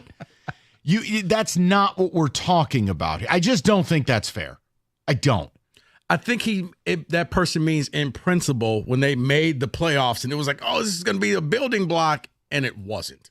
They fell on their face, and they haven't gotten up yet. 248-539-9797. All right, David, one more, and then we will get to some football and then the big finish. Andrew in a brown truck says, I am all in, but I know this organization is going to let me down. Got so mad last night at this team. Yeah, and look, the truth is, and like we're not going to do let it play out theater. That's not how we do radio. They're going to give you the answer. The odds that they're exactly where they are in a month, not great. They'll either be in it and a big story, or they'll assassinate themselves and be 7.5 out. Like, that's just reality. Like, the trap door is there, but it is fascinating that if they landed in that weird space, because 2.5 games in mid-July is nothing. And I will have a very hard time telling my audience, oh, it's okay.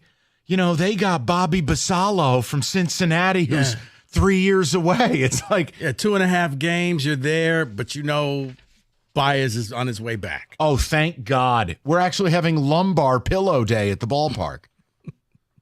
And look, I hope he gets better, but I hope he takes his time because they're better without him. Right, I'm saying, this is, you know what? He's fully healed and he's ready for the stretch run. All right, warmer weather. How's your garage floor looking? Is the concrete stained and cracked? Do you have a bad epoxy job? Now is the time to call Comer and Cross. Get a free and easy quote in just one day.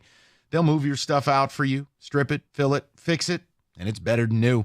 They apply a gleaming new Comer and Cross garage floor, protecting it for years. It is the absolute gold standard in the industry, and guarantee your Comer and Cross floor will not chip, crack, or yellow.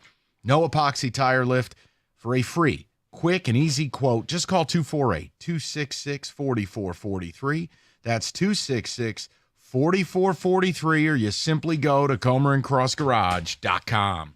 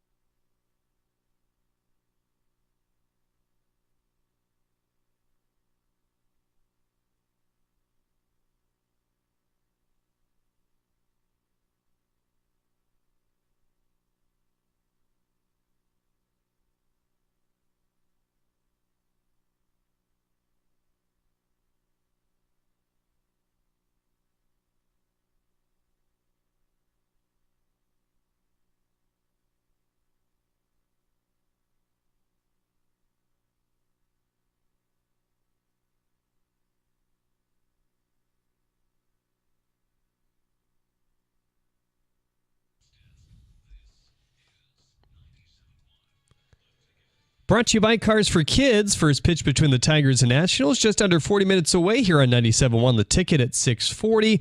Post-game yesterday, Kenta Maeda was a little confused why he was being taken out of the game so early via his translator.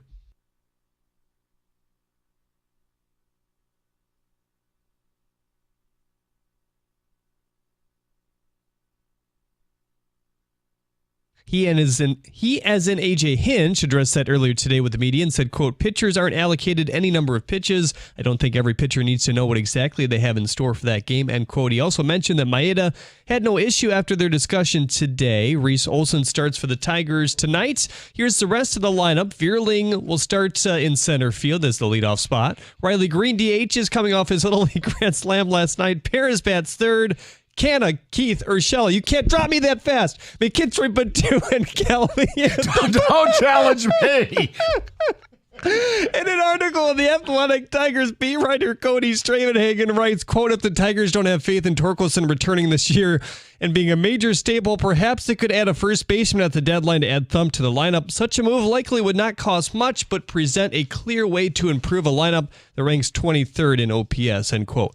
Vikings coach Kevin O'Connell confirming today that Sam Darnold will remain his starting quarterback at the beginning of the camp, not J.J. McCarthy. He said he expects there to be a competition at a lot of positions. At the Coral House Sports Desk, I'm Jeremy Otto. For more, go to 97.1 The Ticket or Odyssey.com.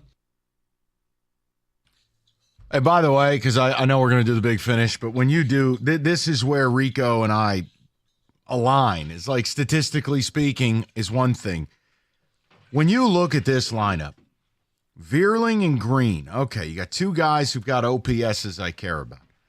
The rest of this lineup, Wensiel, Perez, Canna, Keith, Urshela, McKinstry, Akil Baddoo, what are you doing back in my lineup? And Carson Kelly. You're just like, how is this real life? Right, which goes to the whole, you're not winning. Your pitcher's got to come out in a short series and win 1-0 or 2-1. You know what? And I'll do that. It can happen. But interesting note there in Jeremy's update. Oh, if they don't have faith, well, here, let me help the Tigers. None of us have faith in Torkelson coming up here and helping you. Oh, you can add a first baseman that won't cost much? Good. Who? What am I trading for Dan Vogelbach? Who am I trading for? Give me a name. Maybe I can go get Roddy Tellez, who's hitting 120. Like, tell me who I'm going to get now. You going to tell me they're going to go get Pete Alonso on a rental? You'd have to be deeply embedded in a playoff run to do that because the Mets ain't giving him away. They're going to bring back Dave Bergman. You know, have you ever heard the story about 84, Rico? David, go ahead. Big finish, please.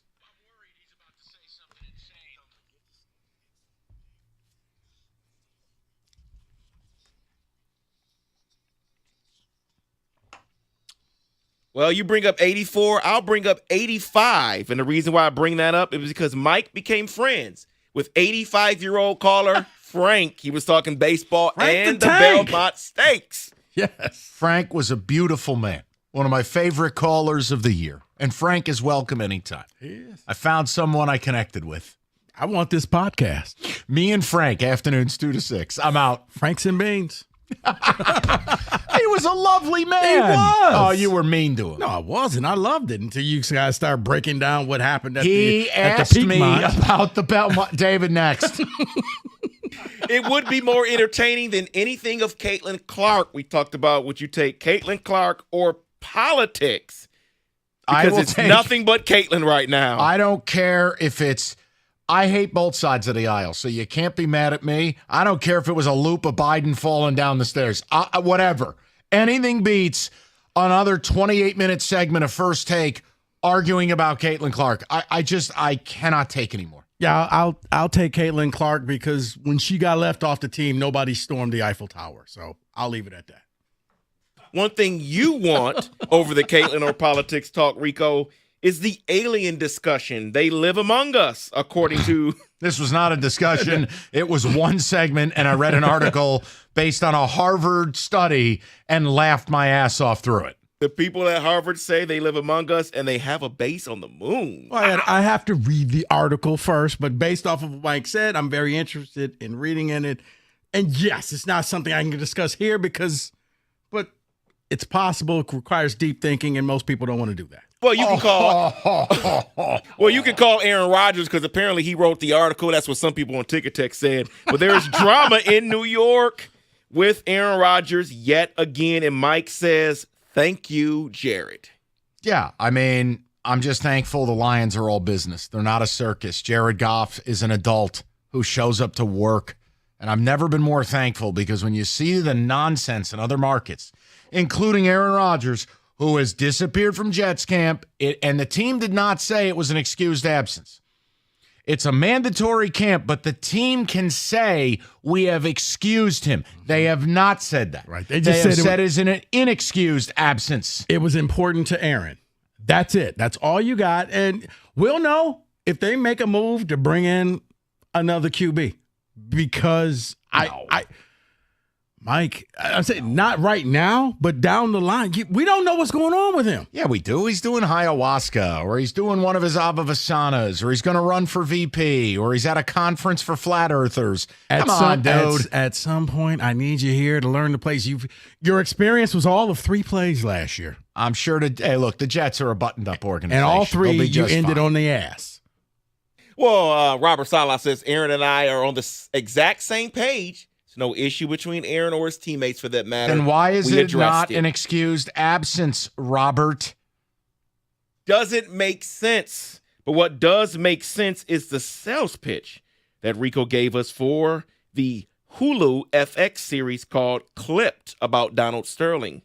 Rico, you enjoy this series, don't you? I did. I think it's entertaining. It's not a 30 for 30. If you're looking for actual interviews, no. But it is entertaining where Ed O'Neill, you don't see Al Bundy. It's like, wow, this really happened. And he plays a good job of being an owner who just thinks the world revolves around him.